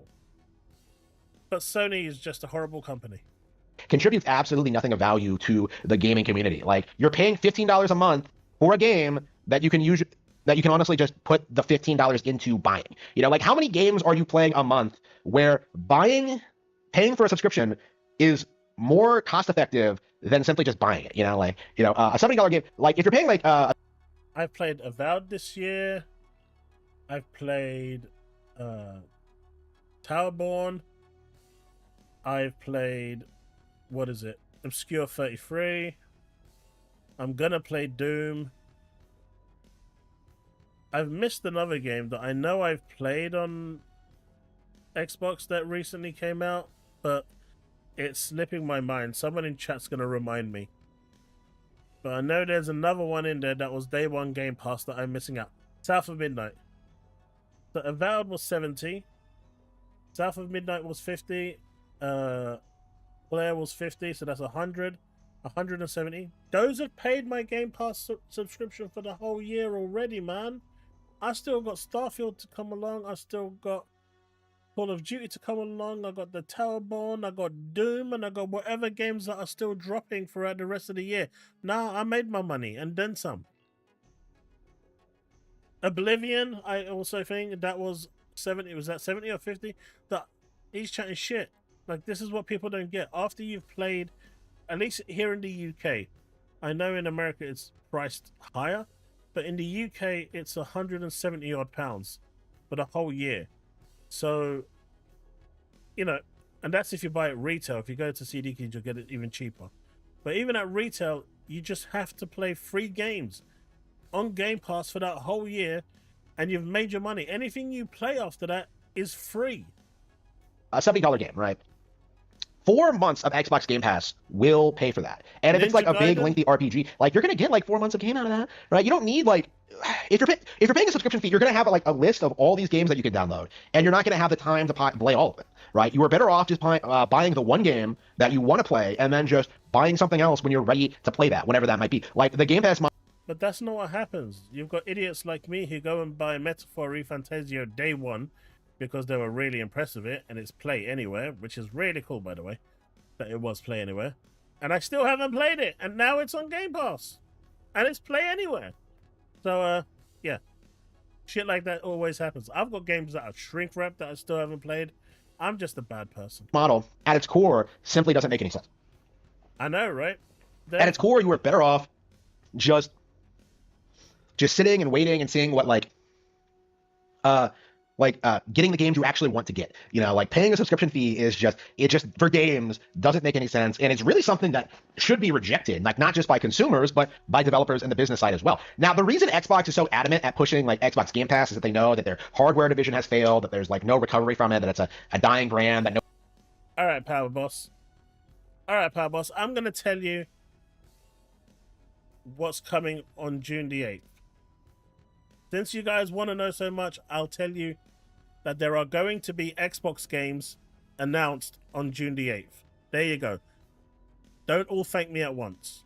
Nobody likes it. It's a complete joke. It has, like, some turbo fans that will continue supporting it no matter what. But, like, generally speaking, any real enthusiast knows that Xbox is a dying platform and isn't worth talking about or acknowledging going forward. Like, going into Xbox's future, like, this was Phil Spencer's plan, was to, like, create the Netflix for games, you know, that would be, like, on Nintendo platforms, it would be, like, on TVs, it would be available anywhere, and, like, Microsoft would still, like, be heavily invested in the gaming space while still, like, keep evolving the Xbox brand to its Look, the Xbox brand has changed. It's not what it used to be. Everyone knows this. Why do people keep going on about it? And here's the thing, right? I see PlayStation fans and Nintendo fans coming at Xbox and all this and that. If Xbox is dead and Xbox is no longer what they used to be, why are they still so scared of Xbox and they can't talk about anything else outside of Xbox? Because the only time you speak about your rival platform is when you're scared of what your rival platform is doing. Right?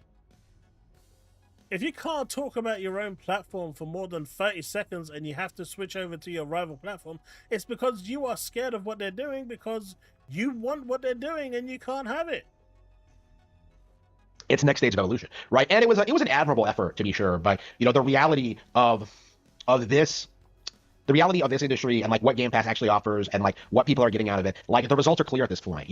8 years in, that like this service is not going anywhere. It is not growing. It is not evolving. It is not becoming more profitable. It's not like a good value. It's not magically getting better games. The best games still aren't coming to Xbox Game Pass. It's all just like slop, like Power World or Baldur's Gate 3 or like what have you. Like the real games are like still releasing at full price, not on the service, because the developers for those games know that people will buy them anyway.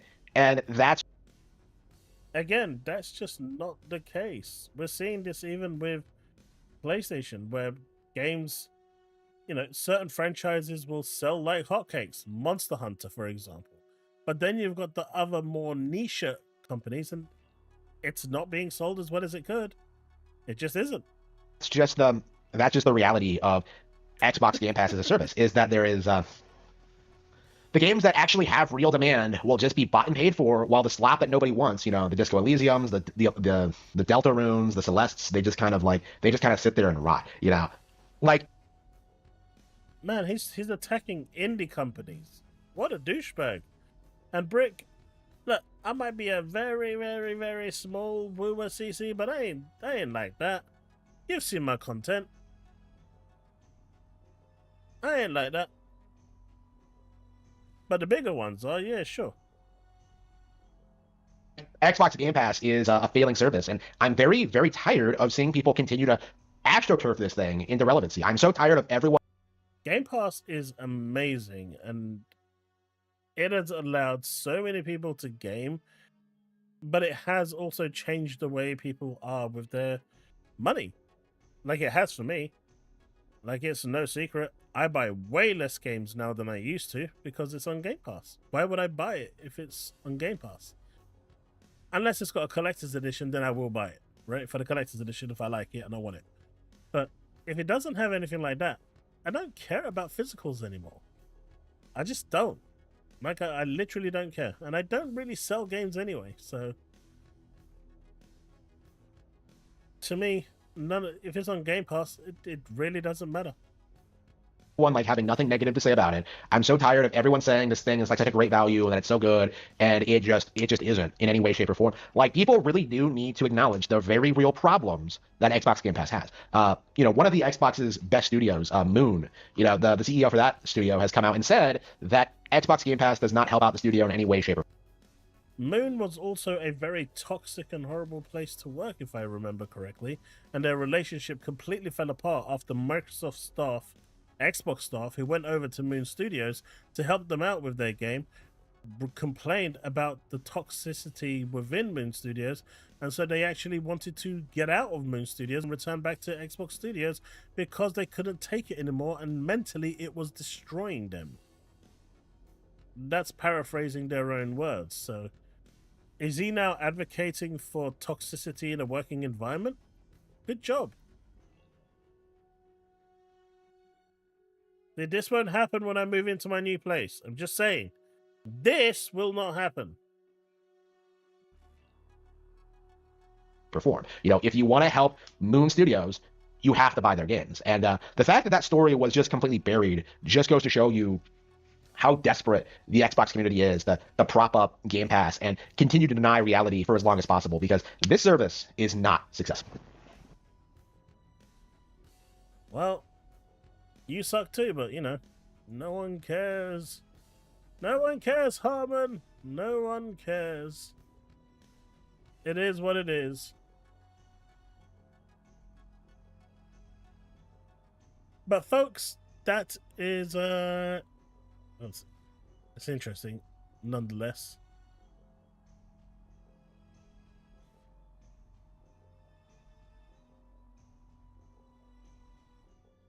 Oh, apparently it is official. It looks like the June 21st case is not going to go ahead. It looks like it's officially over. So yeah, it looks like June 21st isn't happening. It wasn't clear from what the Brad was saying, but it looks like it is. It's officially over. the case from for June 21st is not happening. It's weird how they didn't reference that inside the docket, but it is what it is.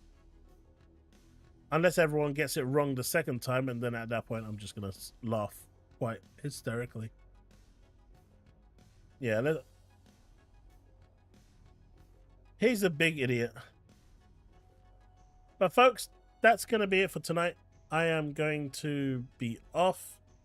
I will be moving on Saturday, so tomorrow's pretty much going to get the keys and sorting the bits and bobs out. Moving van is arriving Saturday, so Saturday all day is going to be pretty hectic. Sunday is going to be pretty busy as well, just putting stuff around. I'm hoping my internet gets sorted out beforehand, and you know, by Monday I could be up and running, but it's all dependent on when, you know, my service gets activated. There's always problems. Activation is supposed to be, I think, Monday or Tuesday, so we will see. But I think latest I should be back is Thursday again. But I'm gonna try and schedule some videos between today and tomorrow, and hopefully those will actually keep you guys tied up until I'm back. So don't miss me too much. It is a permanent move. It is no longer temporary. So we're going to be there for a very, very long time. I'm really happy about it.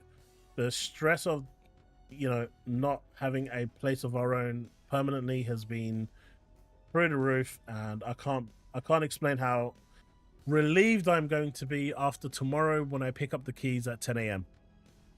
Because once I've got those keys, I'll have the contract signed and it's a done deal. And then the biggest stress is going to be after that Saturday when we move everything.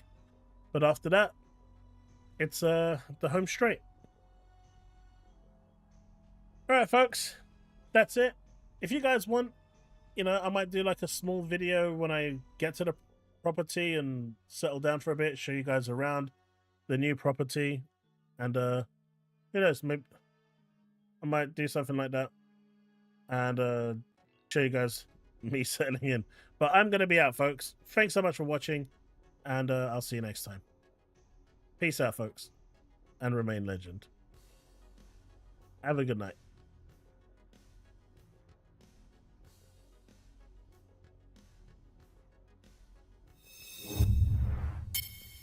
Do you know what?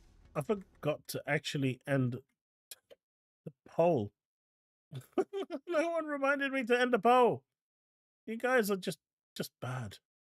Why are you guys so bad? Why didn't you remind me to end the poll? Okay, let's end the poll.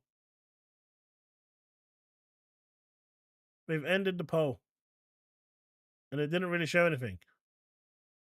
Oh, by the way, just so you know, June the 8th, they're going to be showcasing games for Xbox. You've heard it here first. All right? You've heard it here first. This is breaking news. Xbox games will be shown on June the 8th. Peace out, folks.